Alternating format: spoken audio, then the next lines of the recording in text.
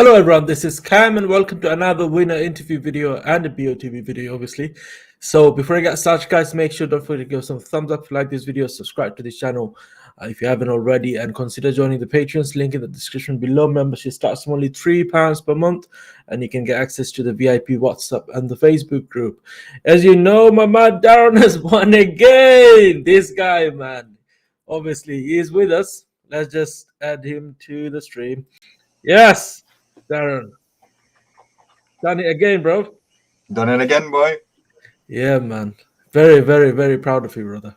Very proud of you. I know all these jokes and banter and all of that, but I am genuinely very, very happy for you, man. You have done it again. Also got Shan here. Hello, Shan. Evening, guys. Evening, Darren. What a legend. You're a legend now. Yeah. We also got Sammy. Yes, Sammy. Oh, baby, a triple. I said it to you, Sammy. I did say. Yeah, you did. Yeah, well done. Congratulations. You got to catch up now. Come on. Definitely. Congratulations, Darren. Congratulations. Massive win for the family and for yourself and, everyone, literally.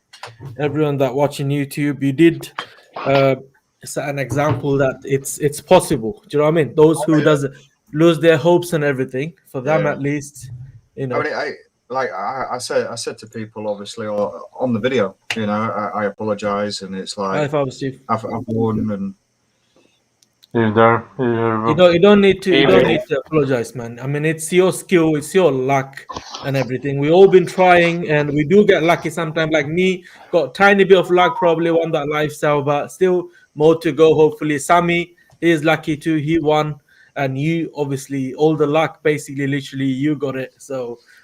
Do you know what I was next time? Do you know what I was going to do? I was actually going to. I've left the number plate down at work. I forgot to pick it up on my exit, so it's just sat on the side. And I was going to sit there, and when you was going to go like that, I was going to have one just there, like I said before, and one just there. And I was just going to go like the boxing belts, and one each side and one each side. Yeah. I mean.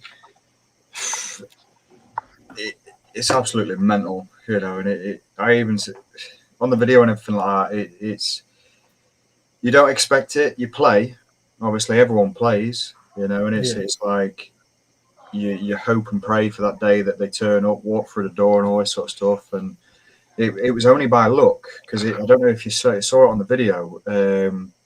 My boss turned around and went, "He's in the van. He's going now." He was about a minute away from missing me. I would have been on the road, and I would have been down the street, and virtually, I can't even remember where I was going, but I had to come back into the building for Summers. And as I came into the actual, into the shop from the warehouse and everything, that they were just there. It took a second to register, and I was just like, yeah, you did that. Yeah, man. Congratulations again. How does it feel? How did it feel, man? Oh, epic! It felt just as good as the first one, And I mean, they did things differently. Obviously, with the Instagram stuff, that wasn't around when I won the Bentley. So that was a little bit different, but it was good. It was smooth and stuff like that. It was just a blur. You know what I mean? They're stood there, cameras there. You're trying to think of what to say and without swearing. I mean, the whole entire day just it blitzed. I've got in. I've spoke to my mum after the video, obviously, of winning. I was straight out on the road. I'd gone back to the shop. There was deliveries all lined up and everything. My boss was like, "Come on then, back to reality, crack on." So it was like I got a load of deliveries, went off. Vanessa called me at about 11:30. She was saying, what are you going to do, all that sort of stuff. And I says, well, didn't take the car last time. I took the cash, bought an house, doing the place up and that, bit by bit. But I said to her straight away, I was like, I don't know if I'll get the chance to take the car again. If I ever won again, which that ain't, if I did win again, then it's such, you know, my little boy above's looking down on me. You know, that's unimaginable. You know, it's a dream to do the treble. The geezer that won it before, he did the treble in 7 years. I won 2019. I got banned for all competitions for 1 year. Came back 2020, did lifestyle, and then done the midweek. I've done them too in less than 6 months. But from like November, October time when I won lifestyle, from then on, week after week after week after week, I have literally been 1 or 2 dots, 3 dots off. You know, and it was only a matter of time, but you always have that hope, and everyone else does. You know, it's triple win. Yeah, of course. You went for the car then, yeah? Did you tell her? Oh, yes. Yeah, I've gone for the car. That's good. Vanessa, she's turned around and said to me that she's going to give me the weekend. Well, she says, I'll ring you tomorrow and see what you say. And I was like, well, it's Saturday. She was like, oh, yeah, I'm thinking it's dream car. So she's going to ring me on Monday. But I know my answer already. You know, I do a lot of miles picking up my little boy. I do a lot of miles for work anyway. I do average about 200 per day. And I've never had a brand new car. You know, I've still got my A5. When I won the Bentley, I bought my house, did things up, changed all the windows, doors, all that sort of crap. Just put value on the property, really. As you know, like obviously, personal side of things, I've had to go to the family courts a couple of times, which has taken its toll. But it's an ordinary guy doing the same stuff. You know, still out delivering, working. It's not changed me, and it didn't change me before, and it's not going to change me now. Yeah, of course. How much for the Parker's jumper? I've got a couple spare if you want them. Yeah, no, it has to be the one you want. Please. This is I didn't even. I was going to come home, eat. Like I said, it's been absolutely mental. Like my phone pinging off galore, WhatsApp, all that sort of stuff.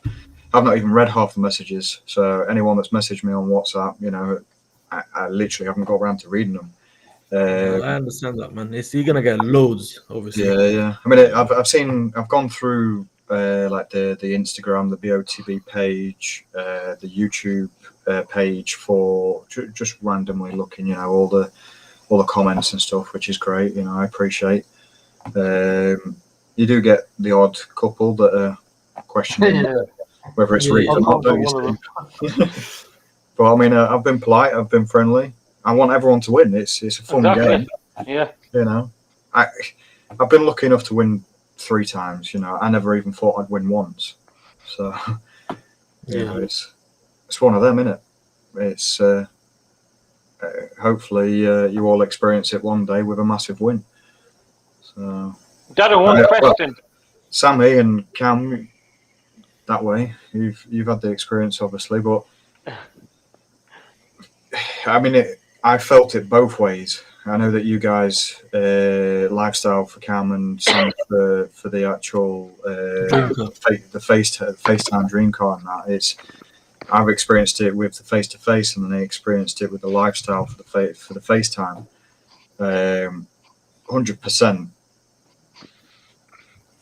I wish that you guys, all of you guys, you know, everyone in the stream, everyone even playing BOTB that doesn't even follow Cam's channel or whatever, I wish for that experience for everyone to feel it. Because when they walk through that door and they burst in and they're just there and they're just like, we've got something in the car park for you. You know, it's just like adrenaline, shaking. You feel sick because of the adrenaline. You know, it's mind blowing. You know, it's absolutely mental. And to get FaceTime, keep going. You know, to get that face to face, get that hug, because today was National Hug Day, and I got the double hug again. Yeah, were you shaking? Were you a bit more relaxed than the first time?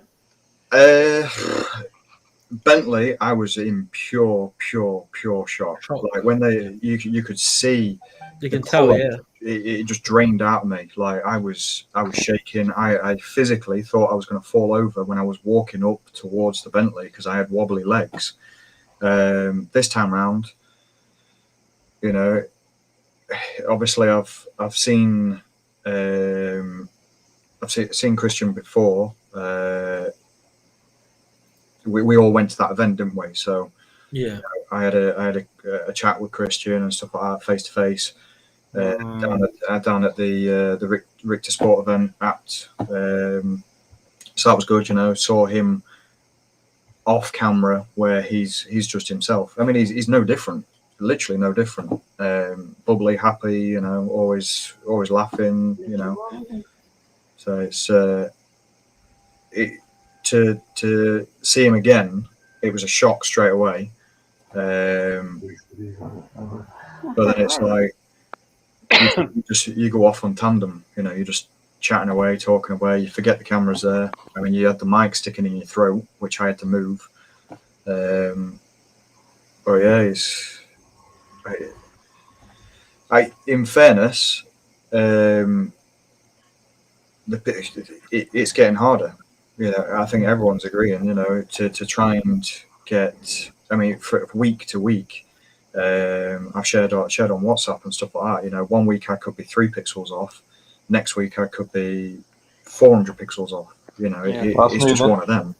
Yeah. You know, it's just how it falls. It's one important thing, Darren, because you won 3 times, but you're the guy I've seen that, you know how people think, oh, I won and that's it, I'm the guru of it and all that, but I never saw that from you. Now, very important, yeah. People play a lot of ticket, they give up. Yeah. I'm sure you lost a lot of money a few times, right? Yeah. You lost a lot of money. Yeah. How did you pick yourself up when you were in, say, in zone 2, zone 3, or maybe you lost a lot of money and everything, and how did you come back strongly? Well, I mean, the without sounding big-headed, I'm not trying to be like that. I'm nowhere near like that. I've never really lost a lot. When I played my dots, I've always kind of been zone 1, zone 2. I openly admit, hands up, you know, there has been weeks where I've been zone 3, and it's like, all right, okay, you know, is what it is. On to the next, you know, because you can't be consistent of zone 1, zone 2 with a panel of 10 judges. They all have different thinking processes. You've got so many pixels within the picture because now they've made it HD so that they can compete with playing on your phone, your iPads, your PCs, all that sort of stuff. So they needed to add more pixels to counter-react that, to make it crystal clear for people to see effectively. Royston, I've not read half the comments, but that one just popped up saying that it's not getting harder for you. Trust me, it is. Like, there's been times I've sat there, I've looked at the pictures, I've looked at where the judges have gone, and I'm like, oh, okay, yep, you think it's there, okay. And I've just sat and laughed, and it's like there was one, I think it was Midweek or Dreamcar, and I really can't remember. There was the goalkeeper far over on the right hand side of the picture, and he was looking across. Now, to me, the goalie was straight across, and the guy was up, and it was just on the goalpost in the background. You know, I thought, as much as everyone else on the stream and all that sort of stuff, that it's, you know, just there, bang. Judges went higher, you know, and I'm like, huh? Goalie ain't looking over there. Where are they looking? You know, but they judge it how they judge it. Well, an average, though, isn't it? Like that. So by the way, this week our average was quite close, very close as well. Yeah. I mean, if you look back on the stream and stuff like that, when I commented, I was saying 1500s to 900s. Yeah. Yeah, you've seen that. I'm here to. I'm not. I know I haven't been here physically on stream. I've been in the chat and stuff and watching and Yeah, of course, all the time, definitely. trying to comment when I can on that. I mean, I've had my little boy a lot more often. Admittedly, there was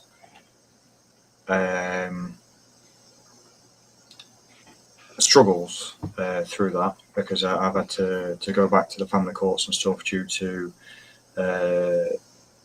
situations. I'll put it as it's sorted itself out. You know, we're back to how it was, and I'm picking my boy up, and I can't wait to see his little face.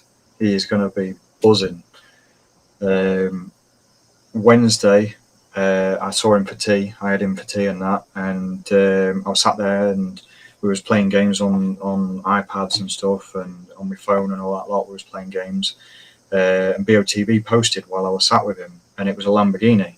I was like, "Oh, look at that, Flynn! You know that'd be really good, wouldn't it? That'd be nice in white." He was like, "No, gold, daddy." I'm like, oh. But a few weeks before, he's saying, "I want it in green. I want it in yellow. I want it in blue." I'm like, pick a colour and just stick with it, because I like white, so I like white cars. And he's like, gold. I want gold. So, well, I mean, You can always get wrapped, can't you? yeah, I probably would. I mean, I've seen a black Audi RS3 that was on Instagram, and it was half and half, and it was like neon green or neon yellow, and that looks sick because it was half and half straight down the center, and they merged it in quite nicely. And I looked at my A5 and it's black, and I'm like, shall I?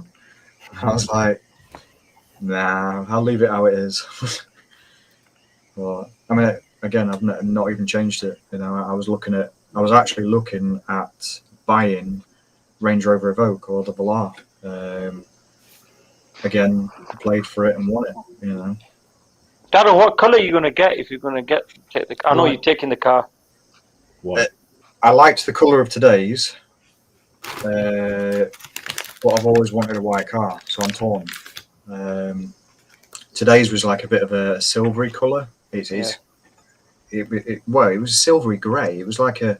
Does he like a It's quite Nardo nice. grey or something? Yeah, it looked a bit Nardo grey, but it wasn't dark like Nardo grey is. It looked smart. Yeah. But again, I when I was with my ex, we had a white Audi A5. You know, I always wanted a white Audi A5. We broke up, parted ways and everything, and then I went and got a black A5 because I still wanted an A5, but I thought I'll go get one. I had the choice between a white A5 and a black A5. The black A5 was 12 plate. The white A5 was a 13 plate. Took the black A5 because it was closer to town, and every time one drives past me, I'm like, should have had the white. Should have had the white. You know, but I mean, I know that you can wrap them and all that sort of stuff, but it's. Yeah. Darren, I've put a poll there earlier for you. So the question was, This is all. how did Darren won 3 times? Okay. Where's 89 people voted. 43%, or there was options. He was just extremely lucky, or he has got the skill. And then the third option was he is lucky and skilled. Okay. So 44% voted he's just extremely lucky. All right. 11% voted he has got the skill, and 45% voted he's lucky and he's got the skill. So which is more people agreeing that actually he matched it 44. Few more people voted now you're just lucky, mate. You don't have any skill. All right. 93% voted, 95 people, 96. Okay, so 45% now saying he's just extremely lucky. So this is how you've got this layout on this. Have you changed how you're streaming? Different platforms? Yeah. I don't stream with StreamYard anymore. This is Melon. Okay.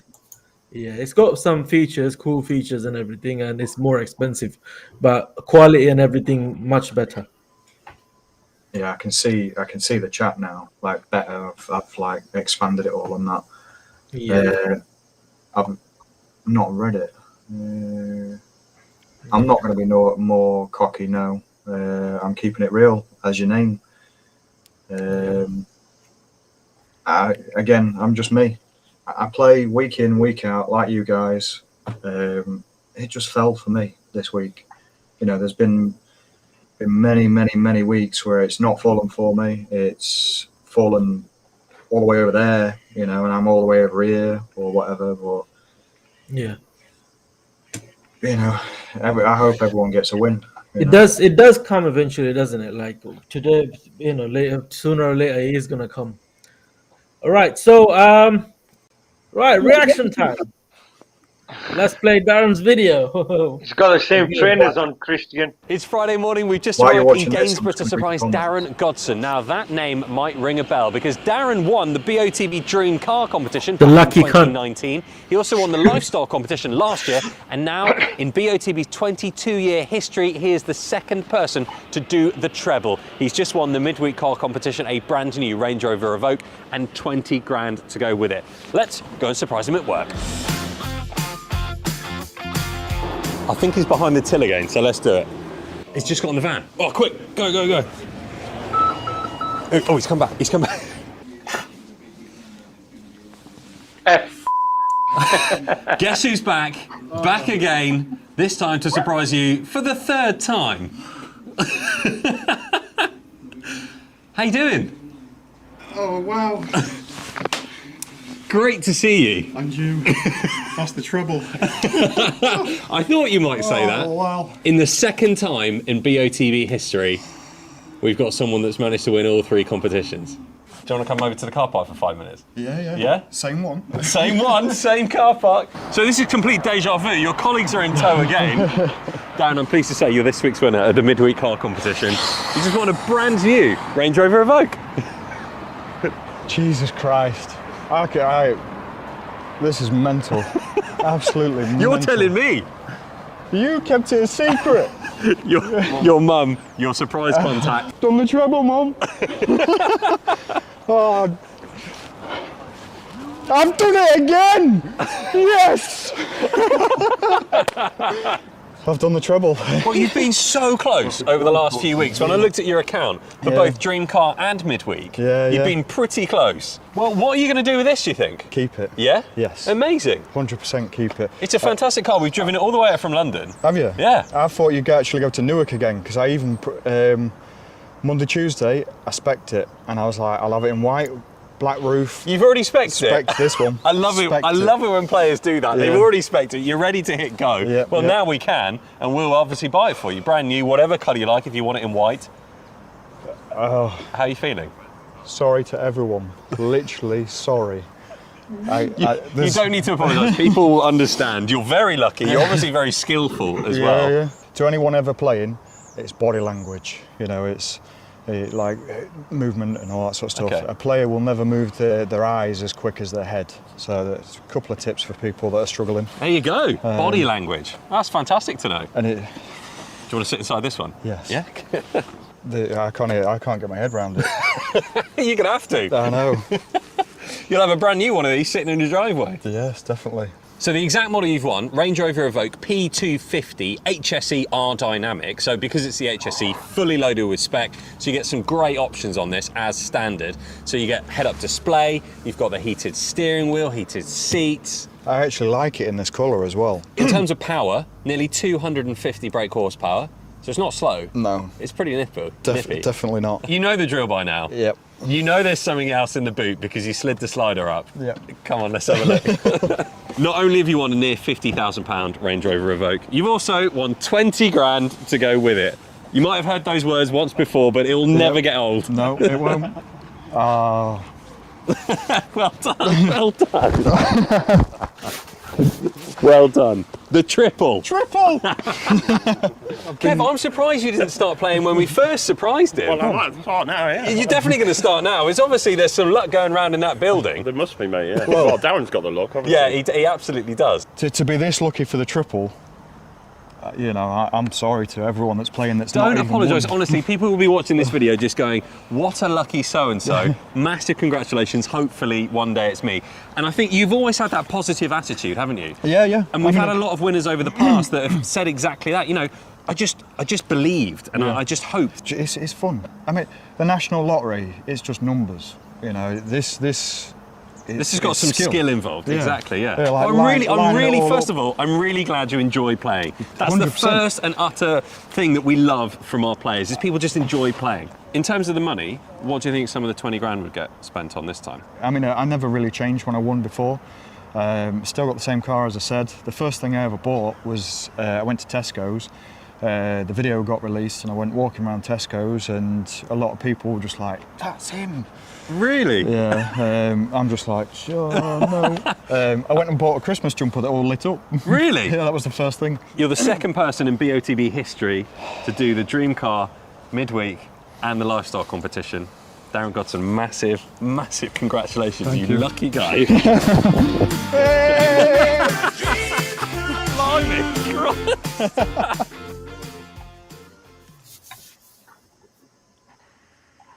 Darren, that guy behind you, that was your boss, right? That's my boss, yeah, Kev. Yeah, because there were people saying like that guy looked miserable because I'm seeing you, and I was like, that's his boss, not his colleague. The one that was in the video with me, the one that came up saying Kev and all that sort of stuff, he's my boss, but the guy behind the counter, his name's Raj. And I mean, they stand there and they're like, he's fucking done it again. They just, you know, like they can't believe it. It's more like they feel sick that I've done it again, sort of thing. I loved your mum's and your boss's reaction when they were showing the money. They were like, "Oh, this again." It's like this happens every day. You know what I mean? There's a customer, Max MOTs in Gainsborough. He's literally around the corner from where I work, and he drove down as we was walking up the car park, and he spun round, and as he spun round he came into the car park and he shouted at the car, like towards me, you lucky son of a bitch, you can't have done it again, fuck off, no, go away, sort of thing. And that's where I ran off and I was like, I've done it again. Yeah, I was going to ask you. You said that too. I was going to ask you that. But they didn't catch him on camera because there's a bit of a brick wall where you couldn't really see him. But I know that there's a lot of questions. Obviously, I've seen them pop up saying, "How many tickets did I play?"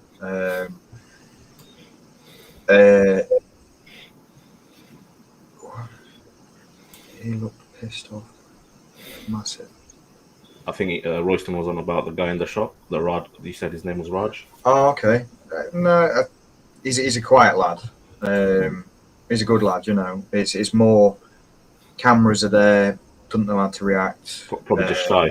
Yeah. Yeah. And it probably a little bit, maybe even pissed off. You know, it is what it is. You know, it's Darren, is that a different boss? Because I remember when you won the bench. No, it's the same guy. Same one. No, there was a short fella when you won the bench. Yeah, that was his colleague, another colleague, I think. Yeah, that was Gary.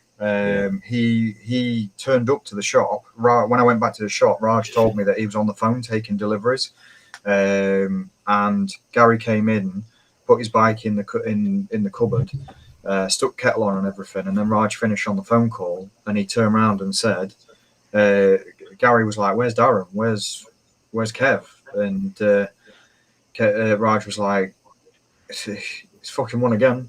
They're in that car park over there again." So Gary came out, he like necked around the corner because obviously all the deliveries was piling up. 8 a.m. it's just, you know, go, get all the deliveries out because obviously garages need the deliveries to get your cars done, and if we're late, they're late, sort of thing. And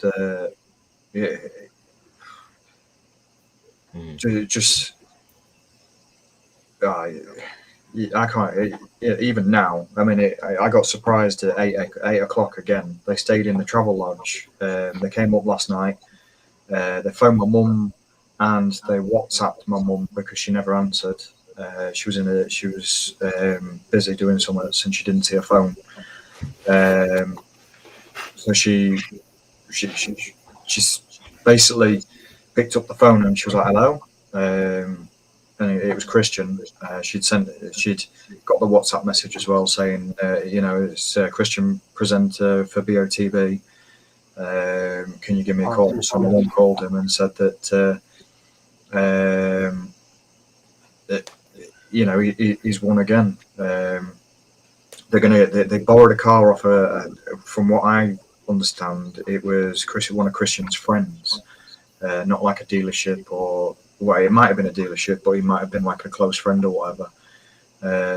And they drove it all the way up, stayed in the travel lodge in town. And like I said, if they'd been late by 2-3 minutes, I was gone. I mean, they could have got me back to the shop. Kev could have rung me, Raj could have rung me saying, "Oh, you forgot something." I would have come back to the shop, gone in the shop, and then either Christians stood there waiting for me, or I go in and then they come into the shop or whatever. But they would have planned something. I actually said that I thought they'd throw me off with a curveball if I ever did get lucky again and win again. Obviously, like I did today. I thought that today they would do it where they would surprise me at 10:30. And just throw me off completely. Because I thought, 8 o'clock in the morning, are they going to travel up, do that sort of stuff again, stay in a hotel, be here for that? Or are they just going to travel up at 8 o'clock, get to my workplace and do the surprise at 10:30, 11 o'clock? But yeah, it was 8 a.m. So, I mean, from here down to their office, Parsons Green, it's like south. Well, it's over to the left, just underneath London. It's like I can't even remember. It's near the Tower Bridge, isn't it? About a mile away from the Tower Bridge, I think. Yeah, something like that. I went down to London last year. You went to see Christian, yeah. Yeah. Not a lot of people would know on the stream. Obviously, I only shared it to my Facebook and you guys effectively. But I was in London for my birthday. I went to Sky Gardens, had a meal, all that sort of stuff. Went crazy golf, and I was with my ex, which is Nick, who was on the surprise video for the Bentley. We broke up and everything now, but hence why I need a +1 for New York. I think you're going to get a lot of offers now. Anyone watching that, Darren needs a lady now. not just any lady. A nice, kind one that ain't going to screw me over. Exactly. Be careful, you're going to get a lot of offers now online, especially. Yeah. I don't wear a skirt. I don't you know what I mean? Like, Steve, I've seen you in a skirt when we was down at Sport. Oh, well, that's why I told you that. Cam was that, he was all salivated up, seeing you in that skirt. He had the Five Guys burger going and Oh mate. Five Guys. We're obviously linking up again. I don't know if Darren will be able to come. Where you going? Birmingham, yeah? That's why I won't say nothing. Steve knows about it. Yeah. Andrew sorting out. Is it Andrew? I thought. Yeah, it was Andrew Ems. Yeah. Is it still on that same weekend? As far as I'm aware, yeah. Yeah. I should be good for it, but it's my Saturday at work, so I'd be there Saturday into Sunday. If it's the same weekend, I'm not going to say the dates because my house is empty. Yes. Drinks. Obviously, first round on Darren. Actually, it should be 3 rounds because there's 3 wins in it. Hey, I offered you drinks when we was at Richter Sport and everything. You were like, no, I'm Actually, it's an open checkbook. Yeah, exactly. Yeah. What's the No checkbook? drinking. No That's back drinking in the can day, get innit? home. Did you get the chalk and the feather pen and the quill? Is it? Did you? I don't know what a checkbook is. 21st century and all I that. know, mate. I've never had one. That's Who Wants to Be a Millionaire. Used to write the check. Remember Chris Tarrant? That was then. Yeah, fair play, mate. Fair play. Yeah, man. Obviously, massive congratulations once again, Darren. Sorry, guys. Obviously, we've been I'm busy still with trying Darren. Couldn't catch up with the comments. catch up with the comments at all, actually. But yes, Darren. Obviously, if you could just simply just summarize, like what people gonna ask. What time do your mum get the call? How many tickets you played? Did you play all together? Blah blah blah. All of that, basically. What color socks did you wear? Pardon? What color socks you wore when you played your tickets? Were you in your shorts? I've got No, blue he didn't underwear. wear any underwear. That gave him It's blue and with a yellow neon stripe. By the way, it's not actually the surprise day. It's when you played the ticket. What was he wearing? Yeah, So that's the main thing, isn't it? That's This? why you need. my work uniform. I got back from seeing Flynn for tea. You guys, I don't even think I caught the stream. No, you did. No, I did. Yeah, I did. Yeah. I think I caught the stream at the end or something. Sat there looking at it. I'd already looked at it over the week. Walked away, come back, walked away, lined it up, and I was hitting the exact same area. And it was like, I'm locking that in. That's my area. I look at the stream and I see where people go, and it's like, for me, it's there. I mean, there's a couple of weeks ago where I thought, it's over here, I'm staying here, and it turned out to be over there. So, it's one of them. It is what it is. You stick with your gut.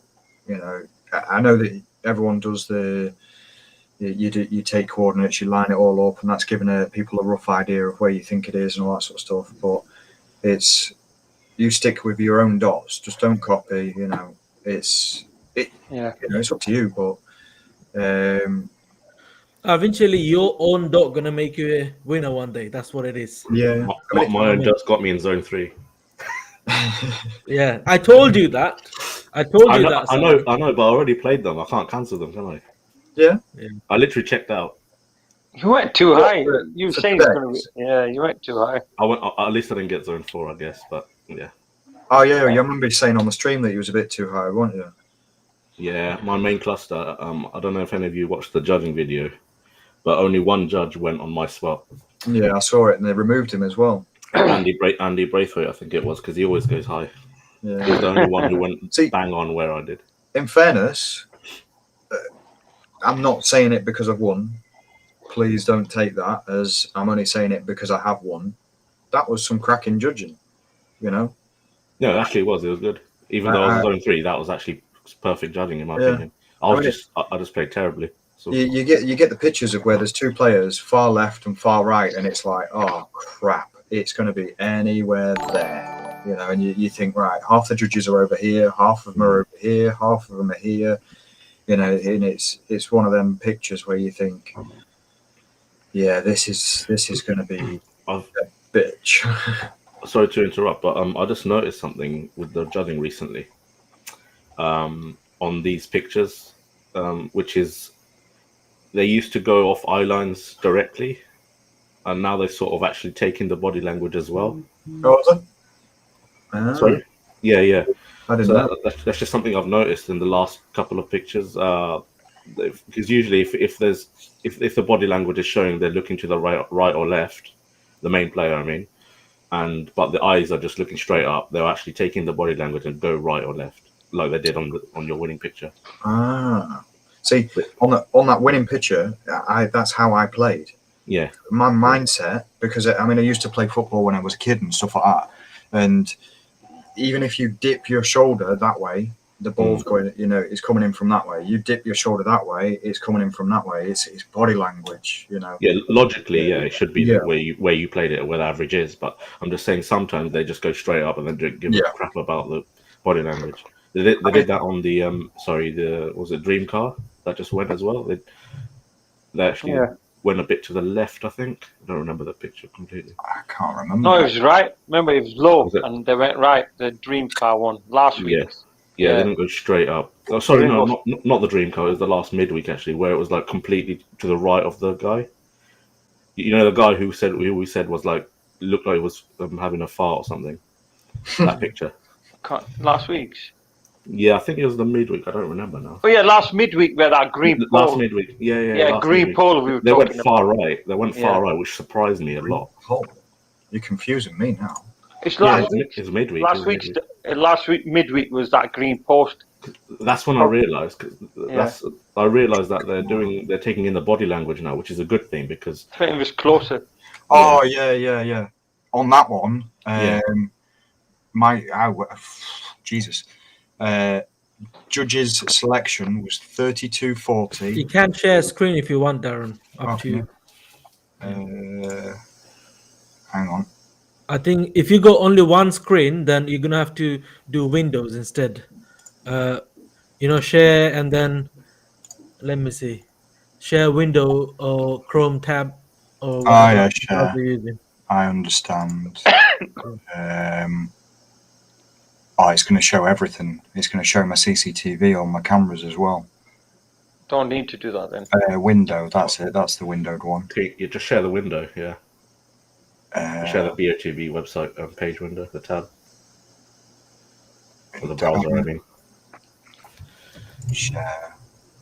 Share the Chrome browser or whatever browser you're using. You have just shared our screen. I don't know that. Yeah. Leave it on that one, yeah. That's where I went. I don't know if you can see it. Yeah. So that was my cluster. And then it was 32-40, 12-40, 44. That was the judge. And then mine was 32-38, 12-43. So I was 3 pixels off on that week. Yeah, that's what I mean. They actually went where it should be, which is good. But the old judging, I don't know what they're doing now. It seems like they're taking it a lot more seriously now. Yeah. And I noticed something about the judging on the midweek he just won, which was Andy Braithwaite. He actually zoomed in on the picture when he did his lines. He was the only judge who did it. I saw that. Did you notice that? He actually zoomed in. Like sometimes we do, like we zoom in like 250%. I didn't think they were allowed to do that. No, they can't. They can. They just don't do it. Yeah. But he actually bothered to do it. If you watch the judging video on Andy Braithwaite when he does his lines, he actually zoomed in to maybe 200%. Yeah, I saw that. I noticed that, and it was like, oh, okay, that's different. But it's how do I stop sharing? There, that's it. I didn't want my cameras for the house to pop up. Yeah. No, it's okay. Don't worry. When you send that video or the image, so basically, I went to change the tire of one of our cars. Well, not the tire that we're looking at and everything. And Craig, he came down to our garage, and he just gave me a ring and said, "Where are you? Just came to see you. I was just popping by." So then that's when I got the message from you. And I was looking at it, then I showed it. I did share it with Craig and said, "Don't tell anyone, obviously." But yeah, we were like pretty much celebrating together. And by the way, Craig, I didn't get time because I got so excited about Darren's winning. It was very lovely to meet you, brother, today. Okay, right. So let's quickly, very, very quickly, I'm going to go through it. There's so many comments. Thank you so much. Obviously, we because we didn't go through the comments, we couldn't. It's not possible now to reply every single one of them as I normally do, because there's so many of them. So everyone's saying congratulations, well done to Darren and everything. There you go, pretty much that. Coys, yes. Tottenham. Is that Coys meaning for Tottenham or something? Yeah, Spurs are the best. Darren the Belly Clayman. There you go. You got a new name. Screw your Leicester and your Chelsea and your bloody Man City that side. And what are you, Arsenal? Red United. He's United. Steve's not talking. Is Steve? What's Steve? Are you Leeds? Oh, he's Swindon Town. That's where he's from. Steve's not Leeds. Liverpool. Oh, Liverpool. Who are they? What's Liverpool? I was gonna say, who are they? Who are they? Who?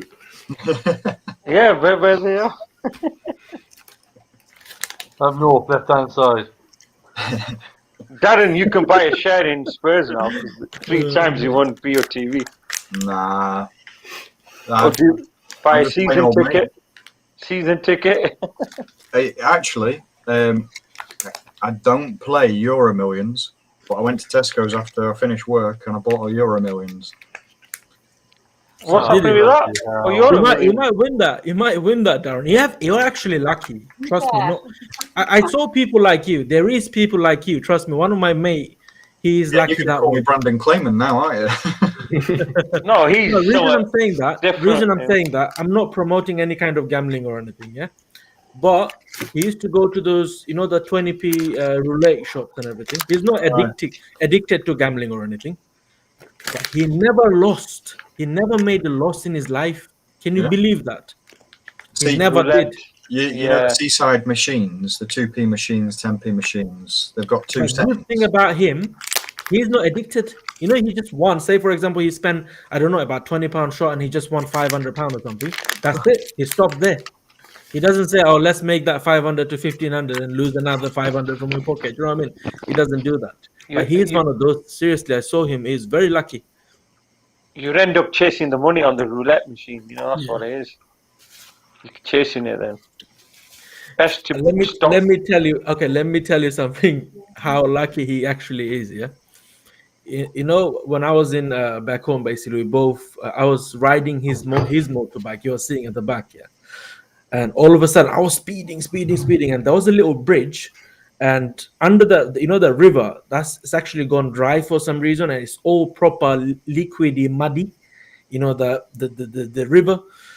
So I went nearly. There was a bus coming out of nowhere, and driving in Bangladesh, some you would probably know. Yeah. So the bus, there was a turn, and they don't care the speed and everything. And the bus coming out, just to avoid it, I had to go that way, and then the river was at least 30 to 40 feet tall, from the land to the actual bridge. More than that, probably 60 foot, probably. And we went there.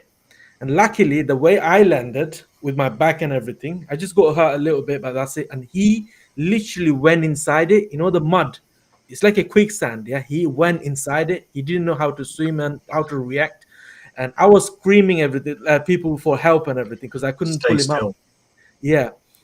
And then took him to the hospital. Do you know what happened? The mud went inside his lung, and everything. And the doctor said, do you know what I mean? What can you do on that kind of situation? And he survived from there. So imagine how lucky he is. Actually, that's a true story. Happened with me. I mean, this bike accident and everything. Bloody hell. But like I said, those casinos and stuff like that, he got really lucky, but he's never addicted to it. Play for fun. I've seen some comments of how many tickets have I won. I've not actually commented on that yet. How many tickets I played, sorry. I had 120 quid credit from Dreamcar,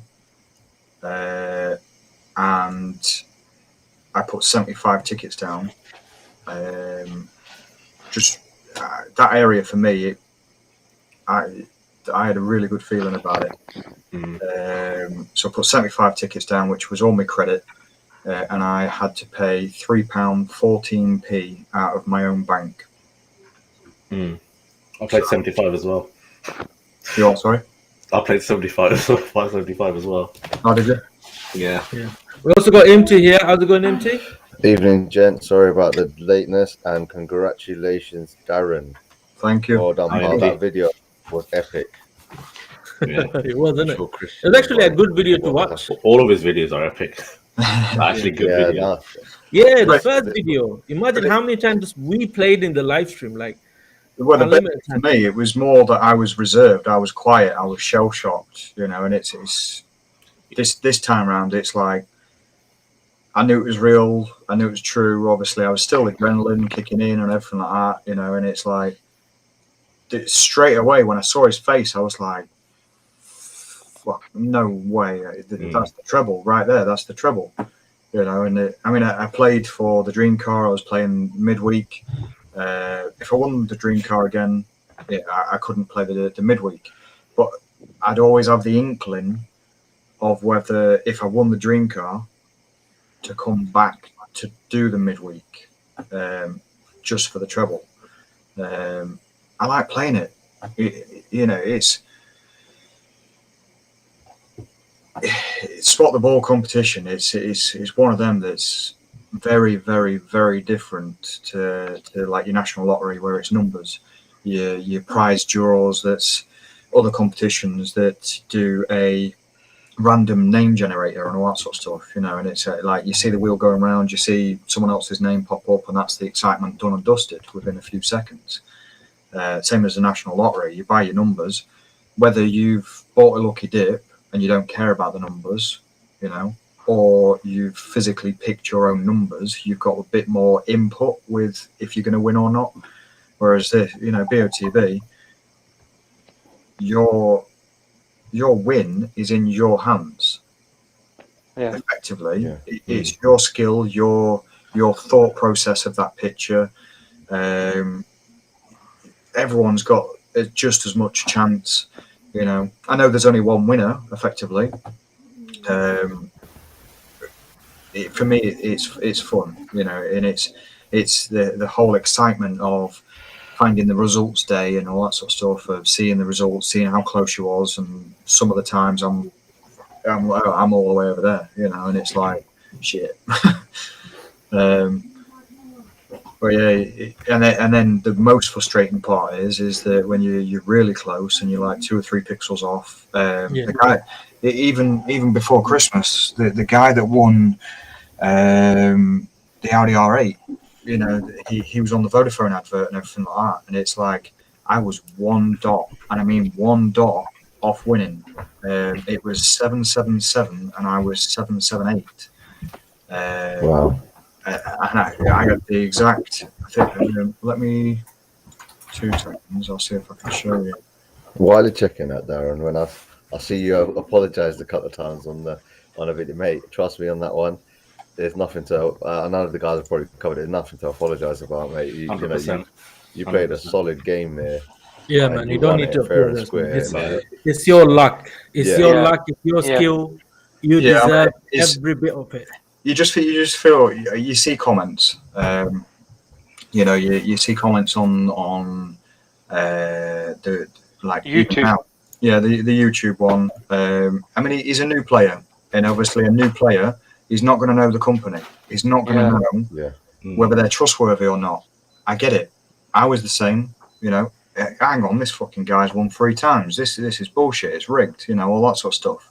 Until he plays more often, plays more games, and sees people and all that sort of stuff winning. It's a case of he'll get used to getting better. And let me stop you there, Darren. Right, your win made Mr. Rigged start playing again. Dan Alex, Dan the man. I remember he used to always say last year. Is rigged, didn't it? So there you go. He used to always say that. It's not rigged. Come on, guys. No, not even close to being rigged. No, honestly, I don't know if you've seen the Facebook one when they, because I saw the video on Facebook, because I was basically working, and I didn't see any of the messages or anything like that, and I randomly opened, because I normally try and see if I see an odd picture on the WhatsApp group, on the Patreon group or something, then I know that the credits are on, I'll jump on. I didn't post it in Patreons. I posted it individually to people. I mean, it was a massive days. I sent it. I think I sent it to Cam, Shan, Andrew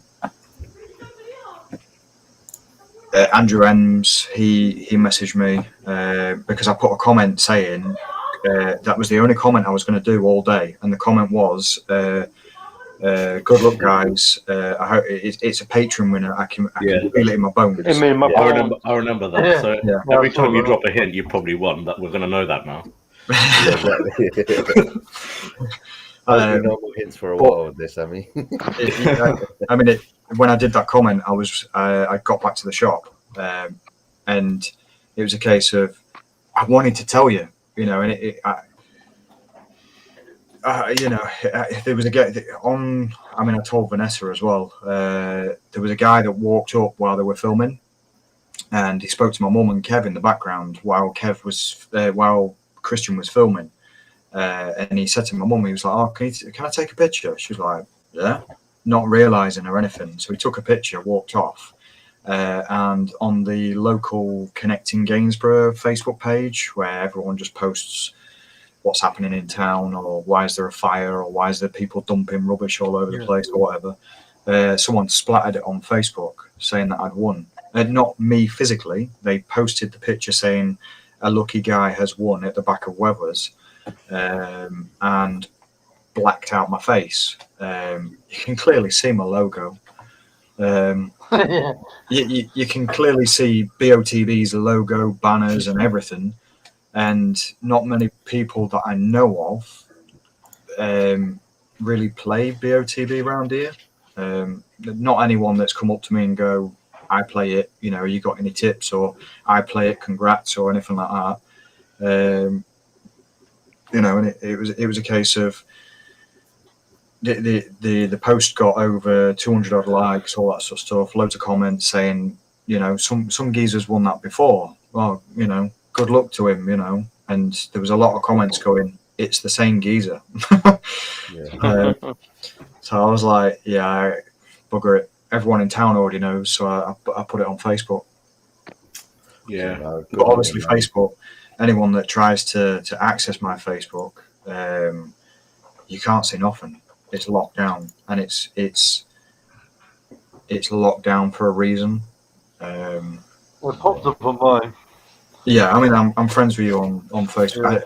I never actually messaged you, and I forgot. So sorry for the shock of me winning and you seeing it, and disappointment for you not winning. I went, "Oh my canal." It's all right. I saw so obviously there was someone who put some random, I think it was yourself, Darren, I think maybe of someone that put a comment, or whether it was on YouTube or whatever it was. So when I went onto my Facebook, obviously I've got BOTB on there, so it popped up that the winner video was released. And the first thing I did, so if you have a look, one of the comments on there, obviously it's the congratulations there, but it was to sort of bounce back before all those sort of, "Oh, it's rigged and he's won it 3 times and blah blah blah." I put it in there going, "Nah, it's not rigged, because if it was rigged, then you know it wouldn't be anyone as an average normal person, a day-to-day Sammy, you know, even Cam winning the lifestyle and stuff, you know, blue collar people as they call them. Do you know what I mean? It's not. DK maybe was an exception, but mate, I mean, I get up, I go to work, I drive around for 8 hours a day, I come home, you know. That's it. Working class guy. Yeah, I see my boy, I see my mum, you know, and I see go do things or whatever, you know, and just plod along. Yeah, I mean, you get jealous comments when you win once, and obviously you've won 3 times. After winning, even if you win once, bro, you know how many negative comments I got after just winning the lifestyle? Oh my god. Oh yeah. So many. There was so many. But obviously there were so many good comments too. Yeah. I was staying up till literally all night that day. I don't know, no one ever got that many messages after winning, like especially me winning lifestyle. Do you know what I mean? And that time I didn't even have many followers that time. The whole night I spent replying the comments. Is that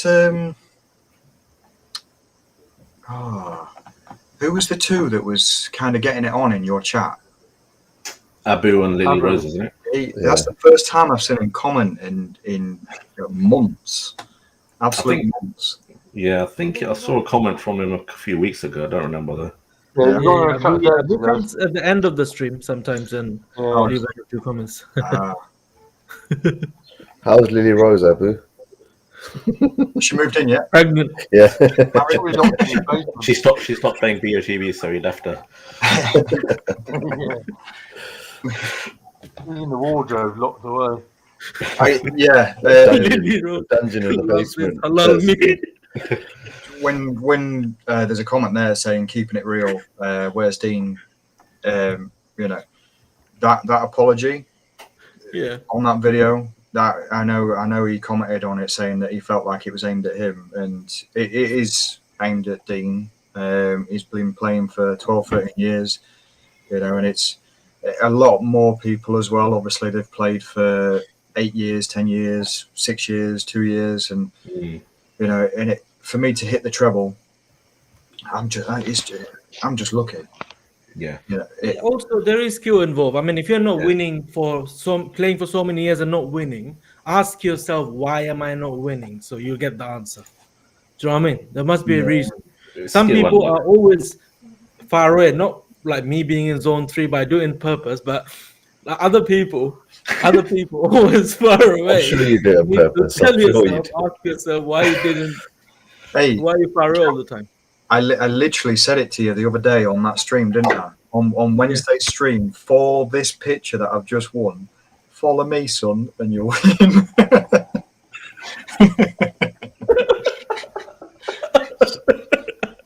Oh God! Sammy's gone quiet. I'm not gonna say anything. You know what, Darren? I don't know if you saw the picture I posted. Cam told me to go left, so I was basically bang on with the height, but I'd gone about 25-ish pixels to the right of where the actual was, and Cam was saying this to me. He goes to me on the stream. He goes, you know, go left with your cluster if you go. And I said to him, nah, I'll just do like an up and downsy thing. And that's why he said to me, I told you to go left on the chat. And you know, when you sit there, you kind of go, shit. If I'd gone left, I mean, I probably would have missed it by a pixel, because I think I was one off the pixel, and you probably got it nail on the head. I don't know. Christian told me I got it bang on. So, but Cam pointing something out on Messenger earlier, and I haven't spotted it before. The picture that I've just won on today is very, very, very similar to the picture that I won on the Bentley. The way I did my dots, it kind of had a flick. Yeah, you did the same way you did the dream. I never even noticed until you mentioned it. I was like, holy shit. You did a vertical cluster, didn't you? Looked like just going upwards. Right, I'll talk you through it. I'll share my screen, actually. What I wanted to know is how many did you do on the X on each row, if that makes sense? I didn't. Well, you just did one pixel.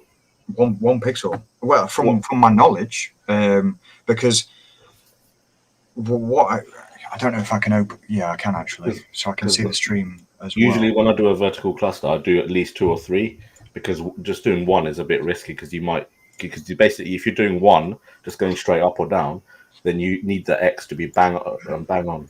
Yeah. You know what I mean? You need the X to be exactly bang on. Right there. That's it. Now I can. Right. So if I share this. Share. Yeah. How many lines did you do? Like, you know, those one. Window. Or you're gonna share it anyway. So. Yeah. It looked like 1 pixel, but it could have been 2 or 3 easily. So this is obviously the geezer that won the R8 just before Christmas. That's where I did the line going up in line with his head. Yeah. Wait, can you see my mouse on there? You can, can't you? But that doesn't look like 1 pixel. Zoom in a little bit, Darren. Zoom in a little bit. That's it. So my thought process is that it's dropping down. Obviously, everyone's going to have the same thought process. So it was going to come down. It was quite high. Look at the credit you won. Jesus. Oh, yeah. No, man. But I mean, if you look at that, they're pretty much covered zone 2 all the way down to zone 2, and it was all the way through zone 1. You know, and it's if you look at the pixels, it was 34,53777. Wow, 1 pixel. Shit. Mate. 1 pixel, and that would have been a Lamborghini Urus and 50 grand. Wow. No way. So how exactly did you miss out? Did you just not do more on the X or something? No, I mean I've not doubled up. I've not. You know how I used to do it, where it was dot by dot by dot. Yeah. Nah. How many pixel gaps did you leave? Do you I remember? spammed it. Oh, you just spammed it. Okay. Yeah, I found my area. What I did is I'm looking over this way because half my screen. Darren, can you go on your current one, the one you won today? Can you go on that? Yeah. Yeah. If you do a full res picture, then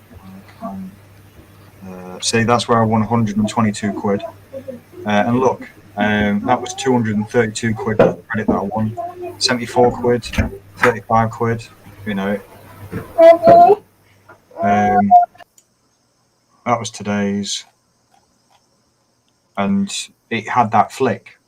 Yeah. That's Yeah. what I meant. Now, if you look at that one and then look at winners,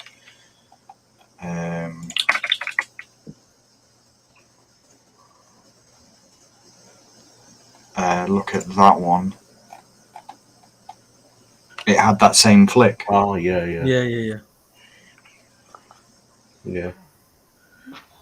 And I didn't notice that until Cam had pointed it out when I'd actually won and shared it. Yeah. So you just So you know that line that you drew. Oh, sorry, Fabus, you've gone. Sorry, carry on, mate. Carry on. I was gonna say, well, you know that line that you drew on today's one, Darren. Yeah. How many lines were there? That's what I'm saying, and the gaps. This is what I'm going to show you now.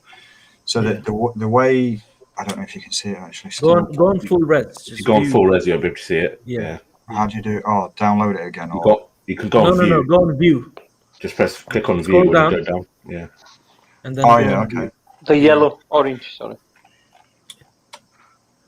Is that No. Where it says view or download. You've got to click it again. Yeah, that one. Yeah, that's the one. Yeah. Yeah. So if you click once, just zoom in to the, very much, then and the max. Yeah, you like you said, you done it's spaced out. Spaced out to zone 2 on 1 there. Yeah. So you literally just did single clicks going upwards. Okay. Yeah. And then the way I did it, how I did it effectively, you see his ear, the side of his head. I did a line straight up, Yeah. And then his nose, the inside of his nose, not on the eye, just the inside of his nose, straight up. That line going straight up. Now I did a line off his eye, just above his eye, so I can still kind of wave it. Yeah, adjust it. Yeah. And then I went straight up, but I took it over. I leaned it over. Hence why you can see my line going that way, if you know what I mean. And that's pretty much where it dropped. I did see a lot of judges use it. There was Jenna Scalacci, I think she used all 3 players for the lining. There was a couple of judges that still used the guy on the right. They still used him to factor in where the ball would be with lining it up. I never brought any of them into the equation. The white guy, you can't even get a definition of where he's even looking. He's not even looking at the ball. Yeah. He's not even in theory near the ball. He's shit scared of the ball. Yeah, it's just a matter of. How many lines did you do, Darren? What do you mean lines? Sorry. You know those one long, obviously, line that you did. Like how many layers? As in, he means how many X's by each sort of. You did upwards. Yeah. No, I didn't. You just did one. What I did is the line off his eye going straight up that curved to the right just a touch. I went on that green line going up, and I did it left of right all the way up, and that was pretty much just spammed it in that area, and that was it. Okay, so you didn't do like 2 lines parallel. No. I did 3 lines. One just inside the eye there, and then one off the side of the head, and then one on the eye going up, and that was it. It was 3 lines off that one eye, because again, he's already looking in that direction, and I've said it to you guys before. Whenever you see a picture where it's directly above, and the eyes are just curving across, only just. It's 9 times out of 10, it's directly above that eye that it's leaning across. You go back, if you go back and look at all the pictures, there was a guy. I'd just come back. I got my account, and there was a midweek competition, and there was a guy. It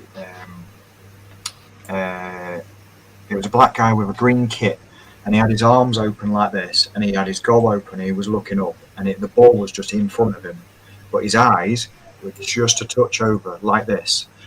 And again, it's in line with that eye that he's leaning across to.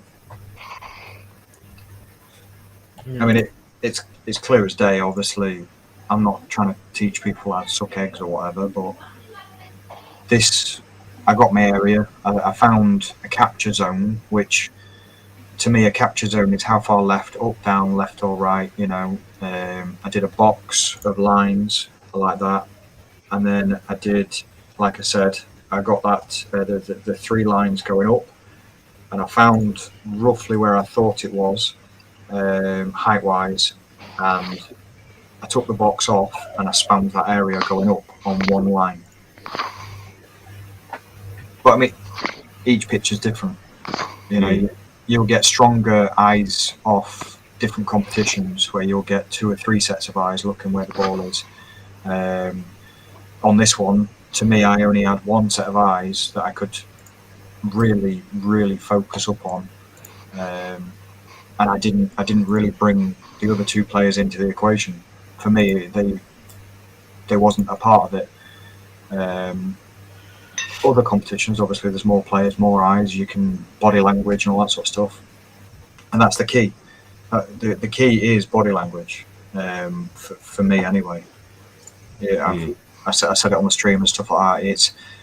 It's how a football player leans towards the ball. They won't stand still and just move their eyes. It's quicker for a football player to move the head to it, because if you think when you're playing football, go out with your kids or whatever. If you've got kids, go out with your mates, play football. How many times, from a distance, maybe you'll stand there and you'll watch the ball left to right go into different players. But if you're really engaged with where that ball is, you're very, very close where the ball is.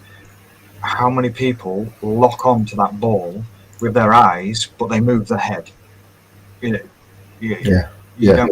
don't just move your eyes left and right. It's subconsciously you're moving your head to keep locked onto that ball. You know, and it's, to me, it's just natural.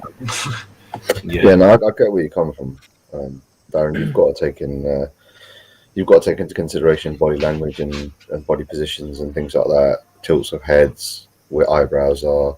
They're little subtle things, but you know, anyone that's played remotely will sort of get it. I mean, I myself, as I said to Cam the other day, personally speaking, I've not hit a runners up, which is the unfortunate thing. But the amount of times that I've been bang on the X and about 10 or 15 pixels out just shows me that my thought process is the same. There's going to be days and weeks where, you know, there was going back, I think it was about 2 or 3, but I think just as you got your account back, I had 3 or 4 weeks where I was just completely off. And you know that, as you say, body language, I was just going, it's got to be there, because I was just looking at the eyes and I wasn't taking into consideration arms being up or down, or chest being out or back, or legs, or, you know, the head or anything like that. And I was hitting zone 3, zone 4, zone 3, zone 4.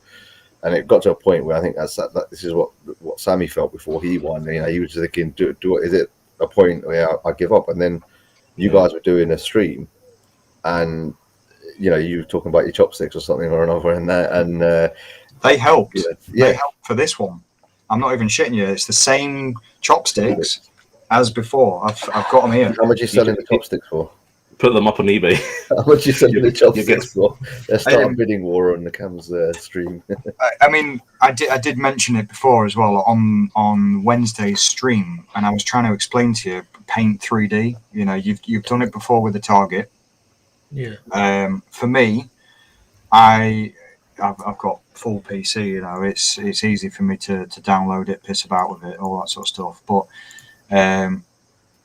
I studied the winners' pitches. The winners' pitches are near enough the same size every week. The target is near enough the same. The target never changes. It's the same size, yeah. Yeah. So if you get that picture downloaded, you put the target onto it, and you think of how they place that target on the player's head. Like if the ball's close, they'll overlap the white within the eyes of the fifth. Is it the fifth circle? I've never been in the fifth zone, but I think the black one. Has Cam been in fifth zone? Zone 4. He's been out of the zone and all. Zone 4 that. Yeah, it's the white one basically that I put like overlapping the eyes, just in line with the nose or just on the eye there. I mean, you piss about with the pictures. You kind of try and get a feel of where it could be. Especially the height, innit? Yeah, I mean, there is pictures of where you'll put the target on the picture and they've got a lot of space in the background for them to not have the target directly on a player, and they'll move it away from the player, but it's one of them. You look at the eye line, you look at the body language, look at the wrinkles in the forehead.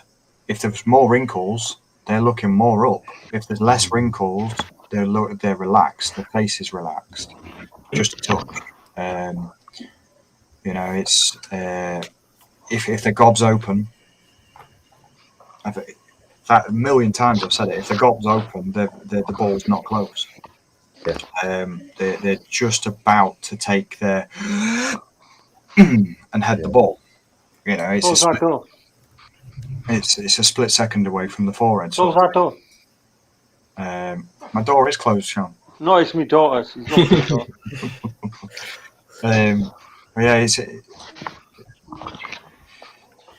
I get where you're coming from. Completely get where you're coming from, Darren. I mean, I still play football at the moment, and nice one, guys. To a high level and whatever. I was at the Emirates yesterday as well, so I watch a fair bit of football as well.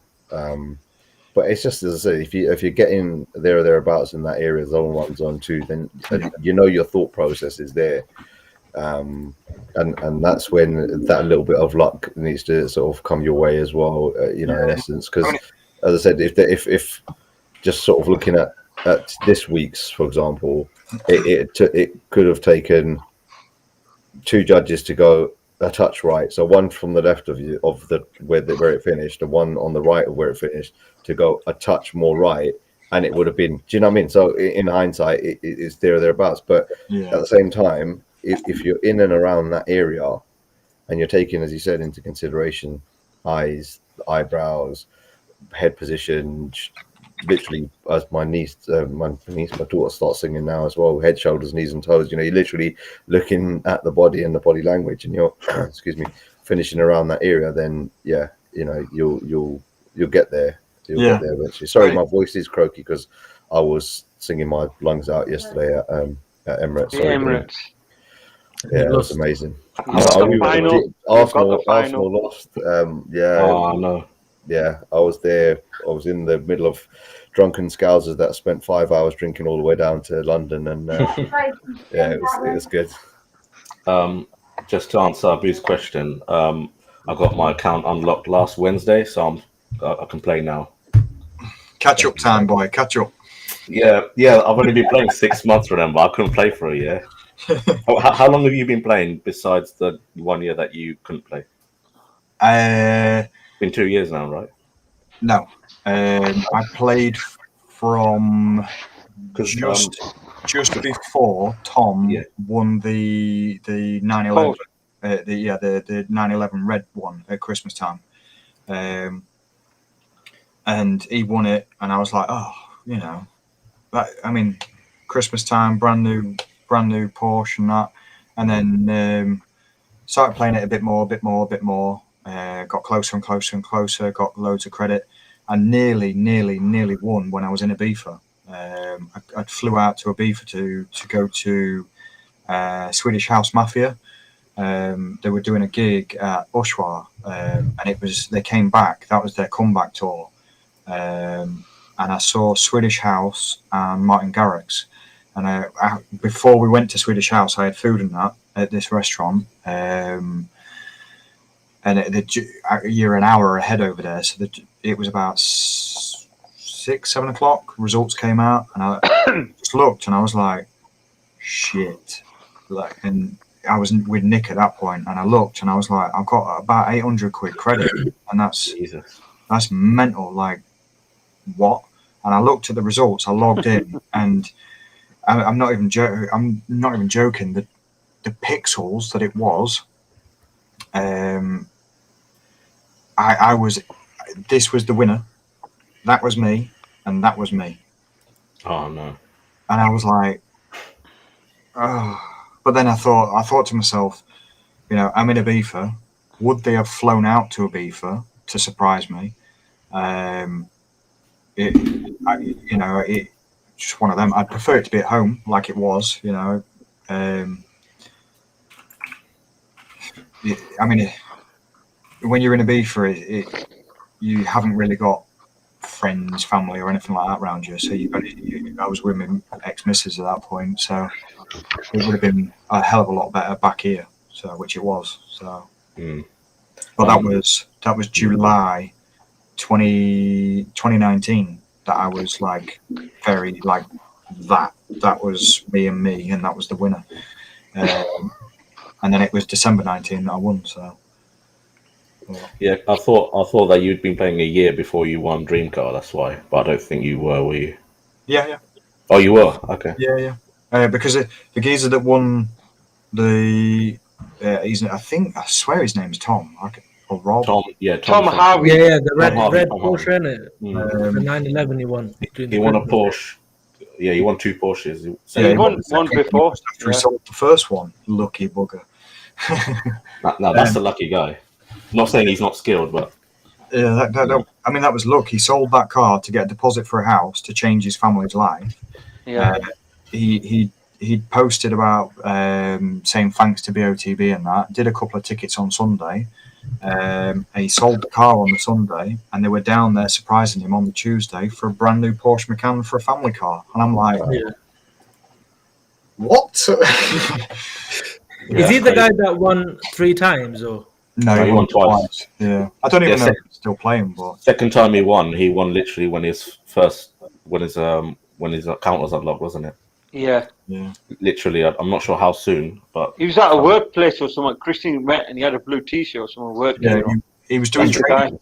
His dad was there as well that time because, it was pretty much just before that I saw it popping up, and I started playing. And then, obviously, the following Christmas is when I won.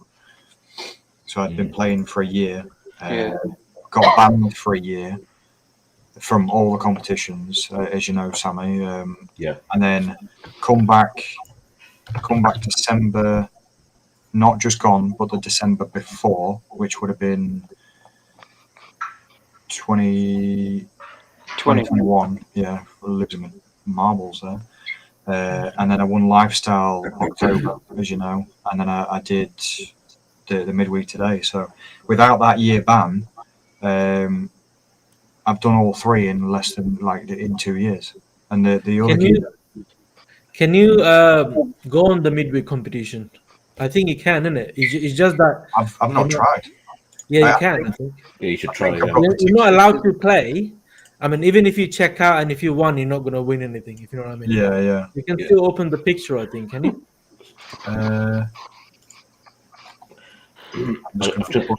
I've just checked Tom Harvey.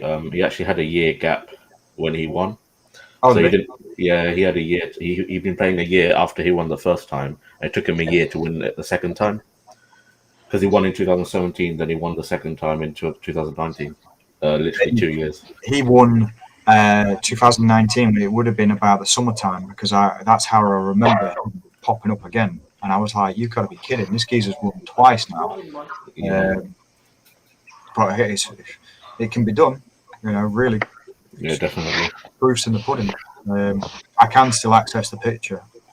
I just obviously I can't play the picture. Say that again. Did you say you can play the picture? Yeah, it's still loading. Okay, as obviously Darren is here, let's quickly have a look at that midweek competition picture. Today was originally for the midweek competition, so let's quickly have a look at it. We're not going to take much time. Obviously, it's going to be a very, very short one. So let's quickly have a look at this. before I do that, all the haters, I'm not in zone 3, mate. Look at that. Okay, all of my ticket probably were in zone 1 or a little bit zone 3 or something. I mean 2. So 1 and 2, that's where it is. That's my closest. So not too bad. And these are that's my cluster right there. Even if I put it on the full res, as you can see, that's where I was. Slightly higher. Like if I went a little bit lower, I probably would have been a runner-up or something.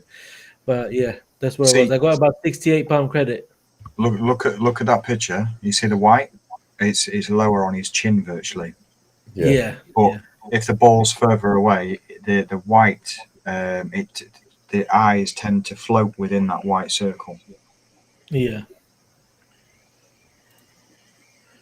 Where'd you get the target from then? Well, on the PC, I just downloaded it off You there. can download it, Father Steve. Yeah. Okay. You know, when you right click on your when you're About winning the result page, you know, you can right click sources and then you can download the targets from there. So Darren, where do you think? Obviously, you don't have to spend much time. Just a quick one. You can just give us a suggestion. What do you think where it should be? And let's ask according to you, not a suggestion, by the way. I know Darren stopped giving his coordinate because of. I remember that day. I felt it that day actually because Darren used to always suggest coordinates, suggest as in share his thoughts, and people were what they used to do. They used to take their coordinates and be in zone 1 all the time and never appreciate it. And then the one day probably he was a little bit away, and then they were saying, "Oh, I wish I didn't listen to Darren, and I've lost my money and this and that." And after that day, he never suggests any coordinate. I felt bad for that. You know, I felt it, Darren. Trust me, I knew exactly how it felt. But trust me, obviously, I've been doing this for a long time, and imagine what comments I get, and I used to get at the beginning. Oh my god, there was so many comments. You know, there's so many things I don't even want to remember those. But you know, people used to take the piss, and they used to say random things, and I used to say, if you don't like my video, don't watch it. Do you know what I mean? It doesn't matter. But yeah, there you go. Now we have a good big community, and we're all liking it. So that's all right. So one thing, obviously, I've realized that if you don't have haters, you cannot be famous. You cannot do anything. If you have haters, you're doing something right. I'm not saying I'm a famous guy or anything, but if you have haters, that means he's doing it right. Do you know what I mean? So that's what it is. Anyway, it is what it is, isn't it? I mean, it's a case of there's people that they think it's rigged. They get pissed off because I've won, and they think that I shouldn't be playing. I said it on the YouTube video of me winning today. There's a guy that's Steve. Even thank you for defending me effectively. I saw it. I replied as well. It's the same guy that he's a brand new player, and again, I've said it. He won't trust BOTB. He won't know BOTB. He'll think it's a scam because I've won 3 times and all this crap. You know, and it's a case of you play it week in, week out. You get used to how maybe the judges judge, and you start to get in your mindset of how they're going to judge. If you watch the judges' videos, some of them have got certain ways that they don't really change. I mean, they could be watching this now and they're going to be like, think again, we're going to mix it up now. But it's a case of if you look back through all the comments, I'll always encourage people, safely encourage people. Don't bet your bloody house on it, you know. Don't go bankrupt. Don't go stupid. That sort of stuff. Have fun with it, you know. And Christian today, behind the scenes, you know, he was saying, look, you know, he wants people to play for fun, and when it's where it's not for fun, then that's when you know you've got some sort of issue, where you're getting frustrated, maybe that you're putting all your hopes and prayers into just this one win sort of thing, and it's like, just play for fun, you know. You don't remortgage your house to try and win. you know, it's one of them where if it's going to drop on your day, it'll drop on your day. It'll drop.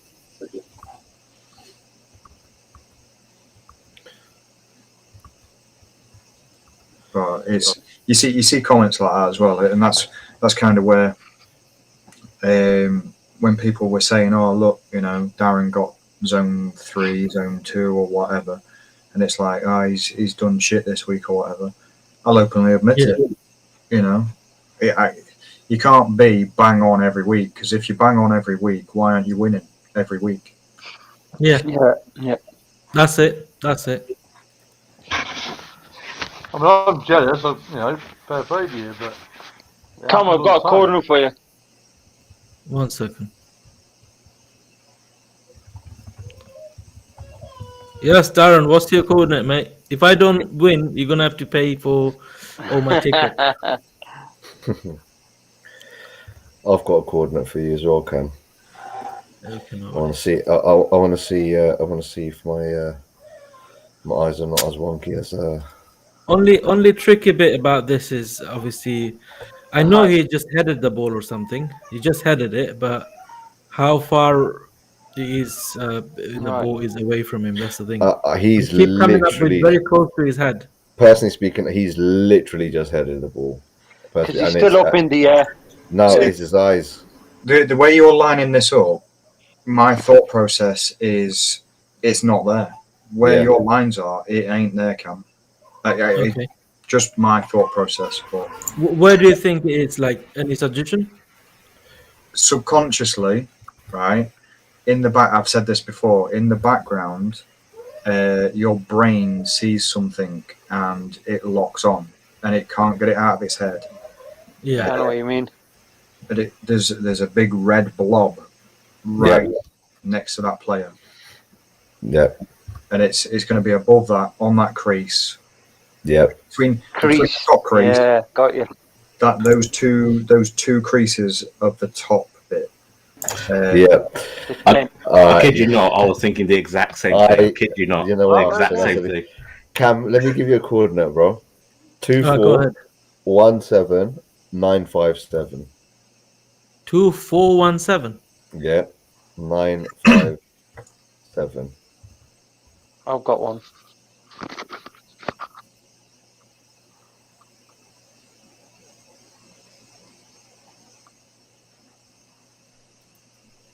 Okay. What about you, John? 2347. 2347. 1073. 1073. It's way too low, isn't it?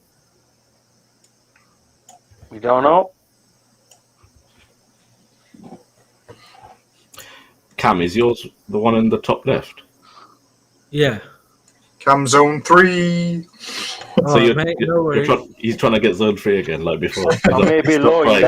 That looks like zone 5 to me. He did. You never know. All right. What sum is then? I don't have a coordinate, but I'll do it now. What about Darren? Have you got a coordinate? I have. Yeah. Hang on. But this was a split-second look. What are you doing? Same as me. Wednesday morning at midnight. So as soon as that picture was released, I put my dot. So I've got 3. You can have them. I can't play it. Don't blame me if you're in the wrong area, please. First one is 2332 1048. See it? You weren't near me. 2338. 2332. Yeah. 1048. Yeah. 1048. I went 1047. Or was it 1037? Yeah. Now that makes more sense. I mean, the obviously which is away from him. I understand that, but the high I meant. Yeah. See the guy on the right, the blue guy. He's not really got much height. Looking, I know he's very close, but if it was higher than that crease, just in line with that guy on the left's head, his eyes would just be a touch up, or his head would just be a touch back. Did you say 1048 the height or 848? No, 1048. I think. Oh shit. Okay. Yeah, you said 1048. I've written it down. Okay. Yeah, say that again. Then 2340. 2332. Yeah. 1048. Okay. I went 1047. You went 1073, Karen. Sorry, 1073. I've got your coordinate down here. Sorry. Okay, makes sense. It's near Yeah, I there. mean, what I was thinking, I mean, while I was putting, I think, Imti's coordinate, he probably headed it down. Do you think? The ball? That's a natural reaction when you're heading. Your head's going to go forward and down. Yeah. Yeah. So that means it could be lower, where Darren and Imti and Sean went, as in, because because I've gone a looking bit at his eye, straighter. it looks like it's still kind of semi-closed. That means the ball is very close to him, innit? You see the top pixel that's out on its own. Yeah. My one. That would be the maximum, if not just a smidge down, height. I wouldn't go anywhere higher than that. What they'll do is they'll see that crease on that background, the top crease and the middle crease, if you get my gist. Yeah.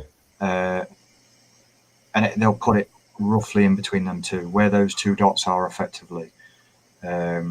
He's jumped and he's sort of jumping forward. The guy in the background, if you look, he's just peeking over his shoulder. So to me, it's if it was just above his head, he'd be looking more up. Yeah. I'll go on cam if you want it. Okay. That's my new coordinate, based on a second look at it, which is 2245,996, but that's just me anyway, my typical zone 3. Yes, Father Steve, go ahead. 2347. Yeah. 990. Steve, same length. X. Yeah. That's the ozone level, that one. Yeah.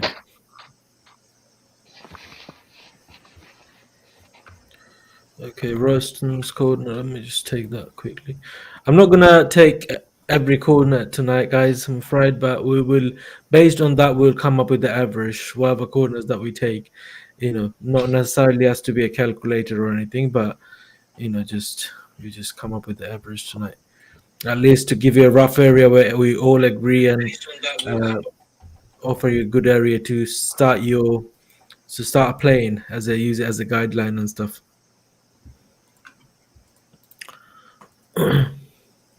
See, Dream Car, I'll just touch on that. The guy in the red and black, his body language is, I'm over here. Yeah. But look at the player's face.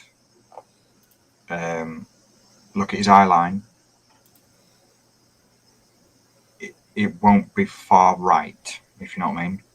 His eyes, that ball is straight in front of his face.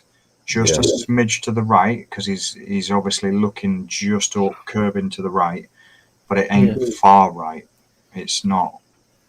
Where I was planning to go, Darren, in here, forget about this coordinate, but this edge of this coordinate, from there till I was planning to cover this area, if it makes sense. Just move you from that coordinate, put your mouse on it. Yeah. Drop it down. Stop. Go across to the right.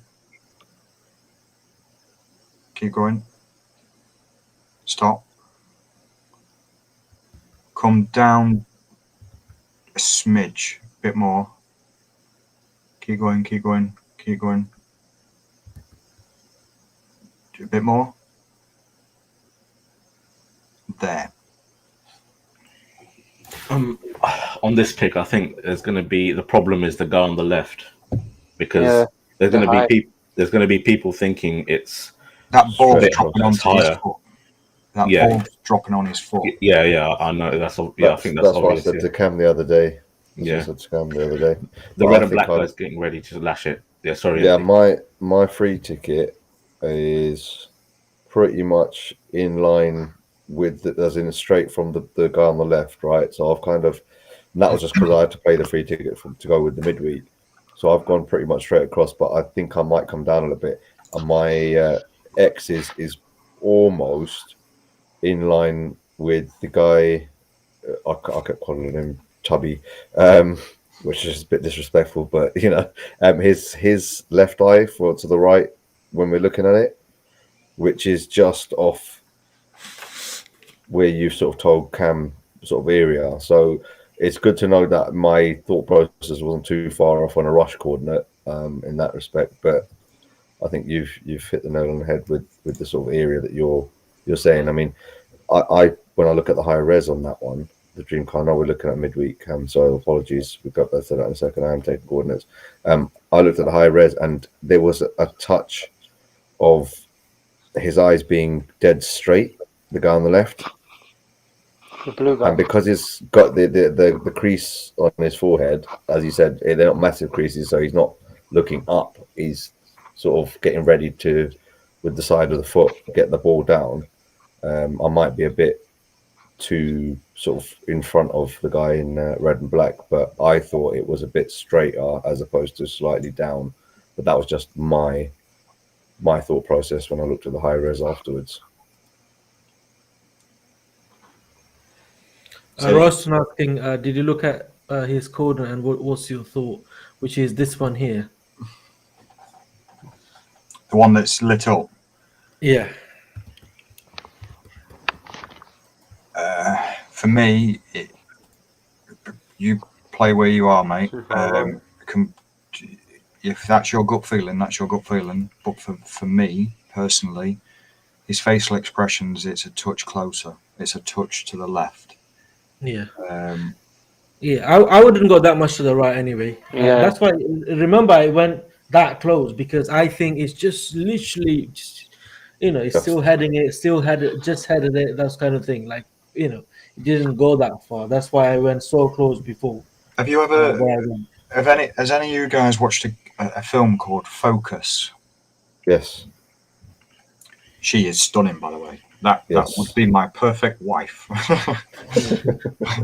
But on there, Will Smith, basically it's all about gambling and all this sort of stuff. But Will Smith, he bets a guy that is at the football stadium.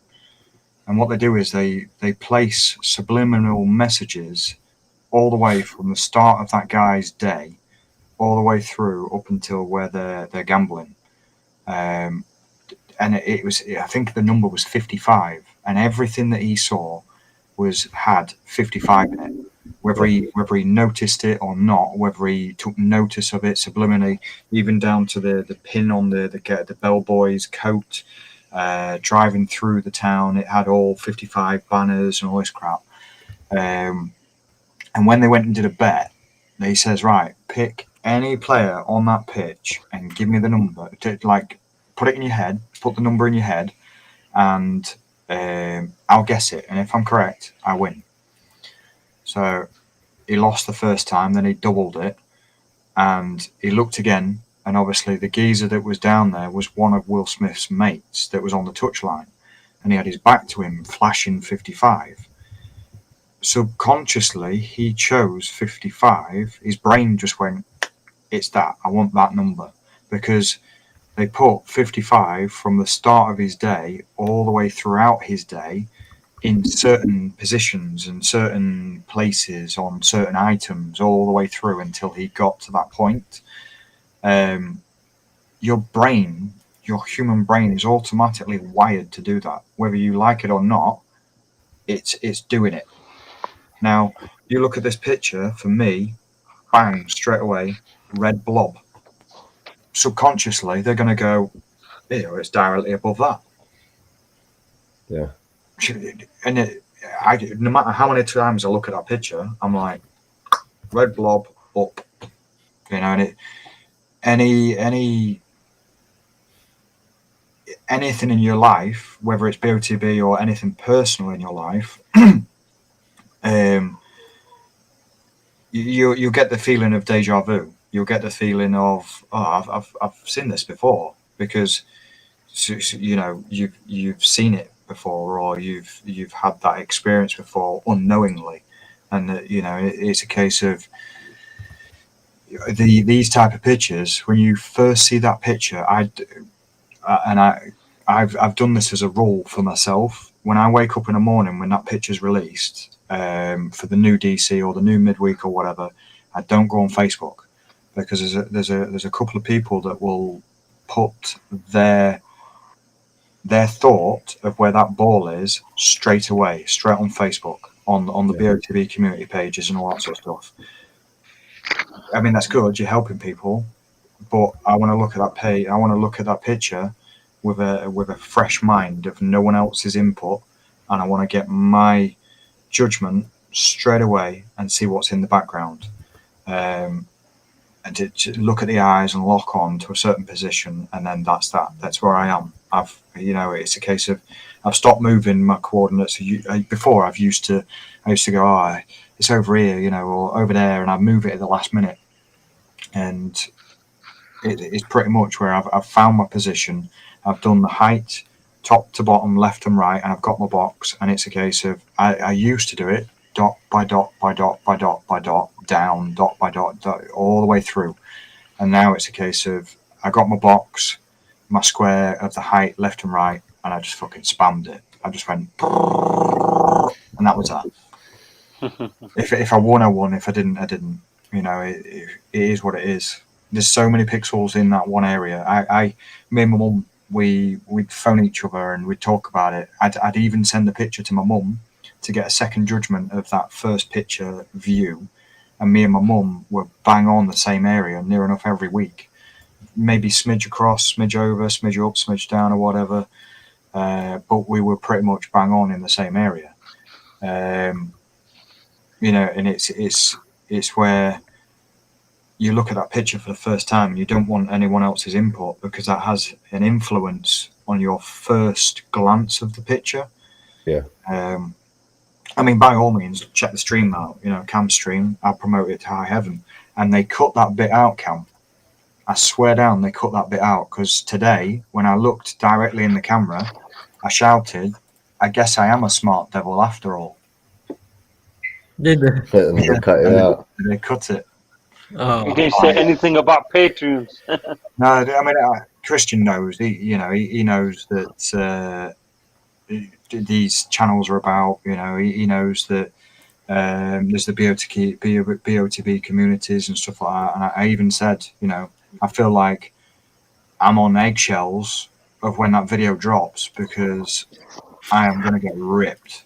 You know, and it's a case of a lot of people are going to congratulate.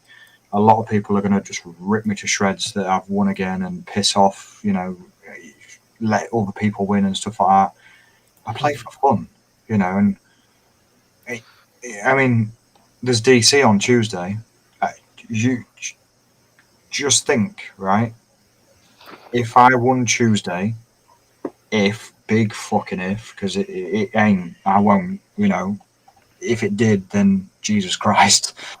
But if I did, within the next 3 to 6 months, if I won again, they'd be uproar. Yeah, they'd be uproar. BOTB would change the rules of how they play. Yeah, probably. People will put in.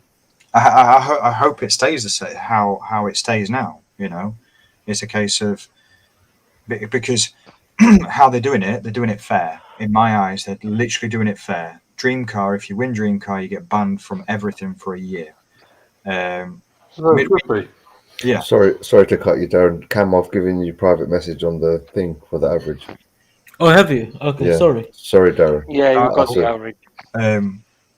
Yeah, so you get banned for 1 year for everything on DC.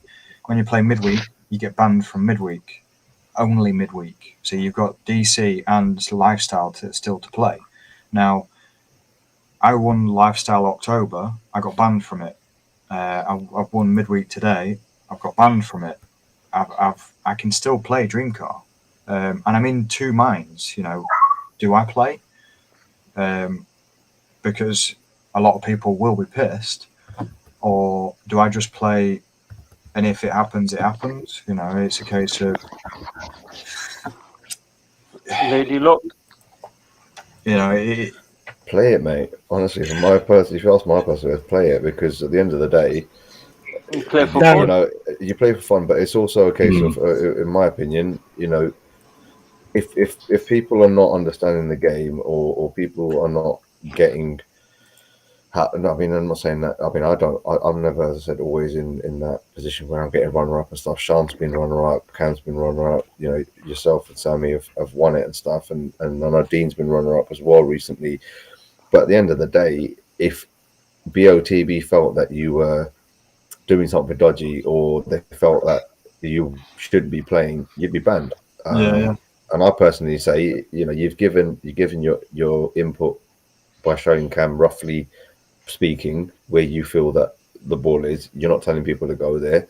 You're not breaking any rules, is he? Exactly, you're not breaking any rules. If people decide to go in that area and it's not in that area, that's not your issue. That's where you feel it is. If people want to play the game, they've got to play it themselves. I mean, like I said it on, I can't even remember which one I said it on, whether it was Facebook, Instagram, or YouTube, or whatever. I think it was YouTube when I was talking to that guy Steve was talking to. It was a case of, I literally saw on Wednesday a guy had won the national lottery for the 4th time. And it's like, yeah. That's what I put on there. Like, holy shit. That's the national lottery. How many people played that? And he's won it 4 fucking times. Yeah. And the amounts he's won, Darren, 4 times have been big, huge amount, not just small. I never clicked it. I never clicked to see how much he'd won. I think the lowest he won was 135,000 or something. The theory is, if you win the lottery, you don't get banned from playing it. No, exactly. Yeah. So, end of the day, I don't know why they ban people, because it's your money. Yeah. Your money investing, your time you're investing, is your life. No one else should, as in, I don't know, decide what to do. You know what I mean? It's your money. When you lost all that money, then no one saying anything. Now you won, and they got so many things to say, like, oh, this guy, that guy, and all that crap. You didn't do it. You couldn't win it. That's your thing. But why would be jealous and talk shit about other people? I'm talking about especially the haters and people that are jealous. Do you know what I mean? Because one thing I have to say, guys, I'm and you know me, I don't give a shit. If you don't have positive thinking, you're never gonna win. Doesn't matter how long you're playing. Yeah. Do you understand? If you have jealousy inside you, even 1%, if you have got negative thinking, you are not gonna fucking win. You have to have that positive thinking. You have to have that appreciation for people. You have to understand, and you have to appreciate and congratulate people. Like, you have to that minded at least. You know what I mean? Right. Otherwise, don't say anything. You're not gonna win. You're never gonna win. I'll praise BOTB for. They're shit hot on the comments. I'm not even kidding. Like, a couple of weeks back when I was 1 pixel off for that winning the Lambo, and it was the keys for the Audi R8. I put a congratulations post up on the Facebook winning thing, saying congrats. I missed out by 1 pixel, and I did it again for the midweek where I was 3 pixels off, and I put, congrats, well done. I missed out on the treble, sort of thing, and there was comments that was there, and I was getting the notifications, but when I clicked the notifications, they weren't there. BOTB blocked it, and I thumbs up to that. Negativity and all that crap, block it. Bad comments. By the way, Darren, sorry to cut you off again. I know this guy, Darren. I know him. Remember, he used to come live every day before. He used to be pretty much on every live stream, yeah? The amount of time, he used to share his screen sometimes. The amount of time he spends on this picture, you can't believe it. I don't know about now, Darren, but I'm talking about when he used to do this live stream. You probably do the same now. Do you spend that much of the time? No. Do I do? No, I don't. So this guy, they're actually professional players. There's another guy, obviously, which was Sharam. Unfortunately, he stopped playing.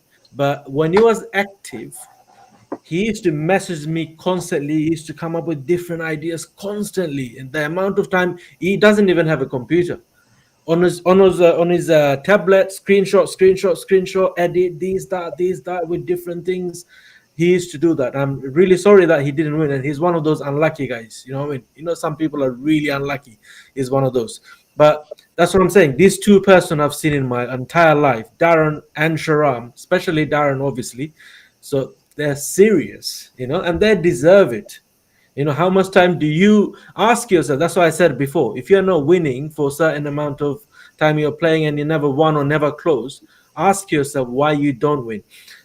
You know, why you're not winning or why you're not close. Do you know what I mean?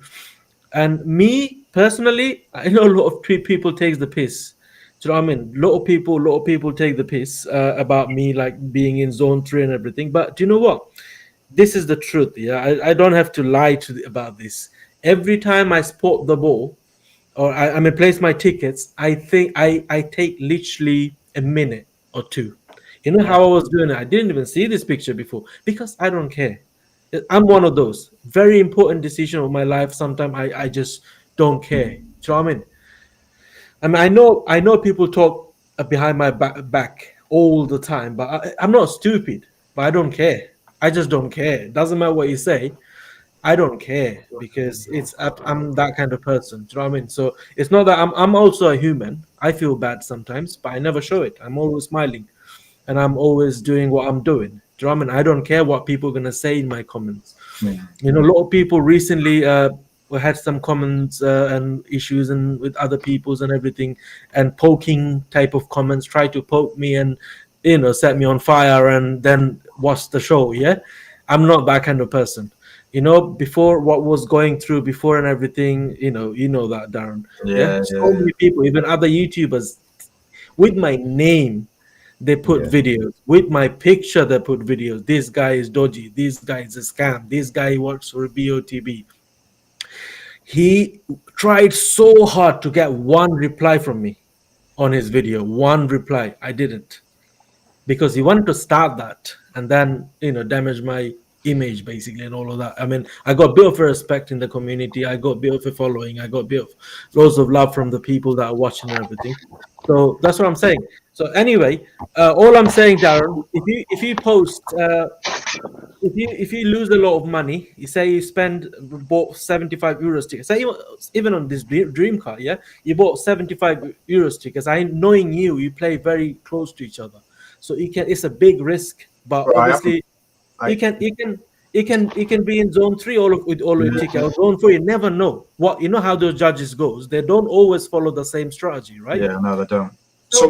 Some do, but obviously in different pitches. Yeah. Now, if you spend £500 on that, for example, and that brings it down to £100, no one's gonna say anything because they're actually gonna be happy. And now, if you win, hang on, is it Ricky the triple winner? Yeah. The guy who won the Darren, you're always going to be second. You're always going to be second. Ricky, you literally beat me to it by about. Has he been a follower? Have you been watching this channel before, Ricky? No, he's just found it. No, he's new, I think. Yeah, he just came random anyway. Right. Yeah, anyway. Congrats.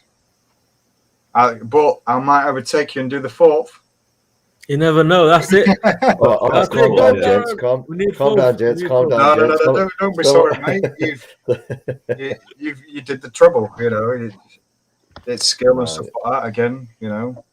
I like the touch on your video. I like the little touch that you was wearing the watch. That. Yeah. The one you won lifestyle. It's real in that. Ricky, hope you win again, brother. Hope you win again. We all want this kind because you guys are brilliant. You guys are amazing. Okay, it's having that kind of talent and luck and everything. I would say talent, actually. I'm first time ever, by the way. I always say luck. The first time ever say, especially in Darren's case, I'm gonna say skill. It is skill. Yeah, 100%. Yeah, it's not just about luck, man. If you're just about luck, any Tom, Dick, and Harry will win pretty much on everything. But it's about skill. I saw people playing like one little dot of 75 tickets and they won. So that's definitely a skill game, right? So because 100% for Darren, because obviously he spent all that time on this. And he's a skill game, 100%. Yeah. And Ricky, also congratulations for those 3 wins, and hope you win. But obviously, Darren's gonna win before you. Okay. on the back. Hey, Darren, you need to win the Super Drive now. Right. Yeah, that's. Do you ever play that? Do you ever play Super Drive? I don't hardly play it. I actually missed out on it. I forgot all about it. I literally forgot that it was because you guys know I had a lot of crap going on. Yeah. It was a case of, and I appreciate what you said there, Cam. I used to spend a lot of time on the pitches, and then while I was having all that issues and stuff, it was a case of sometimes I even only sat down on the night. Look at that. Have you got a little man with you? Multitasking. Yeah, he was quite good actually. He was just sitting there on the bed. Yeah, I thought I was hearing someone crying. I was going to say, is that baby crying? Yeah, no, he's a good boy. He's just crying now. He's just started crying now, so I picked him up. He wants your attention. What did you name him, Sammy? If you don't mind me asking, Carl. Well, I thought long and hard about it, and I named him. I ended up with Sammy Jr. the second. Oh yeah. I was actually going to say, is that Sammy Jr.? And I thought, no, let me ask him first. Little man, Sammy. Yeah. Yeah. How many did I ask you that, Darren? How many did you play? How many tickets? 75. 75. Yeah. I got 120. 22 quid or something stupid like that on Dream Car, and then again I kept on going back to that one area, and it was pretty much where you was on the stream, you know, and I was commenting it's 1500s by 900s, stay in that area. It's hot in that area, you know. That's not happening.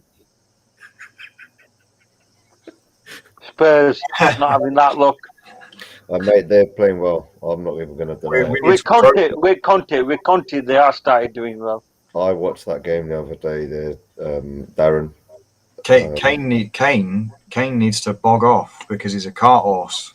You know what, Darren? I was saying this to my dad the other day because my dad's a Chelsea fan, and we were watching the game. And the last 2 games, I'm quite obviously I play football, so I try and watch individual players, and he was just literally jogging. I was like, close the player down, and he's just literally jogging. And I said to my dad, and he's like, no, he's probably a bit. And then against Leicester, he was doing the same thing, and I said, look, see, Dad. And he goes, well, glad he's not in the Chelsea team. I said, well, you got Romelu Lukaku. You can't really say much, can you? Do you know what I mean? Where's Jack Grealish? What's he doing for Man City? Yeah, he's I know it's just one of them players. What did Robinho do for City? I know they got rid of him because not everyone's suited to the club. They have to try him, but if they don't do well, they just get rid of him. Yeah. Is it? But we are got, you know, we're running away with it now.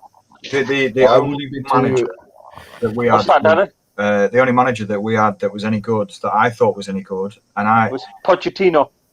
No. No. Redknapp, all the way. Redknapp. He should have stayed and took us. Oh yeah, before that, yeah, he was doing good. Yeah. But Pochettino was unlucky.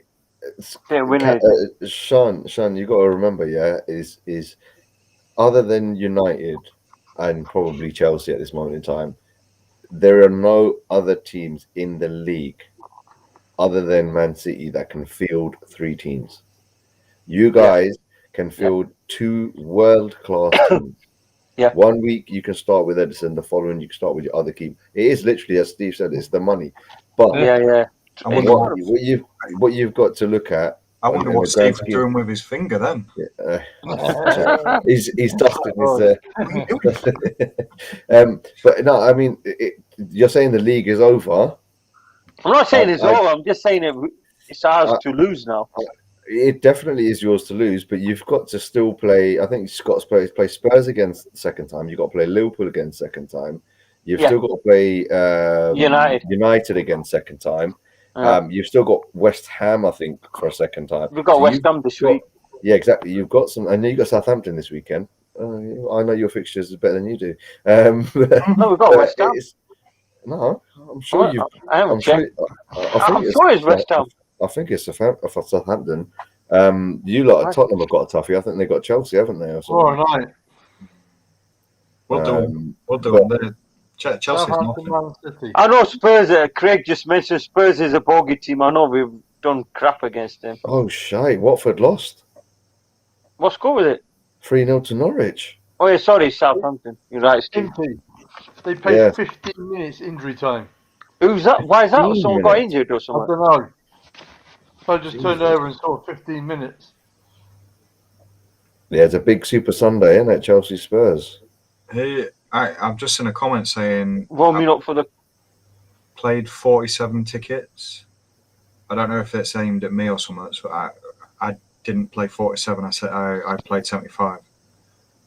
I had lots of credit on the account, and I only actually paid £3.14p out of my own bank. Did you also play 75 on Lifestyle, didn't you?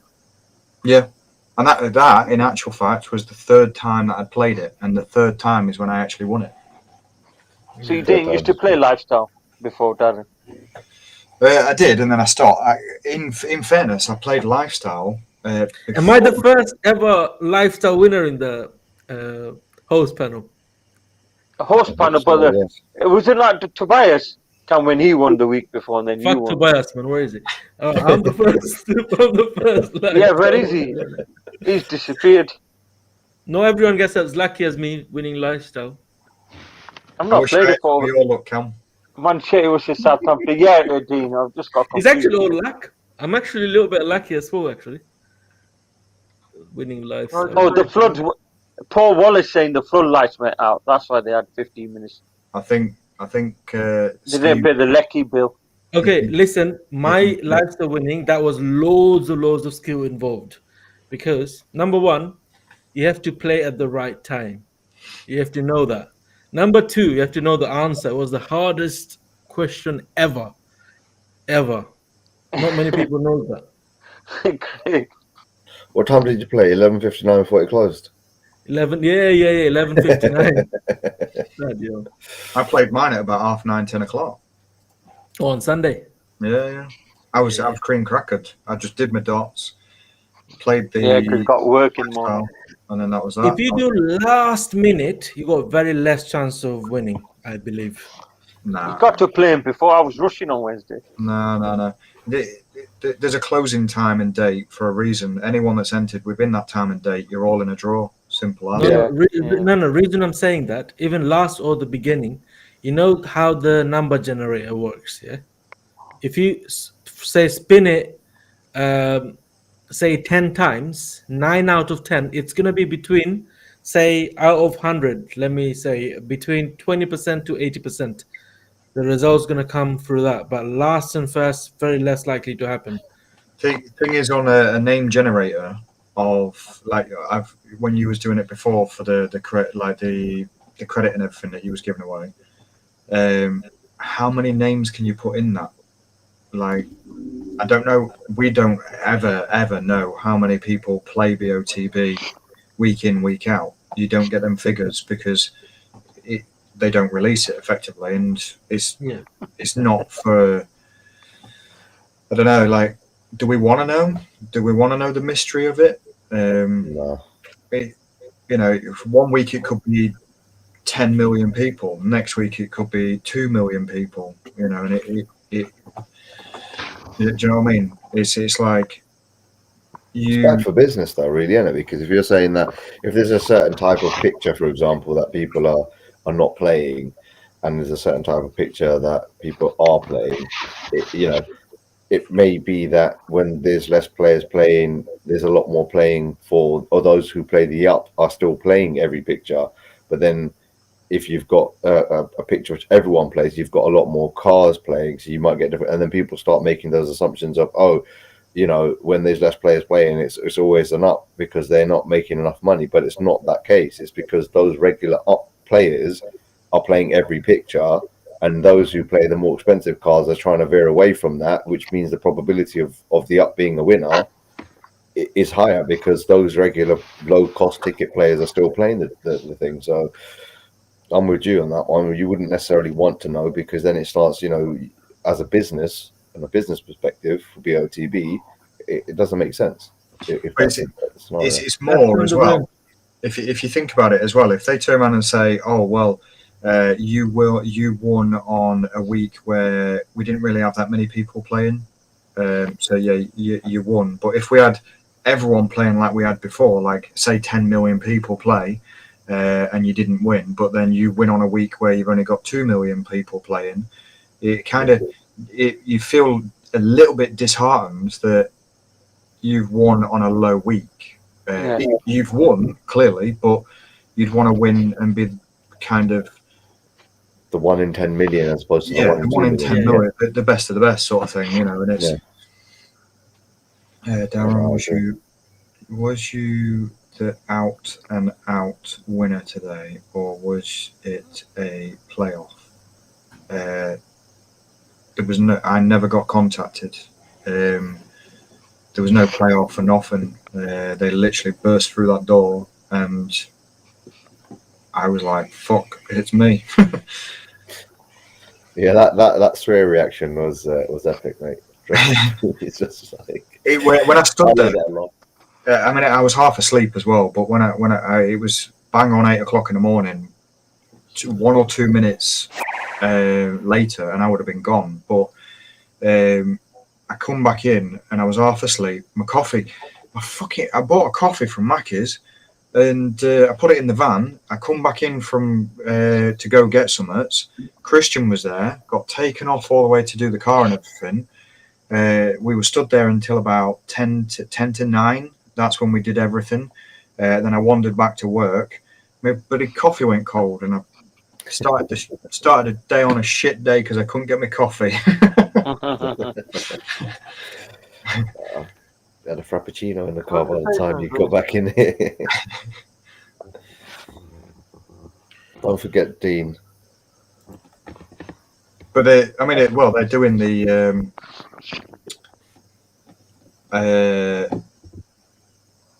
they said for the car collection that I could collect it from whichever dealership, and they deal with one that's down at Mayfair, a Land Rover that's down there. And I says, that'd be good. I said I'd come down for the day, pick up the car and do the surprise visit and all that lot. Not the surprise visit, the car collection. And then I'd drive it all the way back up through London and all the way home. I mean, that's a good 4-hour drive, 3-4 hours. But yeah. Well, Darren, when you've ordered it, mate, and you are heading down to London, give us a shout. I'm not far from Mayfair by any stretch of the means, so it would be a pleasure to. If I don't get to meet you in March, that is, it'll be a pleasure to actually meet you, pal. I'll be there. I'm not going to say the date, obviously, in March, just for home security reasons. Yeah. But I should definitely be there. Yeah, I'm aiming for that as well. Well, let's spin the wheel. Let's see who's going to win the midweek. I know it's not fair just because there is only 6 of us. No, but let's see who's the luckiest. Who's the luckiest out of all 6 of us to win the big bundle prize or whatever, or the dream car competition? Dream car bundle. You just said that it's the midweek one. That's why I said take me out, because I can't win it. No. The dream car. Let's see. 3, 2, 1. Who's the luckiest? Who's gonna win? Well, if there is any possibilities, who's gonna win? Darren. Come on, Father Steve. Yeah. He's not even awake. Father Steve, wake up. Is he awake? Steve don't even know. Steve's gone to sleep. It used to be me falling asleep, and now it's Steve. You forgot Dean in there, Cam. Let's take some audiences. Will you guys carry on? I'll just put some names. Just say yes in the comment section below if you'd like to take part in this. To try your luck. Can I just say something, Cam? Huh? I've got to shoot off, mate. So no worries, mate. Cheers. I'll catch you over the weekend at some point. Yeah, well done, Darren. You deserve it, mate. Cheers, mate. Thank you, legend. I'm worries. not going to be far off. Cheers, Steve. All right, see you later, boys. Yeah, because you lot been out. Darren's been on a long day today. You've been out since 8 o'clock in the morning. Yeah, Darren, no worries. Understandable, bro. If you want to go, you can go. Thank you for joining, though, Darren. All right, Darren. No, I'll stay on till about 5:30, but. All right. Okay. Steve, you're still on, mate. So if you want to go onto them dirty websites, you want to turn them on. He's probably doing something behind there. I'm only joking, Steve. You know I'm only playing, pal. I want to see the laptop randomly start shaking, you know.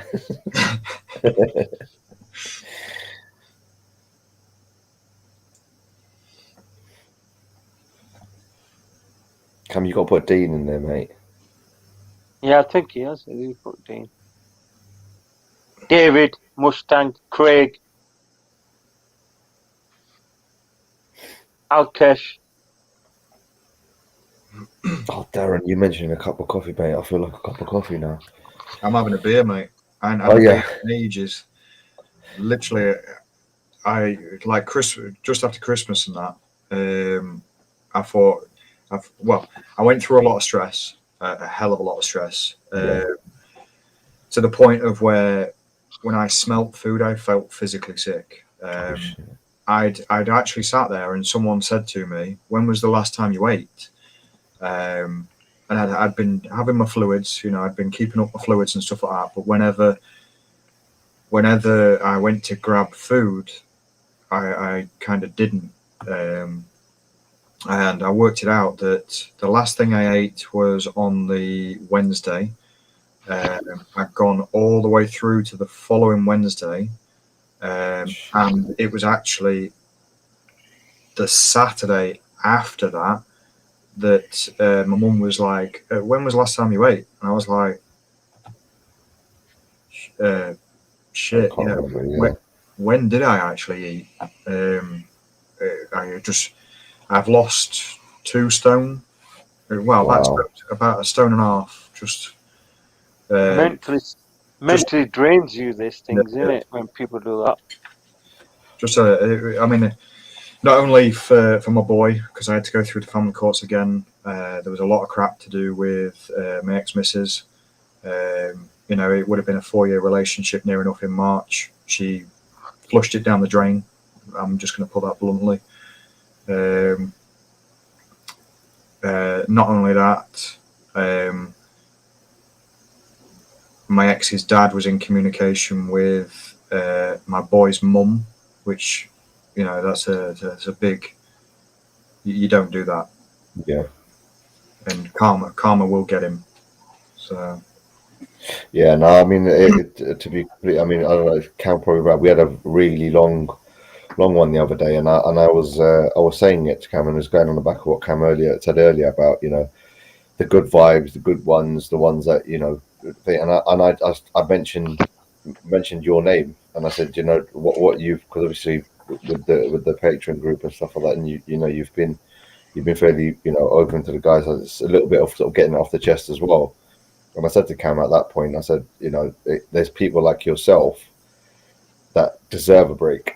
Yeah. Do you know what I mean? And that was genuine. That was me being genuine, because sometimes the world can feel shitty. There's a lot of things that the system, for one, the government, you know, I'm not going to bash them but they need bashing. Fathers' rights needs correcting, you know, and it's a case of I'm all up for. I know this has turned into some sort of like stream that the personal views and everything, but we normally do that. Yeah, I mean, it's a case of females effectively. They want equal rights of equal pay. I'm all up for it. You know, crack on. You should be getting paid the exact same amount, whether you're a man or female, doing the exact same job. Yeah. You know, all up for it.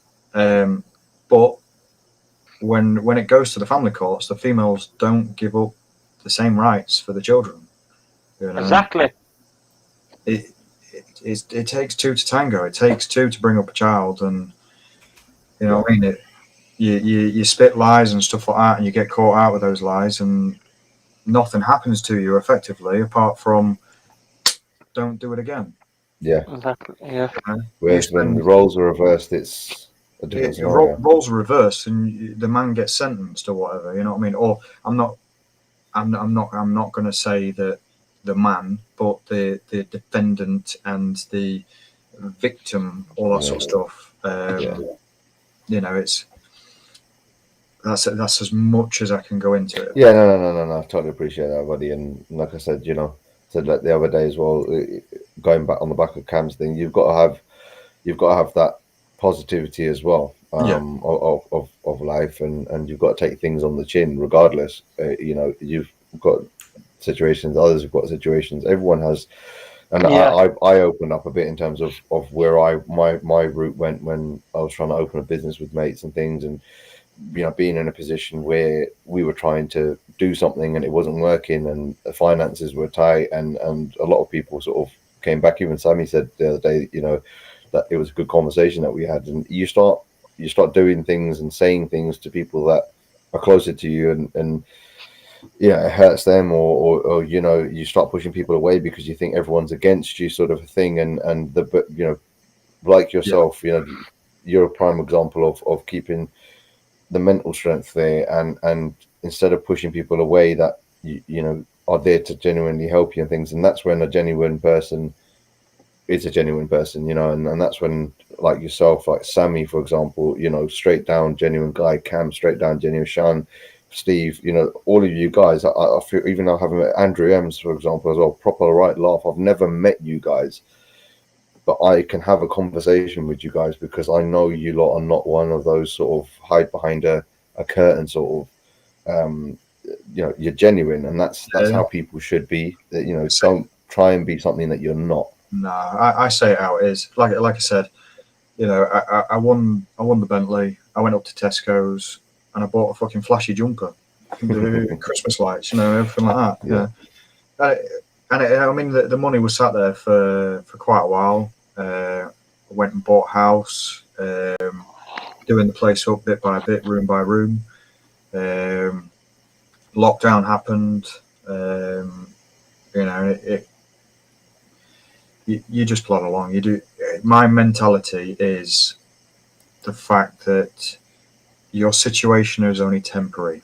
By the way, Darren, I got timed out. I was supposed to message kind of shameless pointing patrons during a sensitive topic, surely. Shut the fuck up, Stolzy. That's it. You are banned for life. Get the fuck out of here, all right? You're not welcome here, mate. Go and fuck yourself. Fucking dickhead. I had enough of this shit. Piece of shit. What's going on, Cam? Go ahead. No, I agree. Fucking piece of shit. You are fucking piece of shit. Do you understand? Fucking idiot. I had enough of these guys' comments. Don't get dragged into that, Cameras in. Like we know. So just don't. It's not needed from people out there. It isn't. Yeah, I mean, we're having a conversation. But don't let these things just ignore it completely. What everyone has to remember. Yeah, carry on, Darren. I do apologize, brother. We're on Cam's stream. No, because this is going on for a long time, and I got pissed off. I tried to be as patient as possible. Yeah. We've seen it before, but this is for me blanket out there. This is Cam's stream. This is not my stream. This is not Sean's. This is not Sammy's. This is not that. This is Cam's channel. Cam's stream. Cam can post whatever the F he wants on his thing. If he wants to promote his Patreon, if he wants to promote his page, if he wants to do anything there, it's his stream. It's his page. We're having a conversation. That's for us. That's for everyone that's watching. If you don't want to watch it, with all due respect, Cam's viewers, you can log off now. We're not doing any talking about BOTB per se in that respect, but I totally agree. I know Cam went thing there, and it's his channel. Simple as that.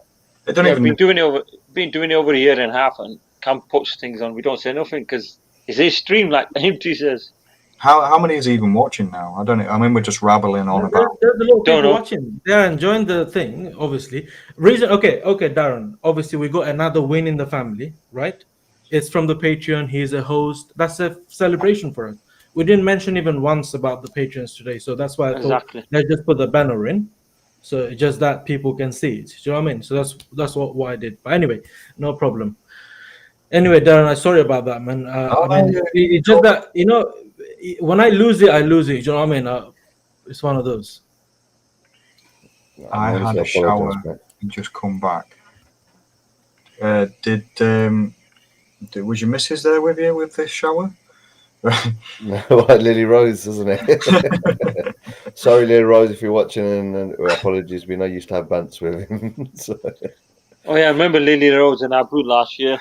Yeah, they used to be on all the time. Lily Rose doesn't like halal sausages, so that's why. Yeah, that's right. That comment. I remember that from last year. That's why he said it. Whatever happened to her? Abu locked her away. You know that? Yeah, Abu, get her out now. It's been long enough. It's been long enough. She's been locked away. Get her out now. No. AJT, I was only saying, just keep going. You know, there's been many weeks of where I have sat there and looked at the results and thought, "Is what it is." You know, I play for fun, and it dropped on my week. Darren, just admit you are God's son. Actually, I was called Jesus at school, so you know. Jesus is God's son. That's because you kept scaring everyone. They were like, Jesus. Jesus fucking Christ. You're not actually wrong, because at work, I make people jump on purpose. I hide behind corners and jump out on them. Yeah, no, I'm surprised you didn't say that when Christian turned up. It was more like, fuck. I can't. I at one point in the video, they were, you know, where he's next to me outside the window. They redid that about 4 times because they couldn't get it right. So they redid that a couple of times, well, about 4 or 5 times. He had to, because he was too tall for the window, so he had to crouch down to be able to get the view through the car. And I even turned around and I was like, you know, I never expected to win, not even the first time, second time, or even the third time. You know, and I come to work and I'm half asleep. You've walked in the door and I see your shiny bright face and I'm like, bing. Yeah. But they cut that. Sean even turned around and said, you know, the battery's nearly dead on the camera. We're going to have to kind of wrap it up a little bit. So yeah, but it's it's probably still sinking in a bit as well, then, really. Oh, I mean, my phone's still pinging. I've got it on silent. Anyone that's on this stream now, that's here now, and messaged on either Smart Devils or Patrons or anything like that, I've not got round to reading your messages, but I'm sure it's congrats or you're a wanker or something. But thank you anyway. Yeah, that's when you're in the in-betweeners group. That's what it is. Yeah, Timmy Wanger. No, honestly, mate, I was well chuffed. I've actually seen a couple of people, and I don't know whether it's the same person commenting it. I think they commented it on Instagram or Facebook or YouTube. It's a blur of where it was put. But someone turned around and went, BOTB, Darren should be one of the judges. And I laughed, and I was just like, no, because I want to keep playing. Yeah. No. I imagine. That would be a good idea to kind of invite previous winners. Dean mentioned it before on the Instagram, and you know, have a special guest. They brought in Gary Lineker. You know, he was a special guest. You know, bring Saul Campbell they did once. Previous winners idea would be very good. I mean, look at it. If Darren and Ricky, and there was another guy called Prash, and then these kind of people that won twice, 3 times, and many times. Like Prash, actually, technically, he won about 4 or 5 times, but obviously from his wives and this and that. His family, if they have judges like that, imagine that's going to be, no one would ever complain about the judging. People will still do about, especially the amateurs, but the people who spend a lot of time on this, they will never complain. The thing is, we don't know how long the judges get on it. That side of things we'll never know, because it's how they run the company. I mean, BOTB, I've said it before, they're transparent. They you know, they do everything by the book, by the law. But I mean, there's not even really a law. They set their own policies up. They set their own procedures. They've done everything in fairness. to make the company transparent. They brought in solicitors, so it's third party. They brought in auditors to make sure that from an outside point of view of the company, they're doing everything correctly. And I'll always hold BOTB to the highest respects and defend them as much as possible to anyone. You know, it's a case of not because I've won, but you can. It's a level playing field. Yeah, it is. They've got 10 random judges that have got football backgrounds, loosely on some weeks with judging. But, you know, each person looks at that picture in a different mindset. And there's if you go on YouTube, there's a video of a London Underground train. And you look at that picture, and for a split second, it's going that way. But then you keep looking at it, and your mind just goes, and the train's coming towards you. And it's like, how the hell did I see that picture, that exact same picture of a train going forwards? Yeah. A split second later, it's coming towards you. Like, how can your brain just do that with like optical illusions and stuff? No, there have been other and those sort of things. When your mind does that flip, you can't reverse that thought process in many cases, and that's where, if for example, as you said, if the judges have got, I say, a 10 or a 15-minute period, and in that 10-15 minute period they're seeing the train going that way. Yeah. And we're spending 3 or 4 hours, and then from that way we're seeing the train coming this way. We're going to be in zone 3, 4, 5 or whatever, or even in some cases. Thankfully, I've not been as far as 5. I think I've hit once the 4. Been obviously with the new pixels and things. Zone 3's been a 2 and 1 have been But agree with Darren. Like, you know, if Cam said it, he takes a couple of minutes and does it. Me with the midweek, I've picked an area, and if I'm going to maybe home in that area. I'm not going to try and go elsewhere, and I try and avoid looking at other people's suggestions per se. I'll obviously look at Cam's stream, see where people are sort of going, but ultimately it's how you see and how you perceive something. But if you sit there and you spend hours on end on there and you stress yourself out, and then you play 75 Euros tickets, and then, you know, as Darren said, the train's going that way, but then you start seeing it coming towards you and you play it somewhere else, you can't blame anybody, and you shouldn't be putting yourself in a position where you're taking the fun out of it. This is the biggest thing. You know, you will find times when you're frustrated, and that's whether it's BOTB or anything else. You're going to get frustrated, but as Darren said, they've got outside auditors there. They've got a judge, a lawyer overseeing the judging processes. You've got Matt, that's now a regular head judge, to give a bit of consistency. And again, these are all tools not for BOTB just to sort of have a process in place, but it's also for us, the players, to have some kind of a consistency, something that's, some kind of structure. You know that Matt's going to be there, and you know that if Matt sees 2 or 3 strayed coordinates, which might not necessarily, they might be close, but they're not quite close enough, you know, he's going to probably get rid of those and go with a more centralized. So if you can get, like Darren said earlier again, and Cam said it before, and Sammy said it before, and I know others from the panel have said it before, you find an area, you might make a little square. In that square, there might be thousands of pixels to start with. But at that point there, you don't want to be veering away. You don't want to look at Cam's stream and go, oh my God, everyone else has gone there. At the end of the day, we've had pictures where we've ended up in zone 3, and the person that's won it has won it because they've gone with what they might have watched this stream, they might have watched other streams, but there's a prime example. Me and Cam, it was probably about this time last year, actually, wasn't it, Cam? February time. I said to you, near enough at midnight, it is literally just above his hand.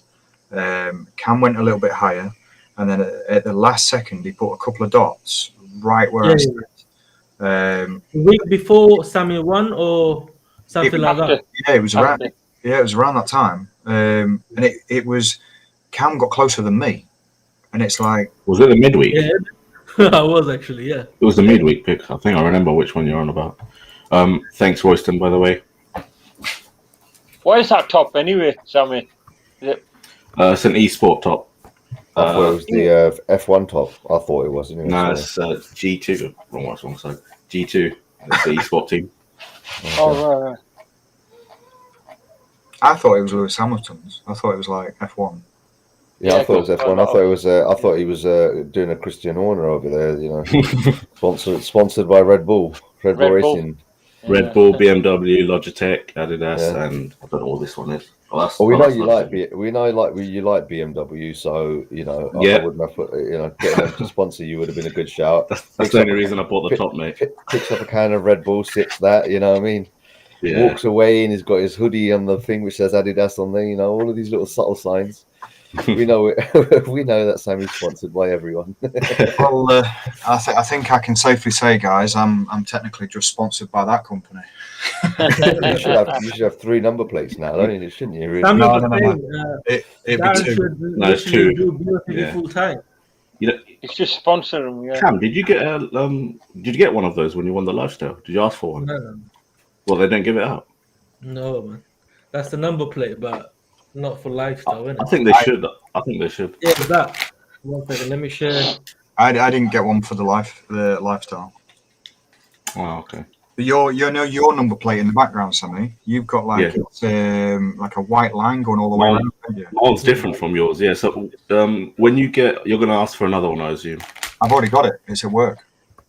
Oh, That's okay. the So, picture Darren yeah, was talking about earlier. They took it off the car. Yeah, that's Is it- Oh yeah. is it the same as mine, or is it the same as your first one? it's the same as yours.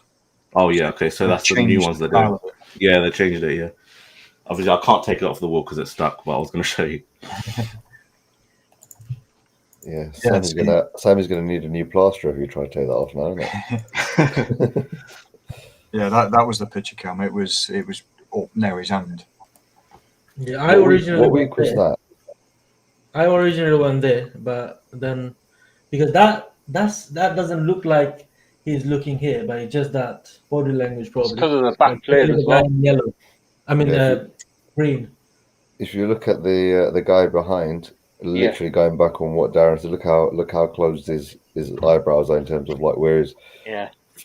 your eyebrows are almost meeting the top of his hairline, of the front of his hairline. You know, it's really far up and stuff. So that's a very good tip.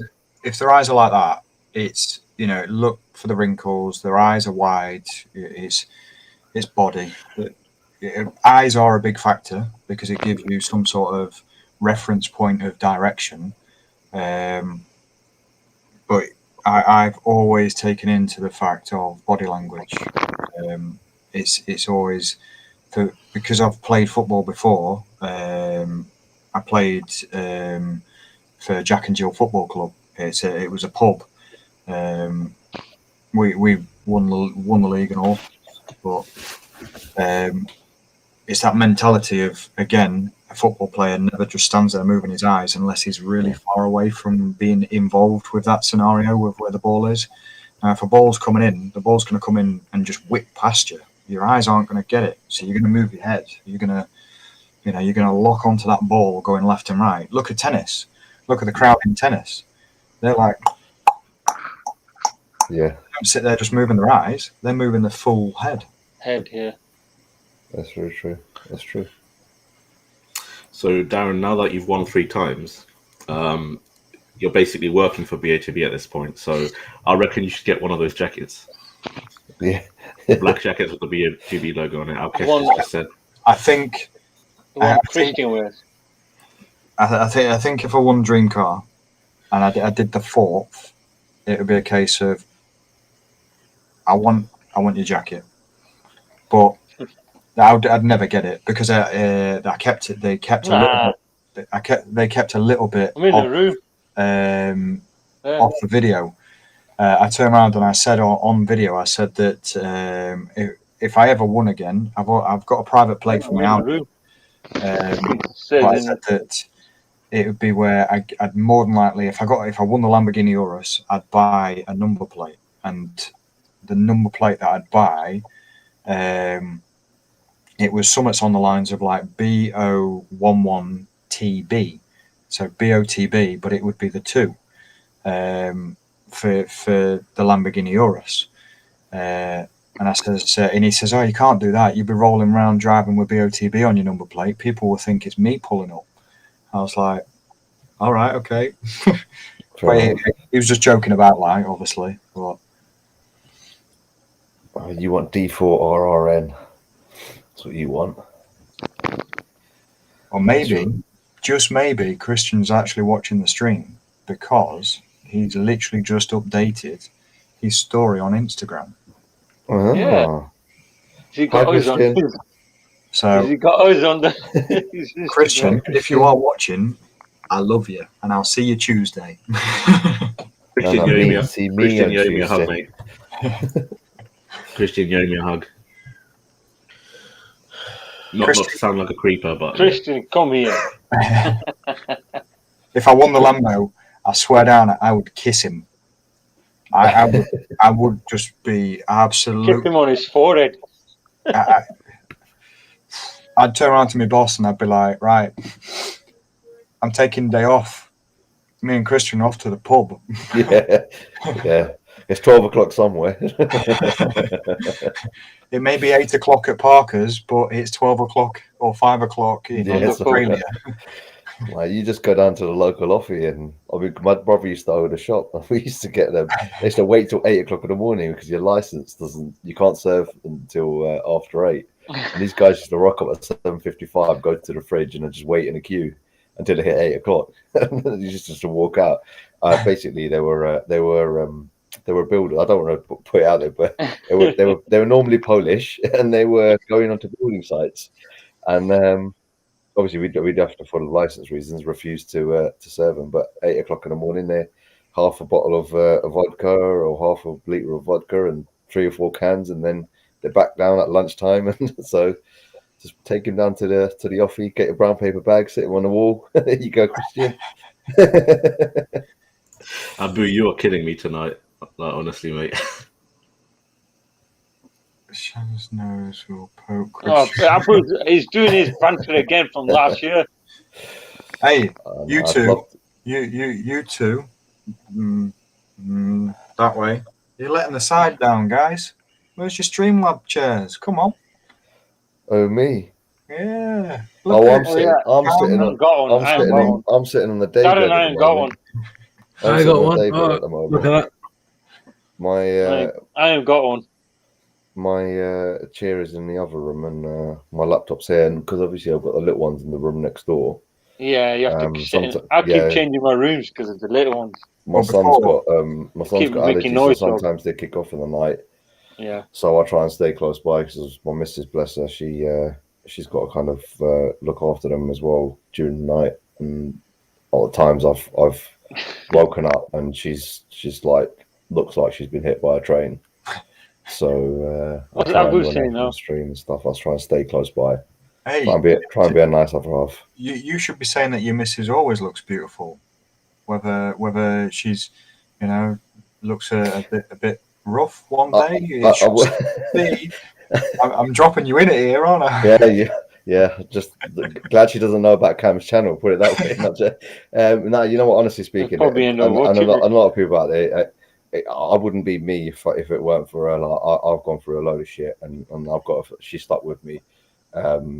She did call me fat towards the middle of lockdown last year, and I did put on weight, but I didn't expect her to say this to me. But I said to her, "Look, it's done and dusted. I don't need to impress anyone else. Just if you're telling me to lose weight, what are you trying to say?" Hey, you might need to. She might go find a younger model. Six pack. No, so I'll deal with my belly pack now. I'm happy with it. I'm in the same motion dealing with the dad bod, mate. That's all about the dad bods. Apparently that is actually a thing. A lot of people are actually interested in that sort of stuff. Dad bods are real. Yeah, women do like dad bods. Cam, you're in luck. Cam's looked up at what's going on. What's happened here? We could all do a Baywatch scene on the beach now. Oh, mate. In our bellies jumping up and down, yeah. And the women will love it. Father Steve. I got a question for Darren. I didn't do it. You got no proof? Yeah. How many I've been online. how many wins would take for you to take the day off on that day when you win? The Lambo. Lambo. Yeah. If I won that Lambo and that dropped, I would literally just turn around and say, just. I mean, I won the Bentley, which at that time was the highest prized vehicle for the cash alternative. Well, even just the overall value of the car, effectively. Yeah. Now, if it was where I won the Lambo, that's at the minute, without any bundles or offers, that's the highest prized car, apart from like the STOs and stuff. I'd just turn around and say, look, I want, the concentration today was not the greatest. I've fucked up on a few orders. I delivered things to the wrong places sometimes, and it's like, you kind of can't be dealing with what's happening in the real world of working life, as well as the online world of people realizing you've won again, sort of thing. And it's like your phone's pinging, all that sort of stuff. People are messaging you. I guess adrenaline's a massive thing as well. Like your adrenaline's probably pumping throughout the whole day. Yeah. The Bentley. I literally went back to my workplace. I stood there for a minute. I stood there and I was like, wow. I took a deep breath. I cried. I'll openly admit, I stood there and I cried my eyes out. I was absolutely gobsmacked that happened. I was in pure shock. I went white, like the color drained out of me as if I was really white, mate. Yeah. Oh, go ahead. Okay, man.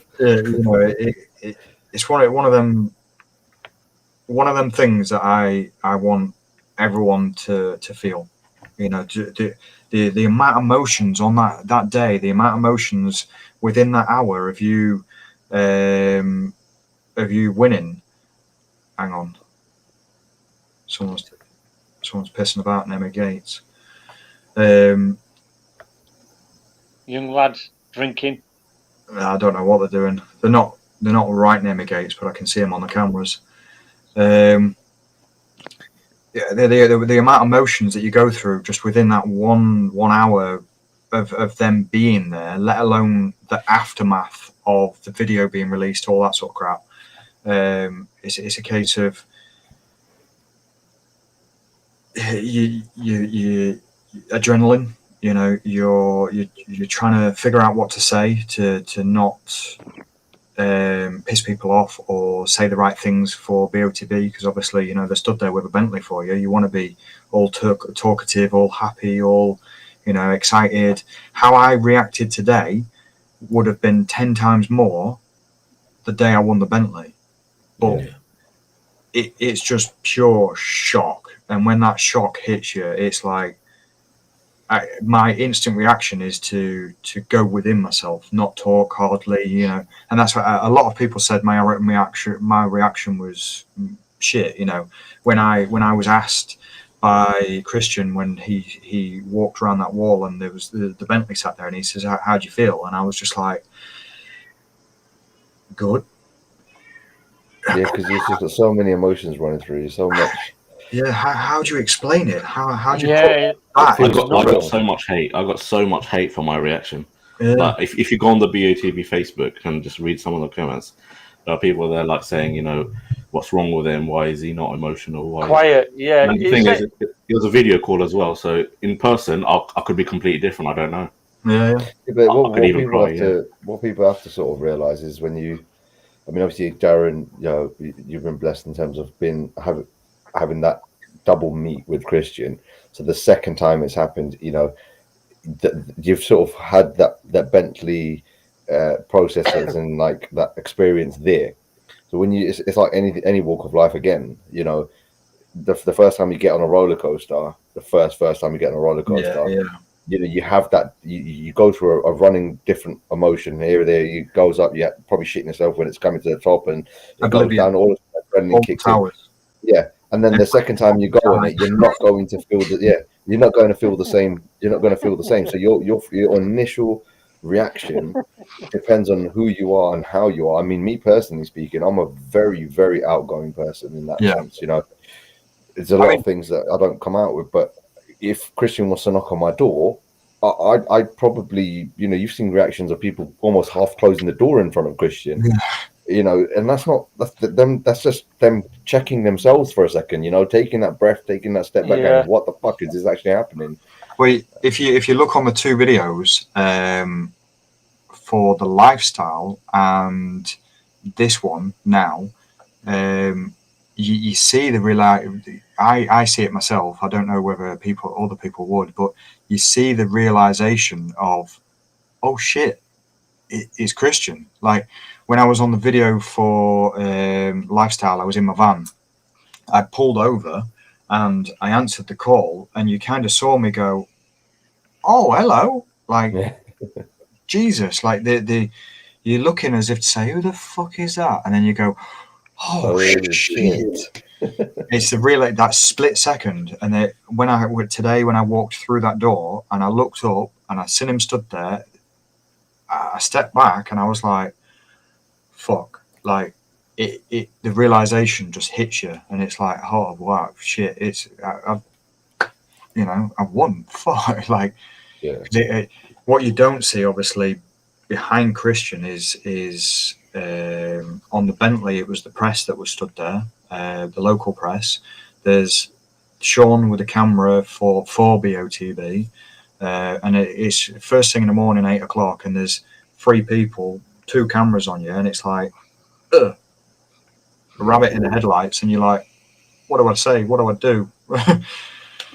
You know. No, I agree. As I said, it depends on if you've ever been there before, and I mean, again, you know, I've been fortunate enough that I've had cameras in my face in terms of like things I've done in my life, and I've technically speaking, I've been on TV, but that is different. That's set up. That's, you know, you're going on now and things like that, so you're kind of ready for that. Yeah. But as you said, if you open your front door and you've got a camera pointing at you, and you've got Christian standing there, I mean, he's not the quietest of persons. He is a very, very, very good presenter. As in, that is just himself. Whether he's a presenter or at Milton Keynes, when we was down there, when I was chatting to him, when I was stood there chatting to Christian, I'd just come back from a beefer, and he was stood with me for about 20 minutes, half an hour, just zoned out of everything that was actually happening,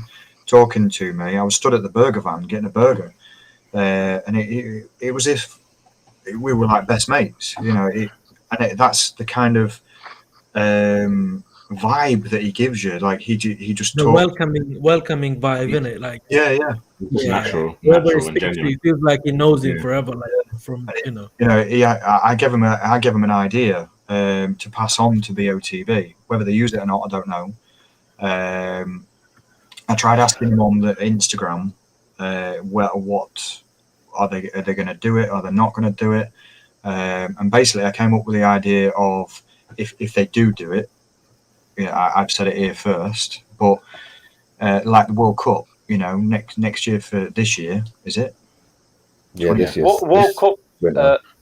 World Cup's next year. Qatar. This winter. Qatar, November 2020. Yeah, this year. So So this year, it's 22. Yeah. For this year's World Cup, you know how they do like bundles and all that crap. Yeah. It's not really a bundle per se. It's like knockout stages, as in an overall who got closest prize. Yeah, so it's like you're not going to do like the group stages. You're just going to go straight into the knockout stages, as in there's one picture per day. Yeah, for a week, one picture per day, and you play that dot and you pay X amount of whatever for that, and the picture changes every day, or it could be per week, let's say, or like one picture for the DC, one picture for midweek, but you get put into a knockout stage, and it's like each time that you get closer, you move up the chain to be able to get the bigger prize. Whatever that prize is, that's up to them. Whatever bundle they do, all that crap. But it's more to kind of bring football into spot the ball.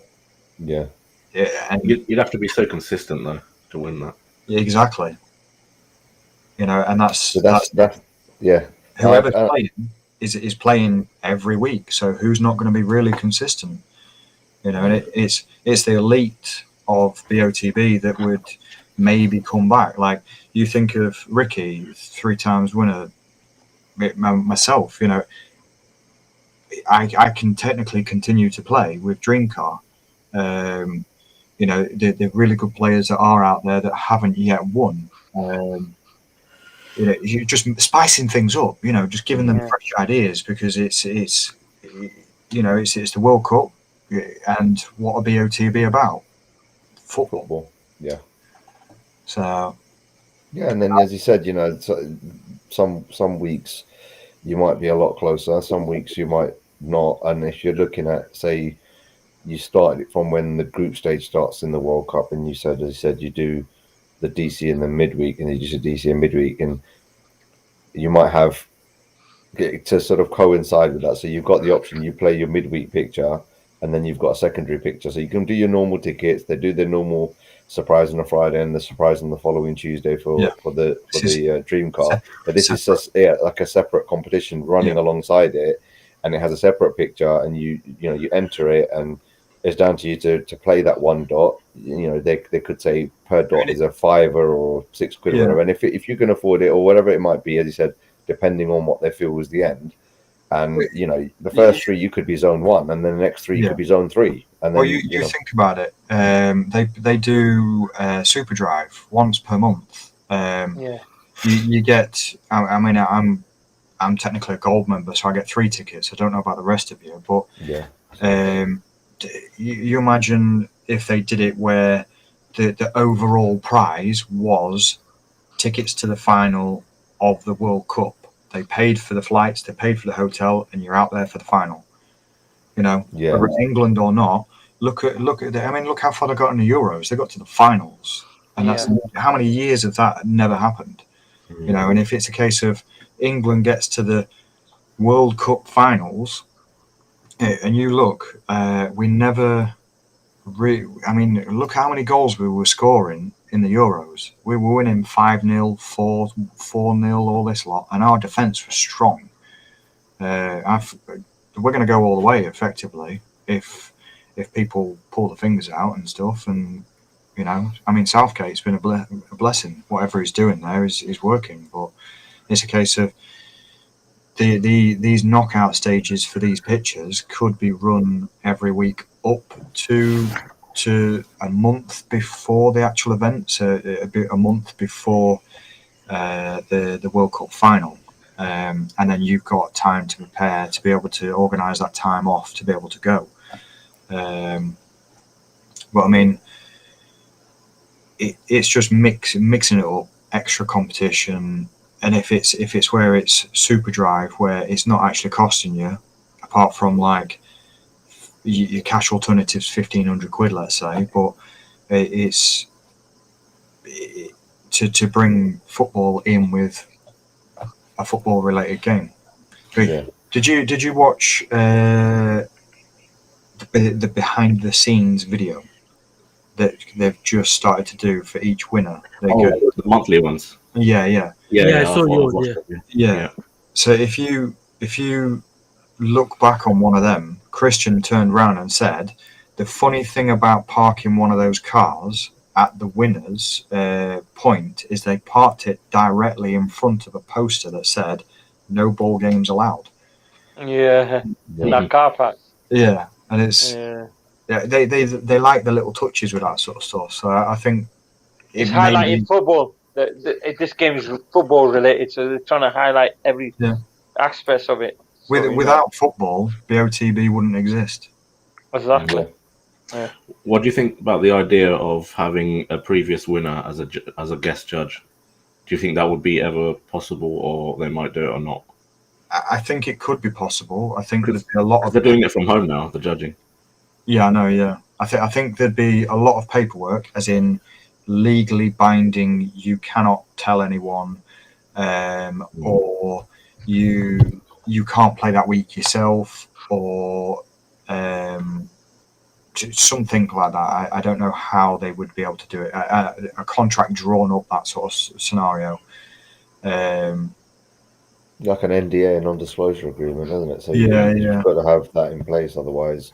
Yeah, and effectively, it could be where you don't tell no one. Like if I got contacted by BOTB, Instagram, Facebook, whatever, email, phone call, saying, "Hey, look, you know, we're going to take that idea on board. Can you arrange for a certain Thursday or a certain Monday to be available to do a special guest outsider's point of view of like previous winner for this picture," and you agree to it, draw the contract, you sign it, you say, right, I'm going to do this date, and you keep your gob shut until the actual video is released.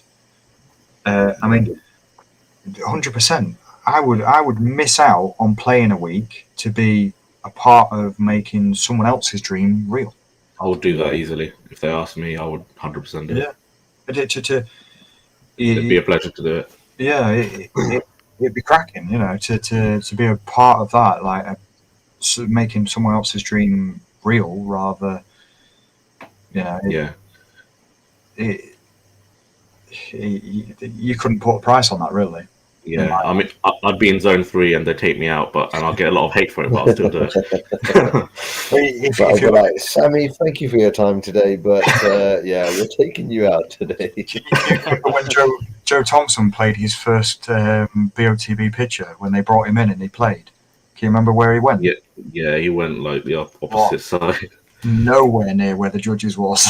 He's quite good now, and Roger did really well today, or the midweek that you won on. He did quite well. If you think as well, what was I going to say? It's mind's gone blank.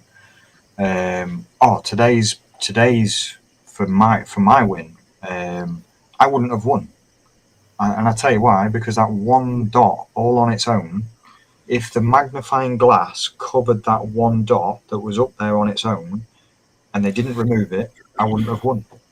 Andy's one, yeah. Yeah, simple as that. They removed it. It moved down and to the left a little bit, and that's where I was. You know, so if they kept him in because the magnifying glass covered the dot, which it did, they removed him because it had a cluster. So they had the tight cluster, and he was the only one out on his own. If they kept him in because he was in the magnifying glass, it could have been Shan, could have been you, Cam. Yeah. They would have kept him if they were all spread out. Yeah. But they weren't. They were all in a tight cluster. They were tight on that one, yeah. That's the thing. That's where the slight element of luck comes in. But in essence, it was that area. Do you know what I mean? At the end of the day, it wasn't a case of it's a completely different ball game, so to speak. It was, and again, it goes back to the point of Matt being the head judge, and you knowing that if that's the case, Matt's going to remove that stray one.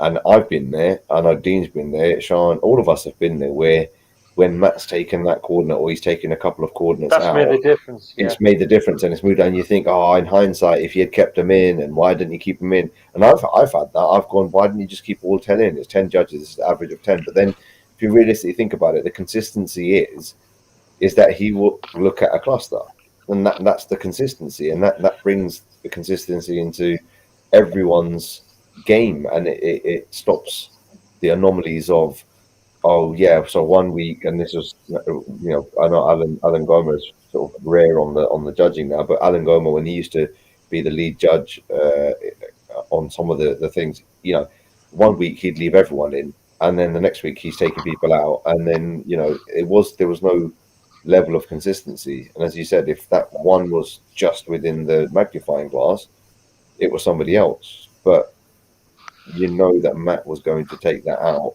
regardless, because it was just outside where there was a tight cluster, and it just happens to be that it nudged it onto your X. So yeah, the problem is it's a computer generated average, unlike before.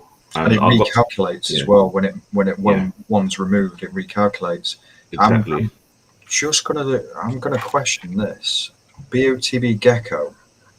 I don't know if you've read it, but apparently, I've read it. He got the same dot as me.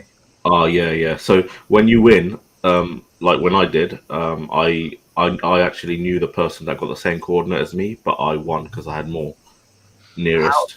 How? Oh, okay. So if your next coordinate was closer than his was. You know the runner-up list, the top 20 people who got the closest. There's obviously that's just the runner-up list. They could be 2, 3, even 5 pixels out, and they could get runner-up. Yeah. But then there's people that actually get the same winning coordinate, but they lost to you as the winner. So I kept mine tighter, whereas his. So you beat him because you had the tighter cluster. He might have had his second closest could have been like 5 or 6 pixels away. And mine could have been 2 or 3. Yeah, and if he did it tighter, he might have beat you. Yeah, that's mental. Like, I used to do dot by dot by dot by dot, and if he actually doubled up, he could have won. But that's the thing, though, isn't it?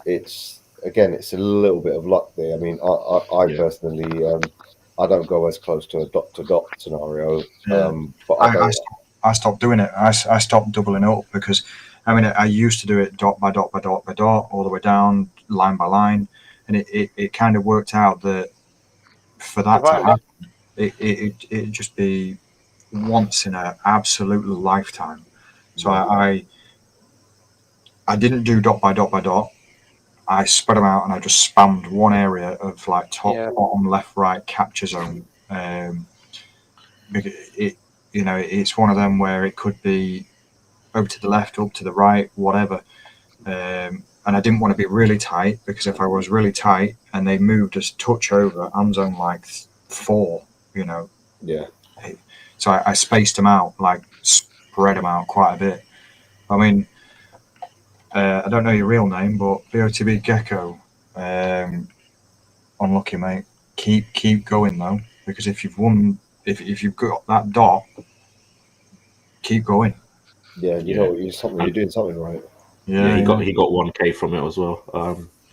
What's his? Do you know him then? Do you know his name? Or? No, I don't know. No, I've never heard of him. Gecko. No, I don't know him personally. But I think this is the first time he's ever come on the channel. Pike got 1K as well from being runner-up. Yeah, Pike got it the other week. Yeah, he was runner-up a few weeks ago, and he got £1,000. I got £2,000 back in November when I matched the winning coordinate, which we've spoken about a few times here. But but that's the thing, though. I mean, that's fair play to BOTB again. In essence, it's in their terms and conditions about a ticket. If you've got 2 tickets that are the same and they go to the next one, it could have easily been that you've played 75 tickets. BOTB Gecko has played 5 tickets, and the chances of each one being the same pixels away is going to be near impossible unless you've both doubled up, as you said. Yeah. But fair play to them that they didn't leave him in a position where he was thinking, "Oh crap, I've only got nearest car and runner-up prize." They've given him £1,000 cash. And said, unlucky, but it's plus credit. Exactly, plus credit.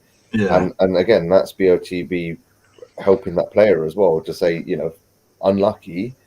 You're not just going to get game credit. Here's £1,000, and with I'm not being funny, but £1,000, it's not a massive amount of money, but it can still do things. You could pay off bills or pay this month's rent, for example, or something. I get it though. It is a tiny, well, not a tiny bit disheartening.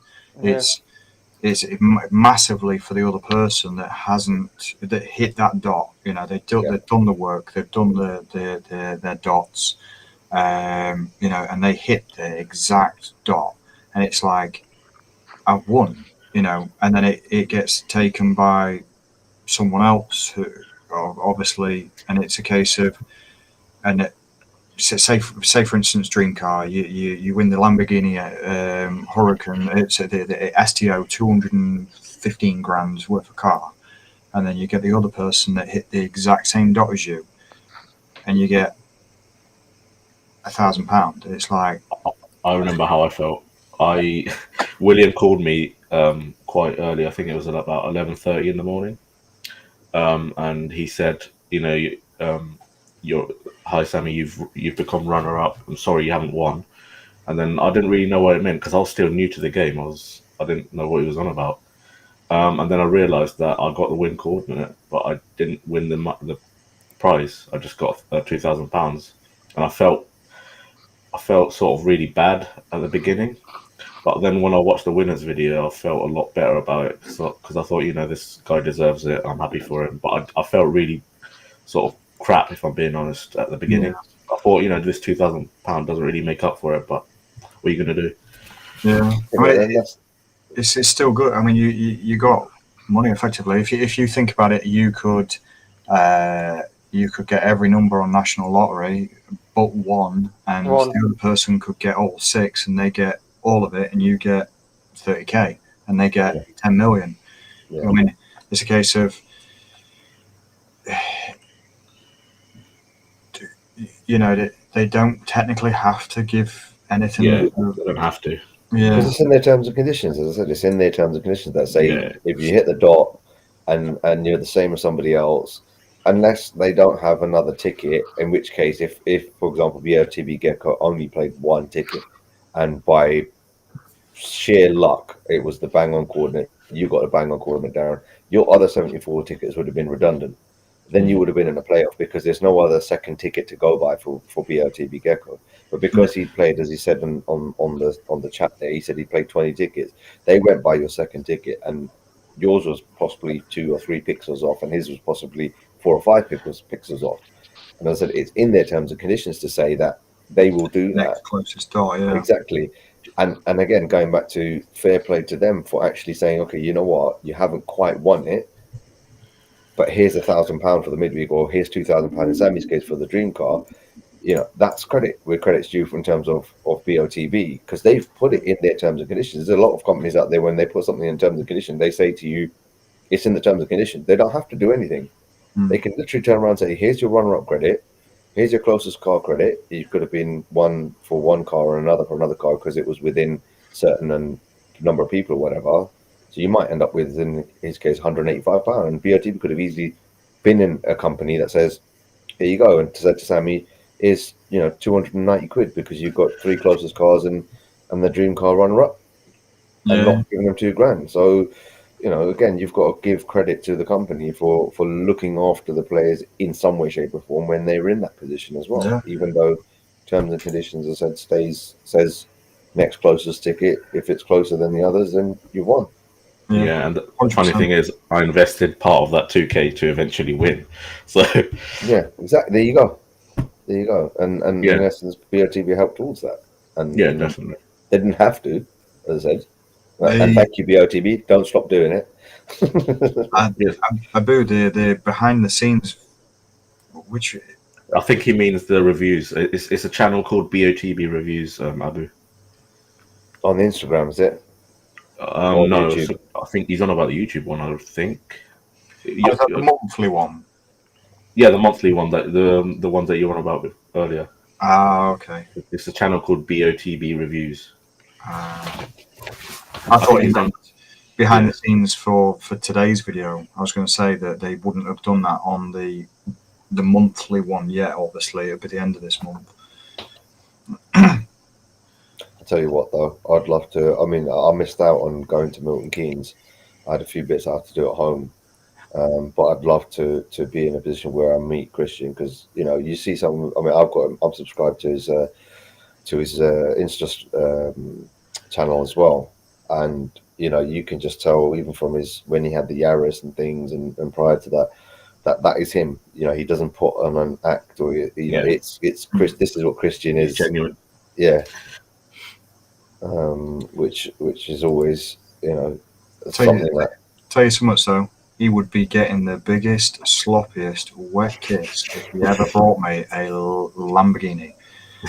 I'm not even joking. I mean, if I played for the Bentley and the Lambo, the Bentley's been removed. I can't play for that again. They took that down. I don't know whether they've stopped making it or whatever. Because I asked Christian today as well. I said, I was in two minds. Me and my mum was talking. I said it on stream as well. I was talking to you about it, Imity. I was saying that the Beamer, it's got 117 miles per gallon. Yeah. I was just like, but it's a Beamer. I'm an Audi fan, you know, and it's like I spec'd it up, and it was 50k for the car, 70k with all the kit. You had to buy one of them battery chargers, which is about £1,000 to be installed at your home. Otherwise, if you didn't have one at home, you had to go to the local supermarket and leave it there for 4 hours or whatever. And I was just like, I can't be arsed with that. Why would I leave my car in a supermarket to charge up? I know that that's the way that everything's going to be going, and eventually when there's more availability of plugging your cars in and stuff like that, then yeah, so be it. But I was like, the Beamer is 5-door, spot on.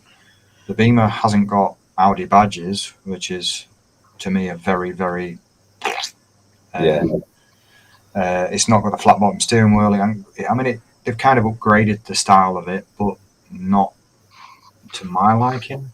The only thing that was attractive about it was the 117 miles per gallon. Yeah. So I thought, nah, fuck it. I'm going to play for the Range Rover Evoque because I drive my van all day. It's got the height. If I get the Beamer, I'm still sat on my arse on the floor and I can feel every bump and pothole.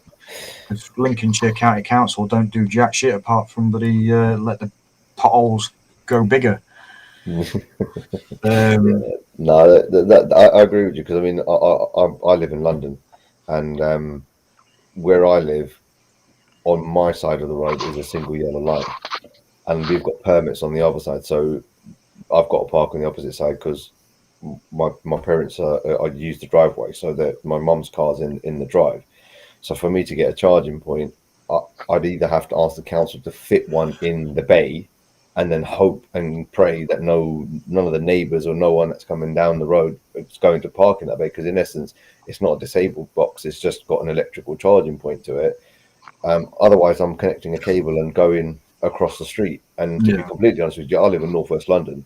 I probably wouldn't wake up in the morning with a connected cable. It'd probably be cutting off, or somebody yanked it out or something or another. Do you know what I mean? So as you said, unless they don't plug it and charge their own car on your electric.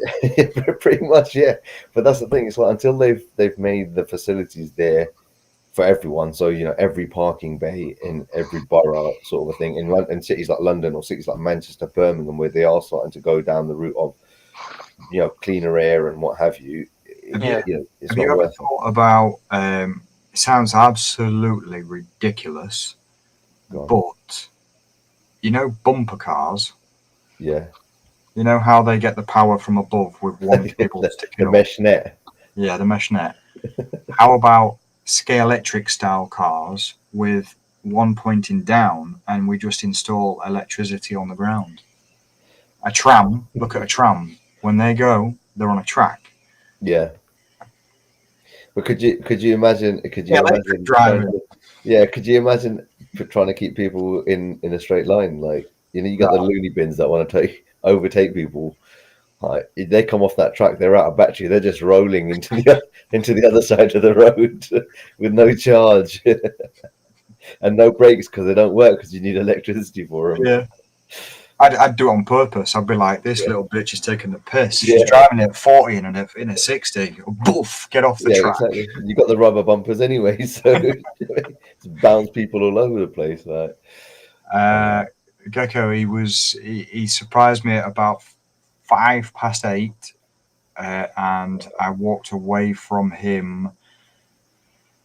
It would have been about 10 to 5 to 9, something like that. So just under an hour.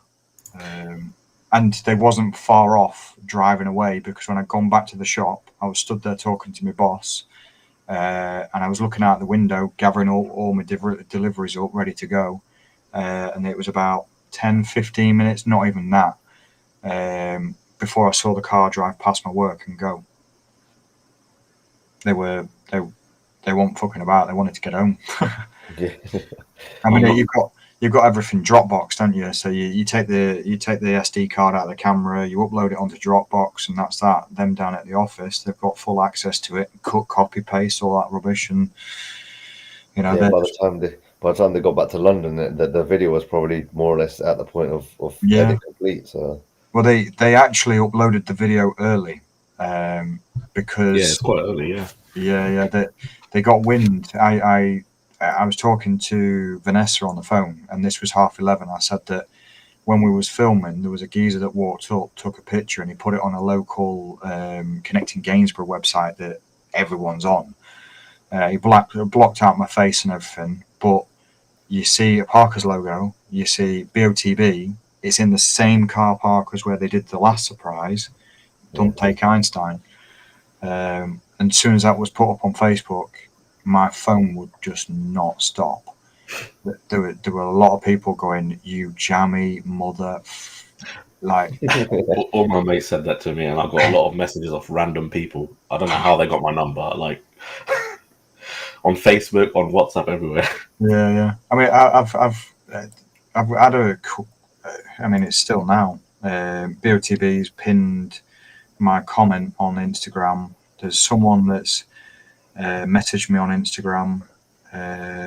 Someone that's tried following me on Instagram. Even before, when I won the Bentley, and everyone that was trying to add me on Facebook.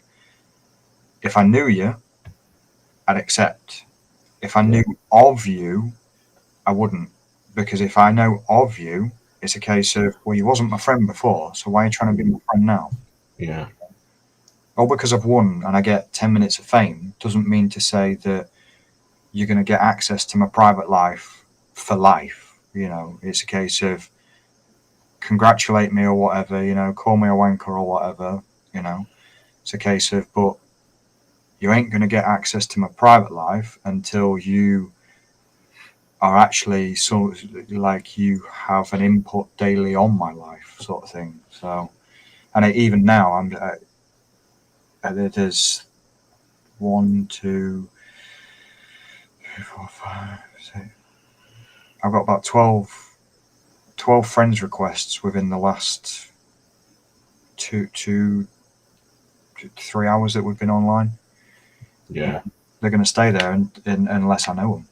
That's what happens. Has anyone tried to message you pretending them that they're a prince from a foreign country? Asking for your bank account. on email, you have won $90 million. I'm like, cheers, mate. Rwandan dollars, don't forget that, yeah. Cam, you're on mute. You have to pay $400 to get them. Pay for the solicitor fees of signing over $90 million. You have to pay $400 to get the $90 million.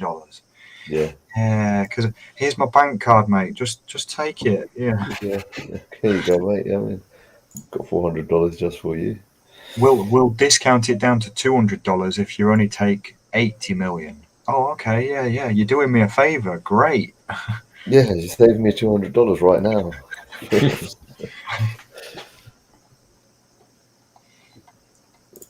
Give me the 19 million, I'll give you $1 million.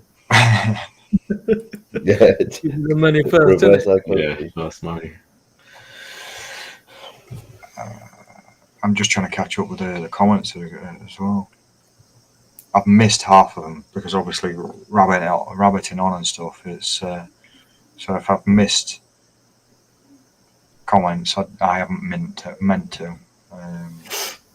I bet you always go to the same car park and pray one day Christian gonna surprise me. Well, your dream has come true, brother. You know what?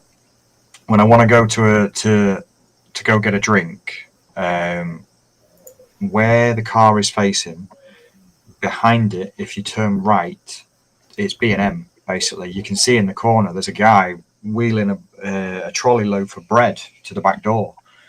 And I go in there, and every time I go up through that walkway, the same exact walk, where Christian said, "Oh, this may feel like deja vu." I go up that walkway, across the car park, down the side of that bit where the car is, for when I won on both, and then I turn right to go into the shop to get a drink and that. And every time I walk past it, I smile. I mean, if they built something on that car park, it's a case of, if in your head you'll know that it was there. You know, that changed your life. That, you know, that Bentley one changed my life. I was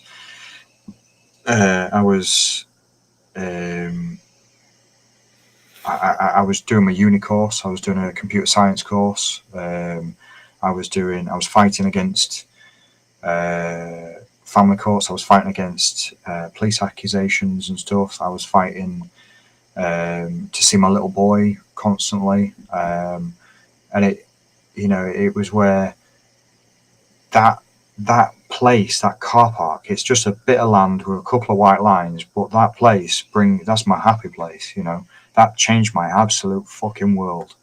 I bought a house. I went to the family courts. I got to see my little boy.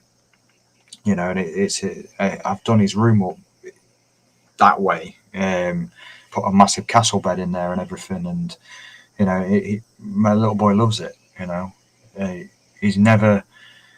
I said it on the video, but they cut it out, and I don't know why or whatever. But it was a case of, you know, they asked me what the win would mean for me and Flynn, and I was like, "But Flynn's 4. He doesn't know." You know, he sees videos, he sees Christian's face on the videos and stuff, and it's like, oh, okay, he ain't got a clue, he ain't got Scooby-Doo, you know, and it's and that's one factor that I regret with all my heart. I regret, because on the Bentley win, I never mentioned my boy, and I made sure on lifestyle that I did, and even today, when I won again today, we were talking about Flynn. I was saying, you know, I've bought the house with the money from the Bentley. I've done Flynn's bedroom to like a massive castle bed with a slide and all that sort of stuff. And I said that, you know, it was where I've had to do it in Paw Patrol, dinosaurs, PJ Masks, all these different things. And I says that, but it was done, you know, and I did it for him. That's what he wanted, and that's what he got, you know. And it's a case of, I take him into a Smith's toy shop or whatever, and I says, we can walk all the way round, up and down every one of those aisles, and he'll never ask for any of the toys. He'll play with them. He'll be like, oh, I like that, but he'll never stand there and kick off and scream, shout, cry, or anything like that.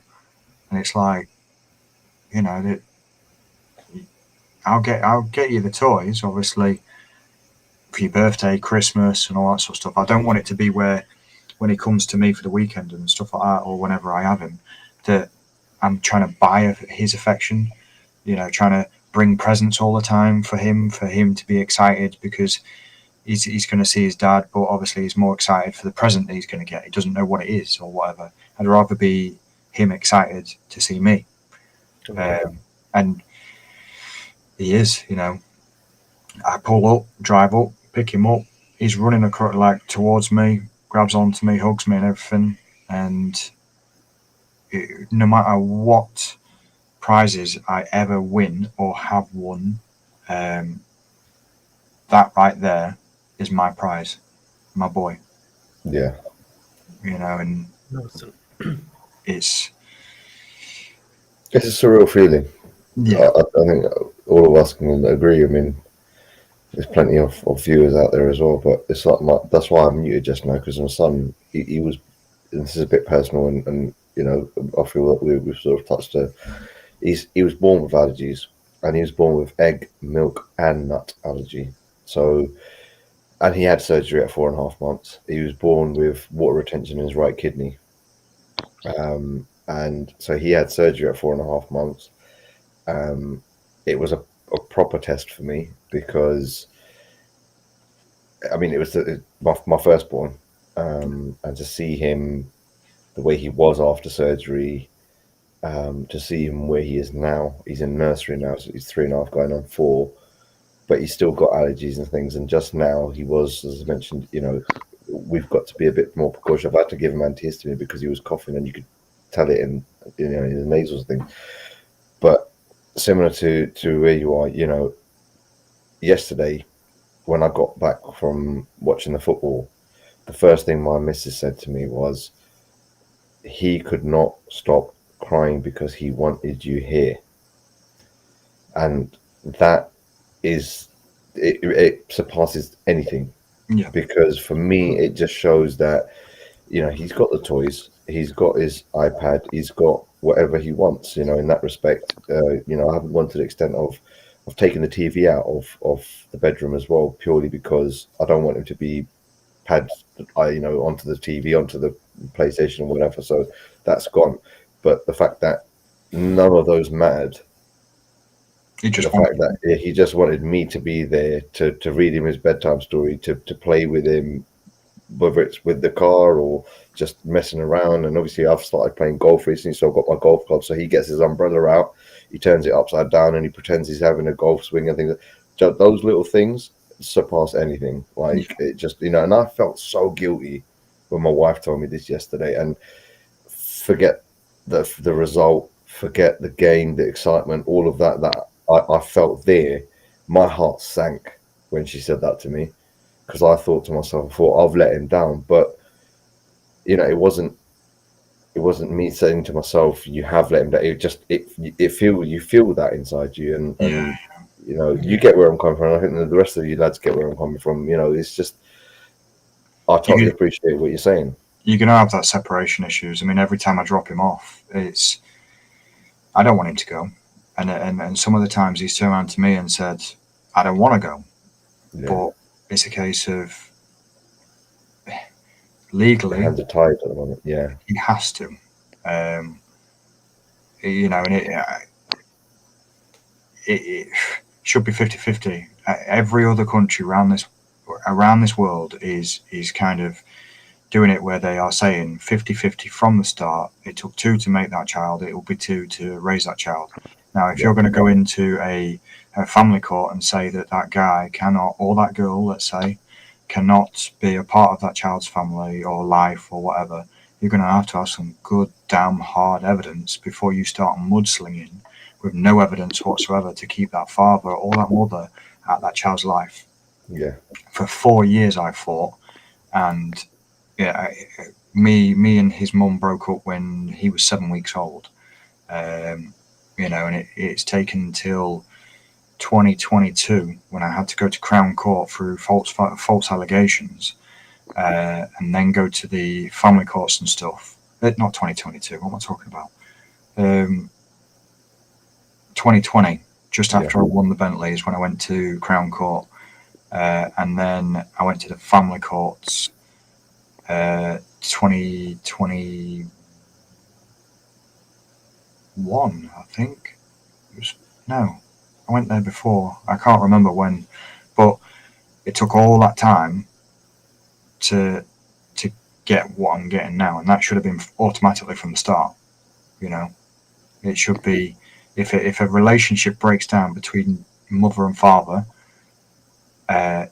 you may not love the mother or you may not love the father anymore, but it doesn't mean say you don't love the kids anymore. Yeah. The kids at that age, they have no clue. Their whole world is ripped into shreds. The fact that the mother and father aren't together anymore, they're not in the same house, and they're having to be split between two different houses. They're not understanding it.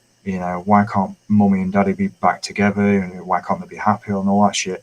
And the kids start blaming themselves. And straight away, the family courts put the nail in the coffin by making one parent more superior than the other by not equal time sharing. Yeah. And it's a case of you're leading that child down a dark path from a very, very young age. Yeah, because in essence, you're sort of half saying to the child one is better than the other, Mhm. when in actual fact it's not.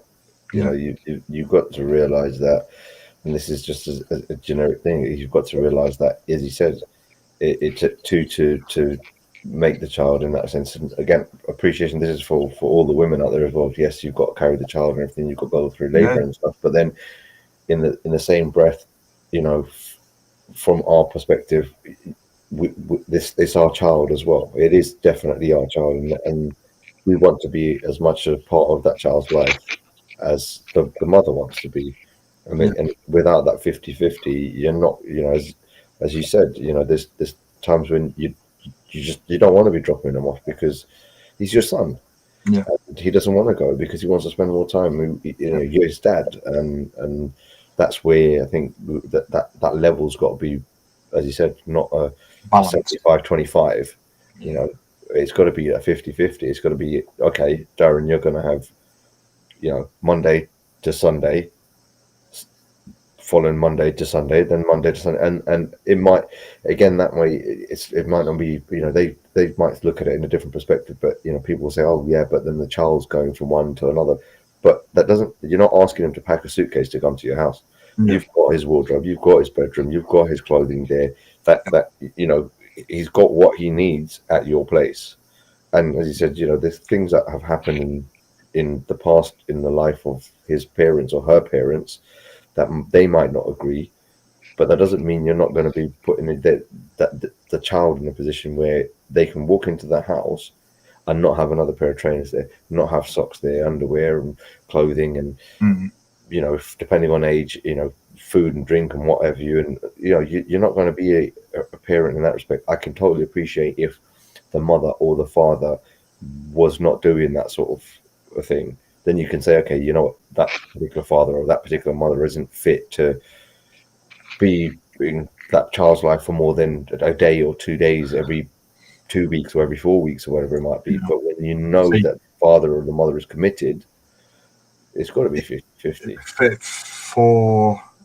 To open people's eyes, obviously, a criminal proceeding, they need witness statements. Now, these witnesses, they can lie, you know what I mean? They can make up the crap all they like, but lies destroy lives, you know what I mean? Like, you get bitter, twisted people that go, oh, we'll make this, that, and the other up, and we'll get him done, you know, that sort of rubbish. But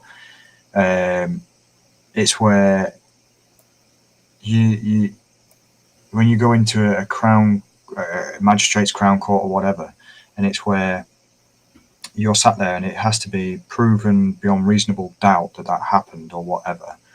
They've got to have solid evidence, all this rubbish, and then it gets proven not guilty, and then you walk into a family court scenario, the probability factor is flipped. They're like, oh, well, she doesn't need no evidence.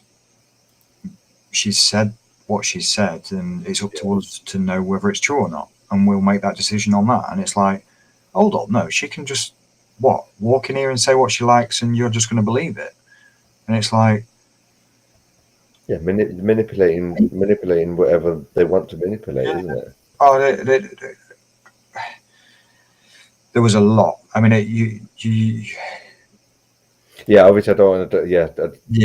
You don't want to make you go down that. But that's the thing. I think a lot of the viewers right now as well. I mean, like Craig, for example, you know, he understands what Darren said as well. You know, at the end of the day, we're what we're trying to put across is just to sort of say that, you know, we want to be in a position where everything and everyone wants to be 50-50 now, which I've got nothing against, you know, equal pay and all of that sort of thing. I'm with that. You know, at the end of the day, if you've got a female worker that's grafting on the scaffold site and putting scaffolding up, she should be getting the same wages as the guy is, and vice versa. You know, if you've got a neurosurgeon who's a female and she's one of the best neurosurgeons, brain surgeons out there, and there's a guy that's doing the same thing, you know, you want them to be on the same level playing field. If they can do it, they can do it. The same goes with sports as well, in essence, obviously, and certain factors will affect that, like, you know, how many supporters coming to stadiums and things, those sort of things, you can fair enough. You can go, okay, it depends on those factors for income purposes, but everything else in general walk away. But then that also means that you've got to look at it in the perspective of, as you said, parenting and going out and things like that. And I'm a firm believer, and this is going back to sort of, you might pay for the first date, but at the same time, if you're going on a second date and you like each other, it shouldn't be left the burden on the guy alone. It should be 50-50, and vice versa. If the girl was to instigate and say, let's go out, and the guy went out and she paid for the first date, and she's like, oh no, I'll pay for the second. Same thing for the guy. Pull your socks up, mate. Pay for. Let's bring that level playing field, and that's got to be across the board. That's across the board. There's a lot of people that don't believe that way. They believe guy should pay. If you're going to want to wine and dine me, as they say, then the guy should get his wallet out. And it's like, all right, okay, but eventually, if you're going to move in with me and we make a family and all that sort of stuff, and it's like, hypothetically, say your bills come up to 1,200 quid for the month, and it's like, all right, so you earn, I don't know, two grand, and I earn, I don't know, 1,500. You're 500 quid more than me up, but the bills are 600 quid. So you slap 600 quid in, I slap 600 quid in, and then it's, that's equal. If you've got a job that's higher paid, then you're doing better than me, obviously. But the house is sorted, we're sorted, and whatever money's left for each person is for each person. But some people are different. Some people are like, oh well, he's on the higher income, or she's on the higher income, and I'll just kind of sponge. Yeah. Yeah, and then that's it. That's exactly it. At the end of the day, if one's working retail and one's, and I only say retail because I've worked in retail, and if Sammy will agree with me as well. When you work in retail, you don't necessarily get the highest pay packet. No, and that's just retail. The way that industry, that's the way that industry works. But then if you're in an office and you are earning a bit more, but then as you said, if you're married and you've gone and you've renting, you're living, you've moved in together, and I mean, your instance, for example, it's your house, and if you've offered somebody to come and live with you, you've been doing what you've been doing to pay your bills and what have you and all the rest of it, and you're probably not the sort of guy that's going to turn around and be like, oh yeah, now you're living with me, you're paying half straight, in that context. But you want to be in a position where the other person is also in the mindset of, actually, I've just moved into Darren's house, I've got to start doing my share here as well. And as you said, at that point there, your expenditure, if that particular person didn't say anything and just started sponging, as we said, your expenses have gone up. Yeah, because there's double electric to pay out, for showers, double food, double water, double gas, double all of that. So your expenses have gone up. So you're now you were saving £1,000, you're now saving £500. Yeah. But that person there has gone from spending £800, £900 on rent a month or a week or whatever it might have been to absolutely nothing. Yeah. And that's not equal. That's no. Yeah. So I mean, you get them little cretins out there, effectively, that do that. I've been in that position. I'll tell you now, I've been sponged off, and that was before and after the win. But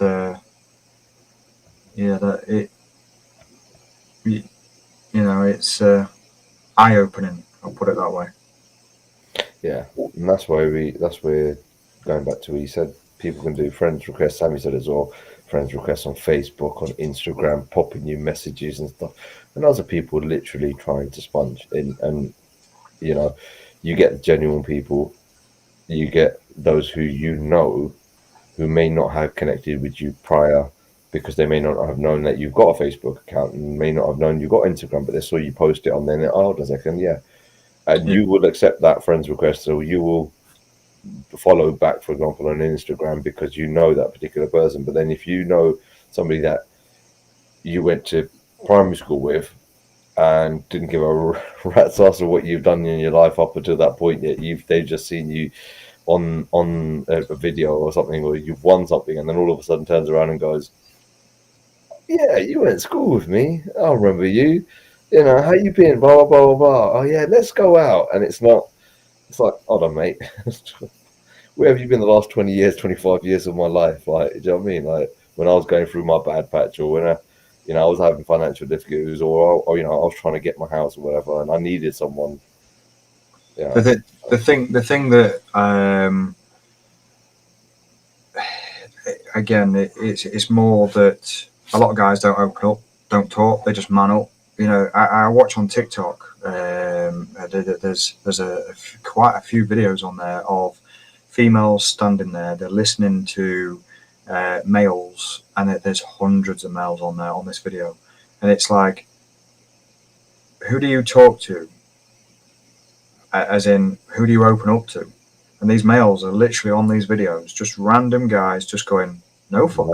Who gives a shit? We're just seen as breadwinners and get a job done and pay for the bills, sort of thing. And that's, you know, a lot of females are coming out with, no, we care, you know, talk to us, all that sort of stuff. They're trying to open the men up to be able to get them to talk and all this lot, which is great, you know. Yeah. But it's also it can be used as a weapon. Yes. So do you open up? You know, that's the big thing. That's the big thing. And I know we've had a sort of a man-to-man sort of a heart-to-heart, and obviously some of the viewers have seen some personal things come out here, but that's because we've got into that comfort zone and we've opened up there. But as you said, going on that what you mentioned there, if you think of it in my day-to-day life, if I go into work and things like that, I you know, with all due respect, my colleagues are my colleagues, and I've got great working relationships with them, and I speak to them outside of work and everything as well, but I wouldn't necessarily open up to them. There's certain things that even now with my missus, you know, I'll just suck it up and try and deal with it. I'll tell you something. Me and my ex broke up November. Well, about October, November, something like that.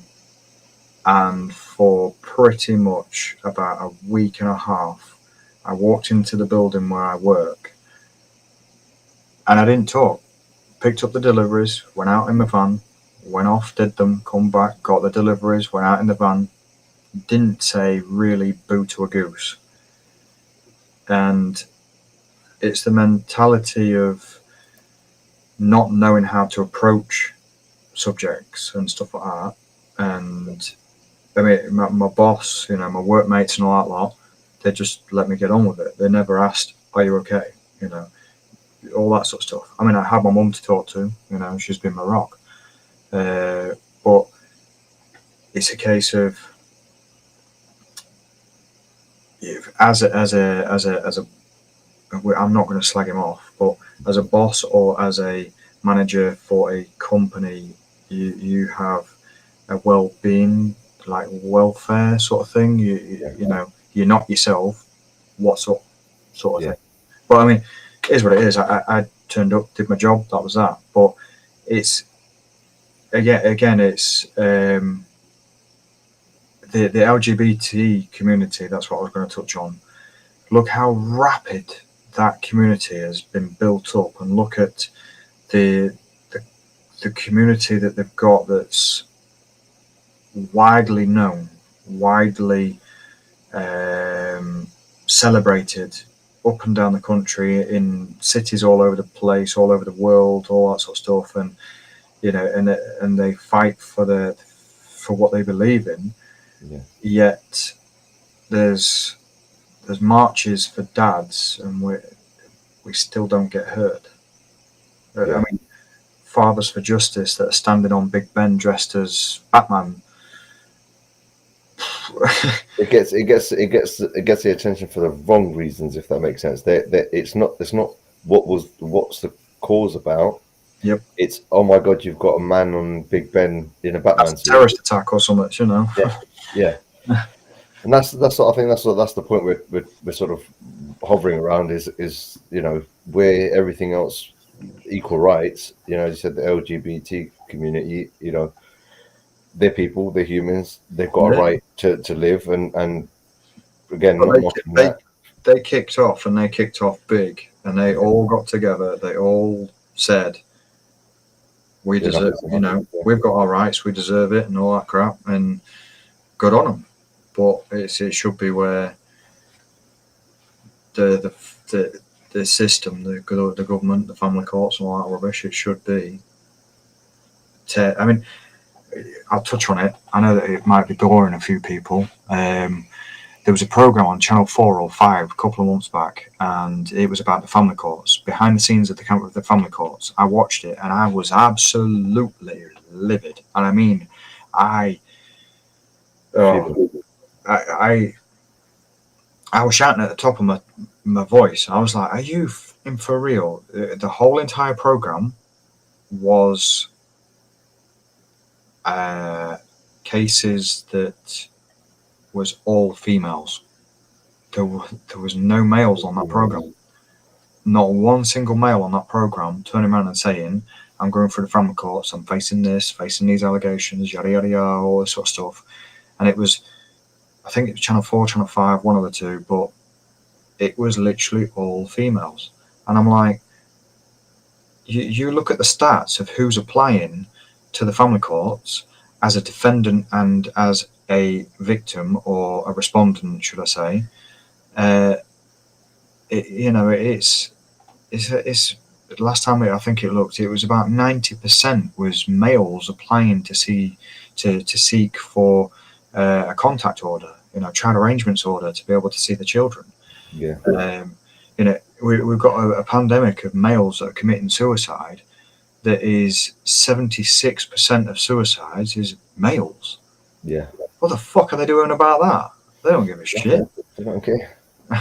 They don't. And I appreciate that, because it's true. It's facts. The numbers are there, and you know, it might be a sensitive subject for some, but you know, as you said, you know, the majority of us don't feel, even certain family members. You know, I'm fortunate enough that I've got 2 older brothers, and you know, even till this day, there's only certain things that I do discuss with them, and certain things that I go with them, because you know, the oldest one of the 2, you know, he's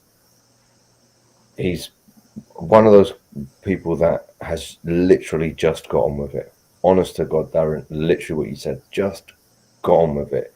And it's only now, I mean, my niece herself, she's in her early 20s now, believe it or not, as in he's quite older than me, but he just cracked on with it.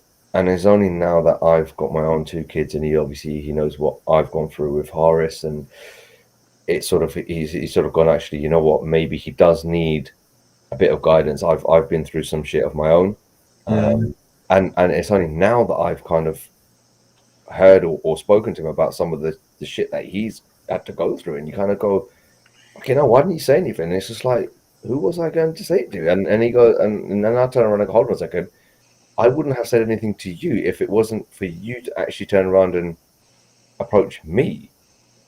You know, I wouldn't have said, I would have just cracked on with it. I mean, my brother actually turned around to my parents when I was going through everything with Horace, and it was my mum who then rang me and goes, your brother's just said to me, you look like, because he'd come in to see my son and stuff at the hospital and stuff, and he told my mum, he goes, I've never seen him look like shit before, but he looks like shit. And my mum rang me and she goes to me, are you okay? And I went, yeah, I'm fine. And she was like, are you sure? That's the magic words. Yeah. And I was like, why is she asking me this question? Because I didn't say anything to my brother.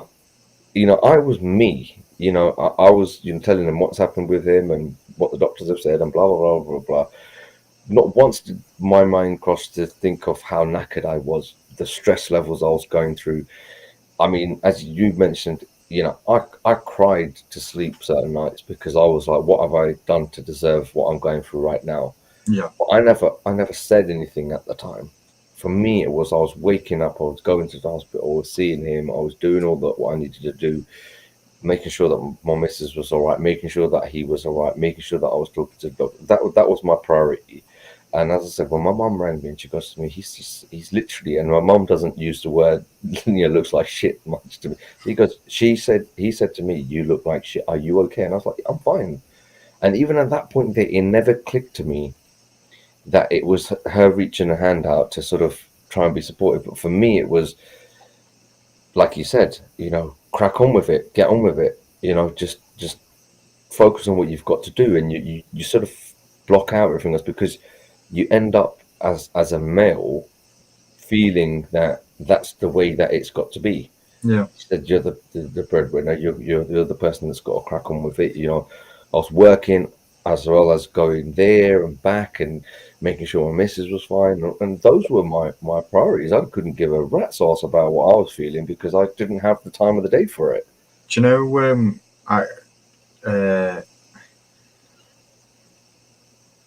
there was a time I went to a police station, Gainesville police station, and I reported someone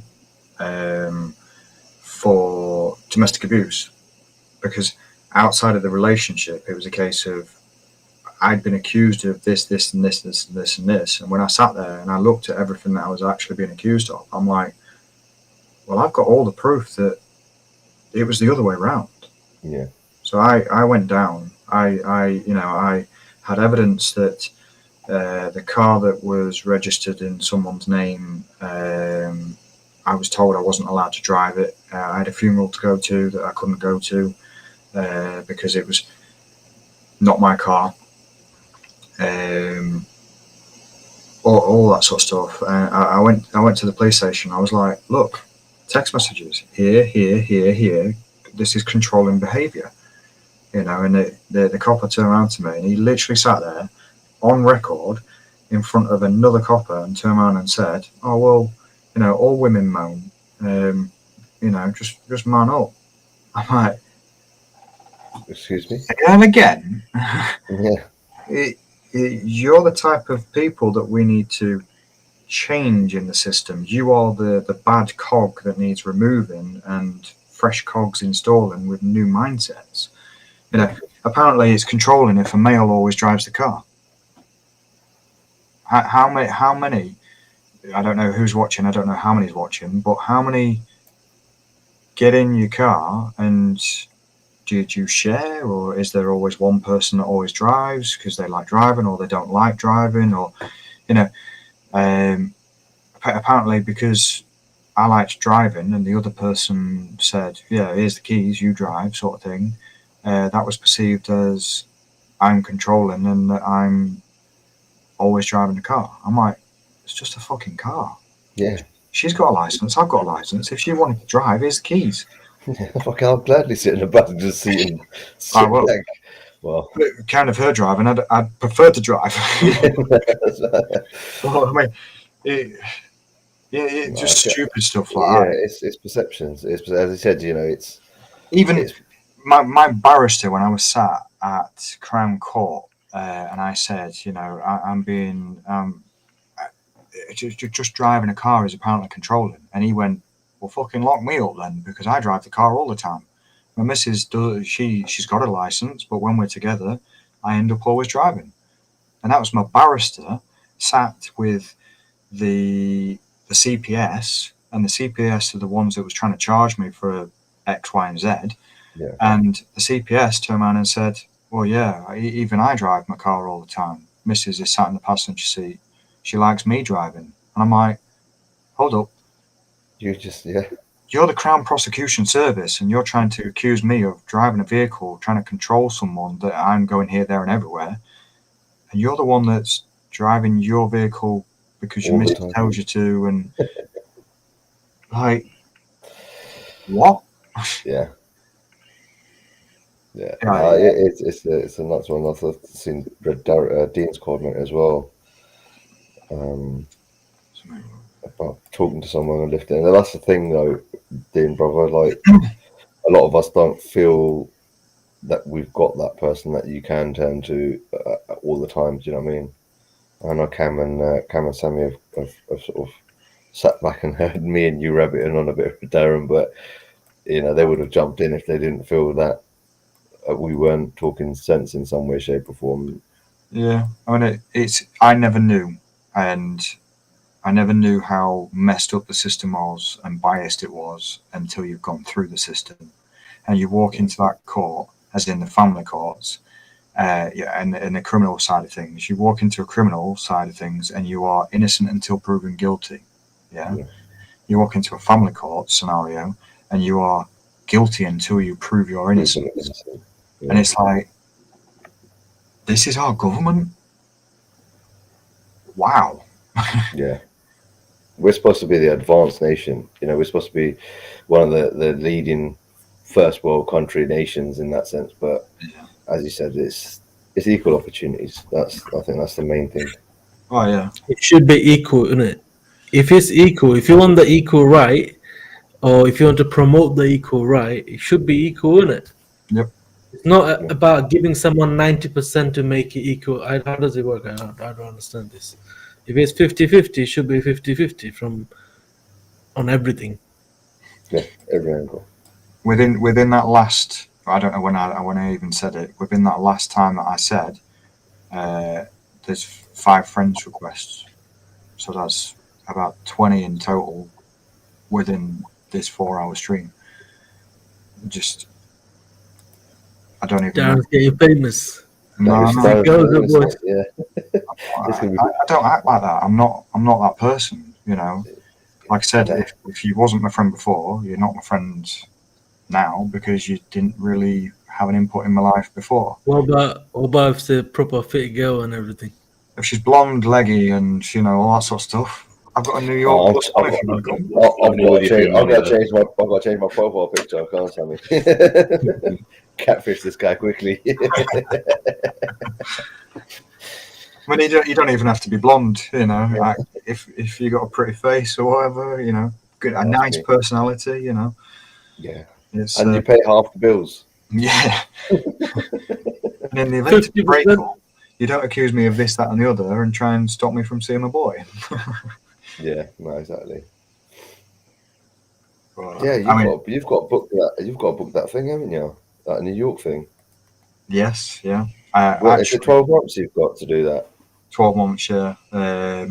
That's why I said I need a +1. I even said it to Christian today that I was like, obviously you've noticed because Nick, like my ex, isn't on the surprise contacts and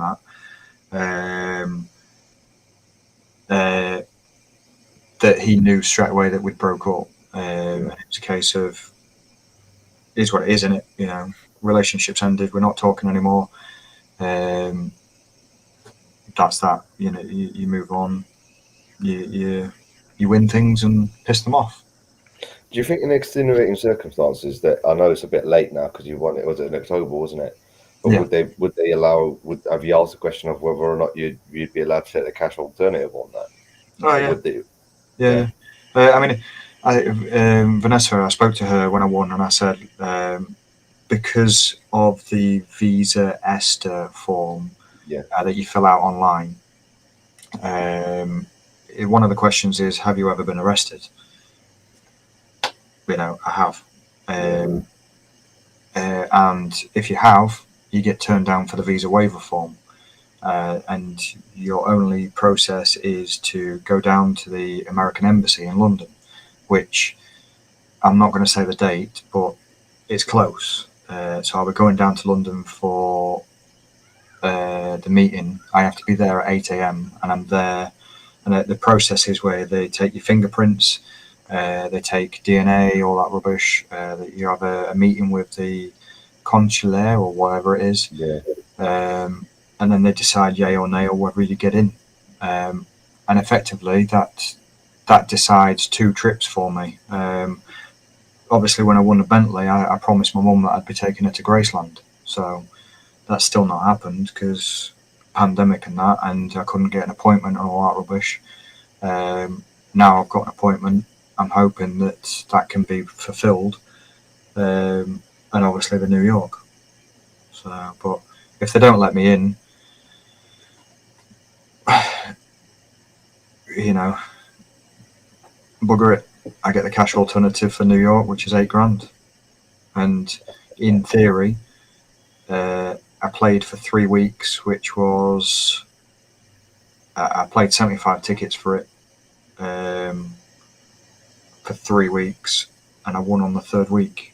So I can't even remember the price of what I even played for.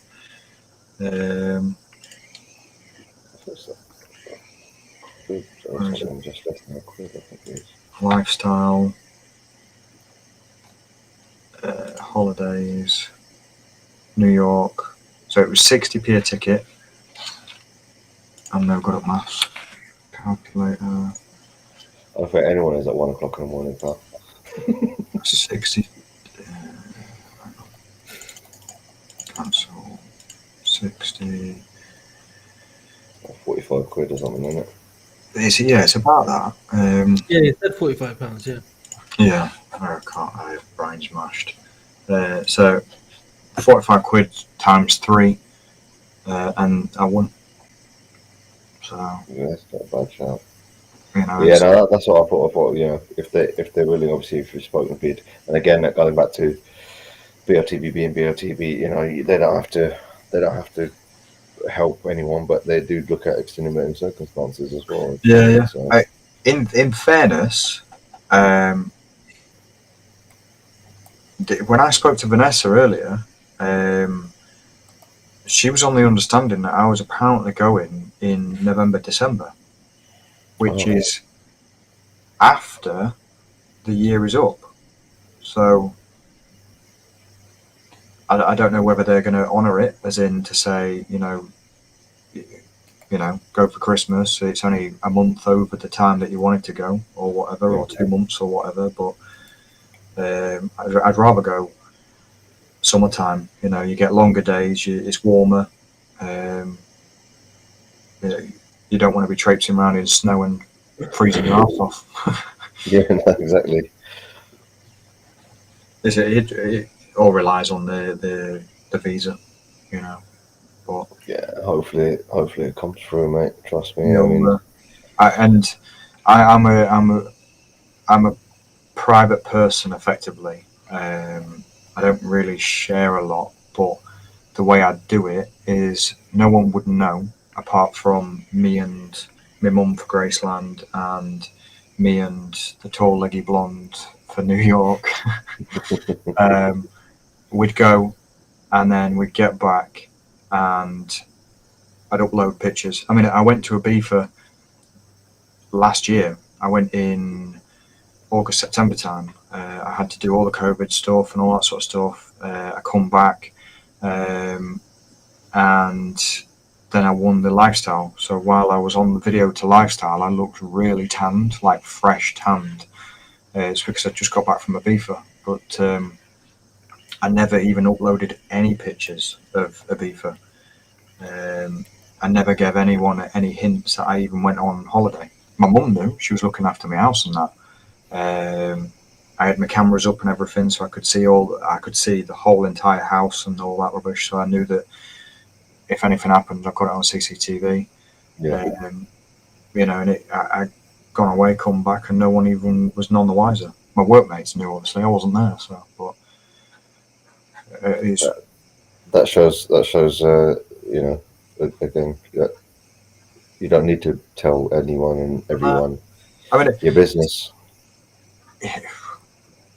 I mean, you're only going to piss people off, really, aren't you? Like, a lot of people know that I won a different competition, which was I won an 82-inch TV on a different competition that wasn't BOTB. It was just a random name generator. Well, it was a number generator, and it popped up, and there was my name attached to it. And I kind of hid that on certain pictures that I was posting and everything. And I thought I had a cull. You know, I got rid of people I didn't talk to for quite a while. and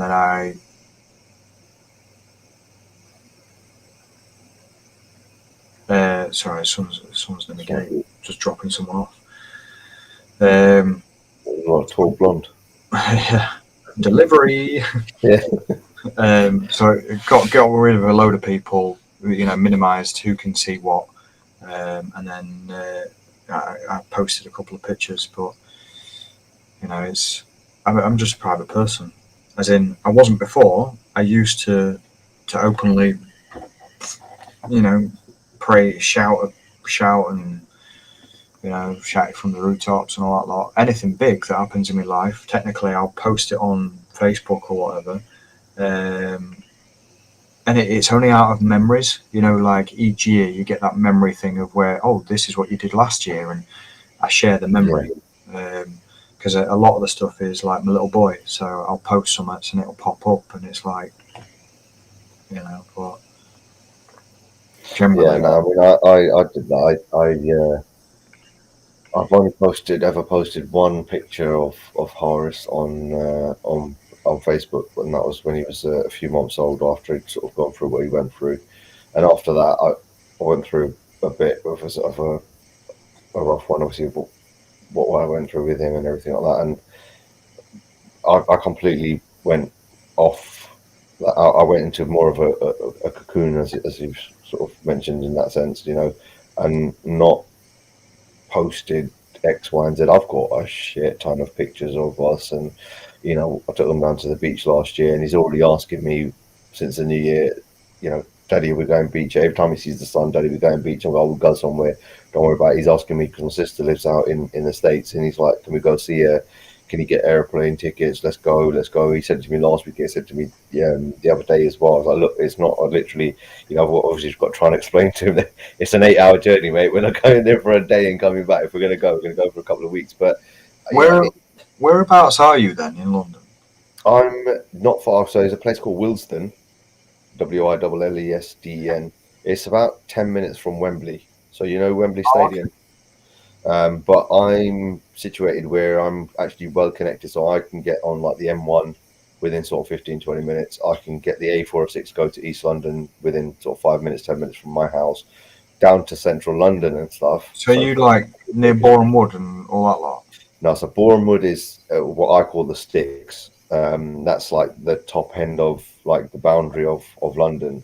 Some parts of Boreham Wood are actually on the other side of the M25. Some parts, so someone's going to say no, it's not, but that's how I see it. But I am over there fairly often, or more often than I used to be, purely because they've got a really good driving range there.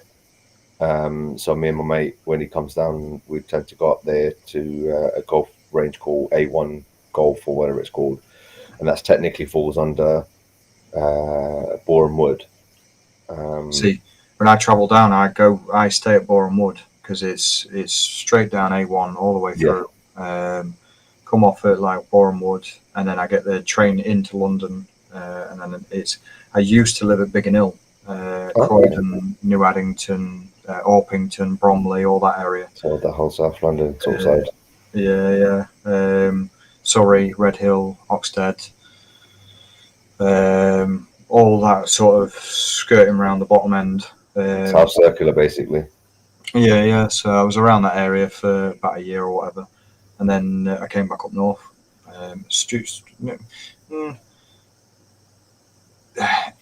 had a missus down there. She went back down there with her mum. I moved down and didn't work out, so I came back. But I took that chance and moved down and experienced life down there. But yeah, life down here. I mean, people say to me, "Would you ever leave London?" It's like I've spent my whole life here, man. It's like, I don't know, if I go out to see some family and even some friends, and I've got family upwards of sort of Wolverhampton and that sort of side of Birmingham and stuff, and I've travelled up to Lake District and stuff, and it's beautiful, it's picturesque. But even when I go to see my mate in Luton, and you see there's no hustle and bustle, it's like, I'm so used to London living, it's unreal. Like, people just crack on with it, and sometimes it's annoying because people just seem to be so tunnel visions and stuff like that, and you want to be able to think. But where I live myself, I've pretty much grown up here, and I know my neighbours and I know people around the area and stuff like that. So it's really homely for me, and I've known nothing else other than sort of this, and it is what it is. But I'm actually right near Wembley, and Boreham Wood isn't actually too far. Depending on time of the day, it could be anything from sort of 15 minutes or so up to half an hour, 45 minutes, again, depending on what time of the day it is. I think I actually, because I didn't really talk in the chat for some time, and I was looking at World Cup tickets, I think.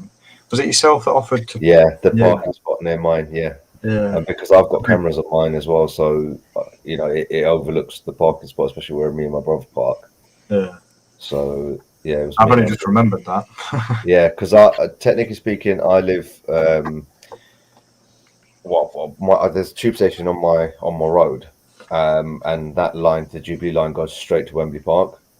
So it was sort of one of them ones where you said you were thinking of coming down. I said, I'm the sort of guy, a bit like the rest of you guys, where I'm not a prick. I know what it is like around here on match days and stuff like that, and there's no point paying especially if you're going to be driving down from where you are 4 or 5 hours drive and what have you, and then you're still going to pay someone 10, 15, 20 quid to park up, and then believe it or not, it might be a 15-minute walk to the stadium, because that's how far the parking spots are. Everything near or thereabouts is closed off.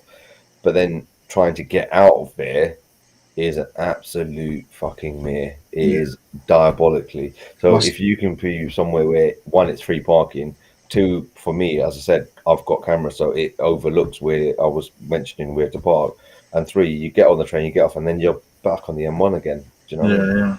See, the last time I was down at Wembley, I was there for the X Factor. I ended up being on TV with it.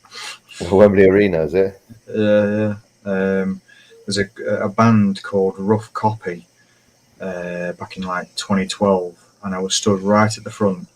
Dermot O'Leary was stood there, and I was stood there for about an hour and a half before we went into the venue to watch all the acts. But Dermot O'Leary was stood there having a laugh and a joke with us, and then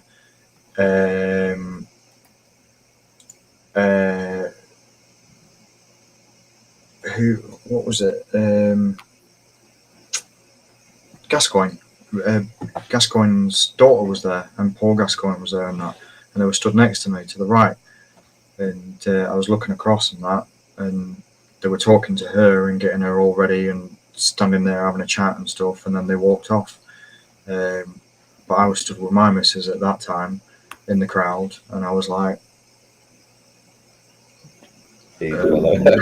each arm. I'm gonna have to love you and leave you though, guys. I've just realised it's about 20 past 1. Sammy's near enough nodding off, I think, for the past hour. I think Cam's gone for a smoke. Oh yeah, no, my as you know, when you've got young kids, my son's going to be up at 7:30 in the morning, and I'm going to be like, "What do you want?" with one eye open. I've got work. I'm up. I go work. I go also work at 9 o'clock. No, I was here the whole time. I'm just watching something while I'm listening to you guys. No wonder I can see your camera shaking. Can I get a hole here? No, I appreciate that, and it's good to finally speak to both of you and Sammy as well. Good time. Nice to meet you as well, MT. Yeah. Darren, Sammy, you guys join, man. If you guys are free, join sometimes. Yeah, we'll try. Yeah. Congrats once again, definitely. And congrats to Darren. Thanks for watching. Smash that like button, guys. Smash that like button. Join Patreons, really important. And I'll see you guys on my next video, which is gonna be on Sunday. I will take a bit out from this video. When we did the midweek, I'll post it tomorrow. So those who want to get something out of it, I'll do that. I'll also put Darren's winning strategy on a separate video, how you won, so you can at least get something out of it. All right. So thank you so much, guys, for watching. Darren, really appreciate it. Thank you for joining for the interview, and obviously, 2 seconds. Is it true the winner doesn't get